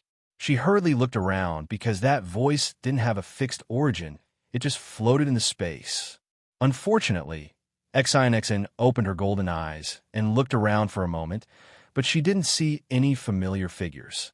However, when she saw Guzhan, she was puzzled. Guzhan, who had been extremely arrogant and wanted to kill Xiaohua, now seemed to have been imprisoned. He stood there in a daze, his blood-red eyes staring into the distance. The Buddha's demonic hand that could crush Xiaohua with a single move also stopped. Xin was not the only one who was confused. Even the golden body in the shape of a heavenly king was confused. The heavenly king failed to activate the giant palm and asked, "Great monk, what are you doing? As long as we kill this Tao cultivator, you and I will be able to obtain the immortal artifact. Senior Tianlong will be able to condense a relic for you with this immortal artifact. With this relic, you will definitely attain Heavenly King Buddha fruit in the future. Not to mention the Heavenly King Buddha fruit. Even if it was the Buddha fruit, I wouldn't care for it." Guzhan finally opened his mouth. His tone was extremely indifferent. In order to hear this voice, in order to meet this person, this poor monk is willing to go to the 9 hells or the 9 springs. Guzhan's words reverberated in the air. Every word contained the fervor and care in his heart. That's right. Just before entering the longevity hall, the benevolent Manjushri saw Guzhan trying to devour his relic. He immediately woke up and thought that Guzhan's so-called search for his younger brother was a lie. At that time, Guzhan admitted it without hesitation and denied his real purpose of looking for Gunyan.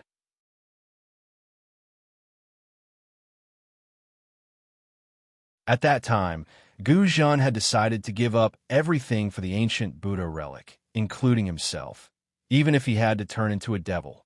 However, the development of the situation was such a joke. Now that Guzhan had really turned into a devil, the voice that he had been thinking about day and night appeared again. The ancients often said that a single slip would cause everlasting sorrow. When you look back, you will be 100 years old. Perhaps this was the case. Xin was stunned. She seemed to have suddenly understood something.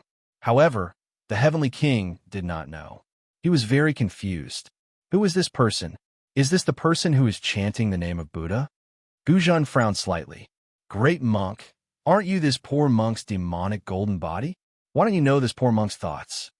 The Heavenly King said indifferently. This poor monk is you, but you are still you.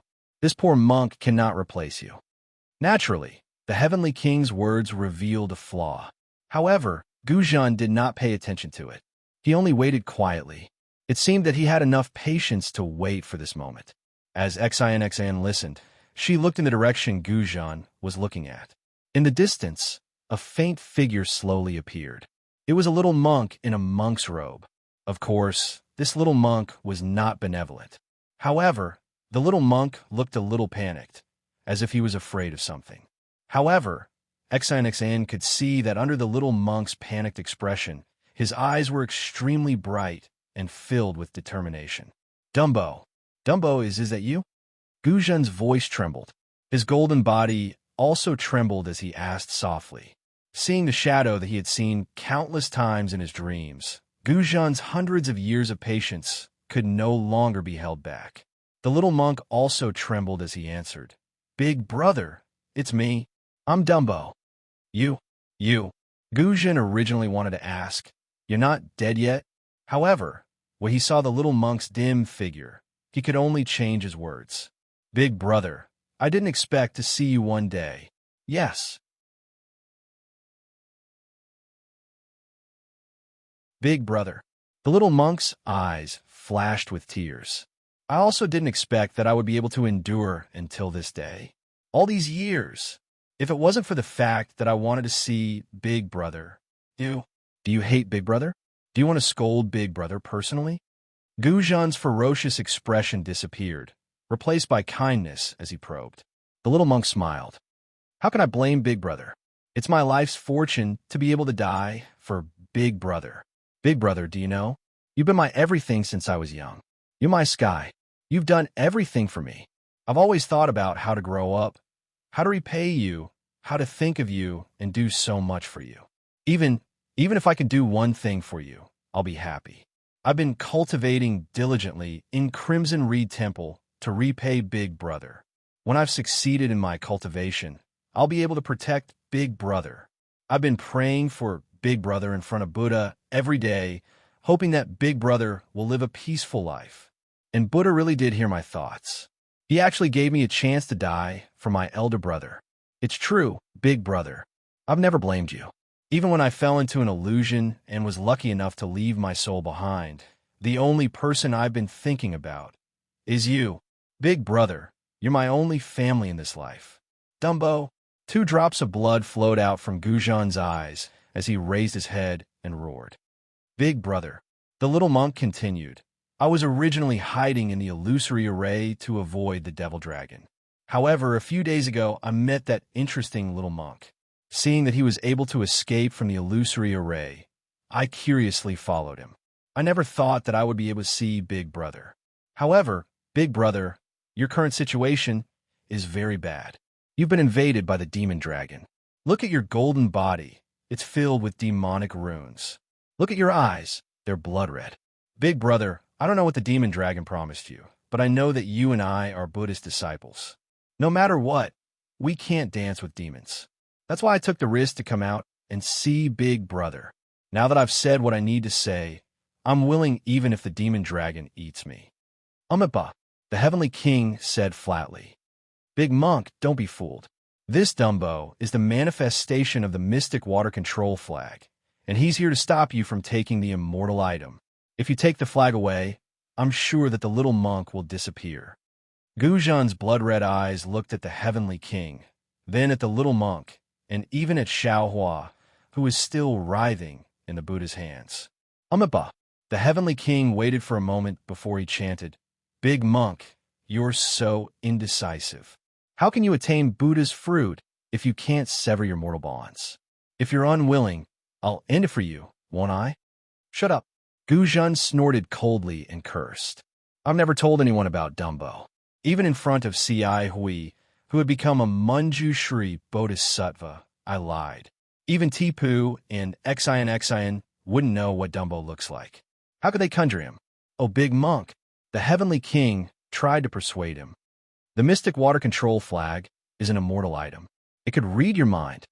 "Big Monk," Guzhen said flatly, "do you know why I've taken the path of Dharma protectors?" The Heavenly King did a double take before his eyes shifted. "It's for Dumbo, of course. That's right. Do you think I would let you destroy him if you know I'm doing it for Dumbo?" Guzhen asked sinisterly. The Heavenly King was confused. But Dumbo is just an illusion. You're wrong. You're terribly wrong." Guzhen said, enunciating each word. "For Dumbo, I could give up my Saraira and let my cultivation go to waste.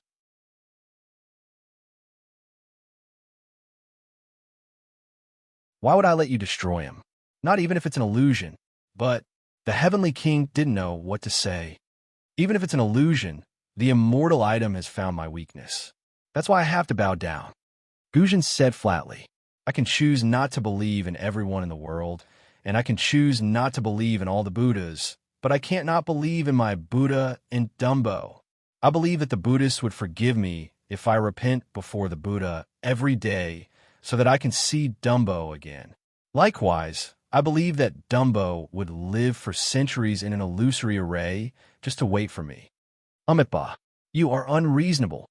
The Heavenly King shook his head. Demon Dragon, leave. Gujin sighed. I command you with the Buddha's orders. Ha ha ha. Can the Buddha control me?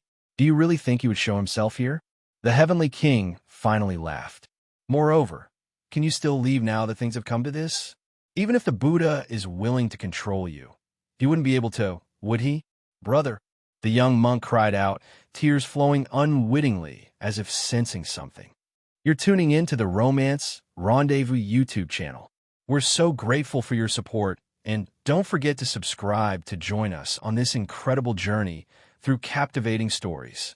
Your generosity through donations truly makes a world of difference, as it's the primary source of revenue that allows me to expand and enhance this channel for you. Thank you from the bottom of my heart for being a part of this adventure.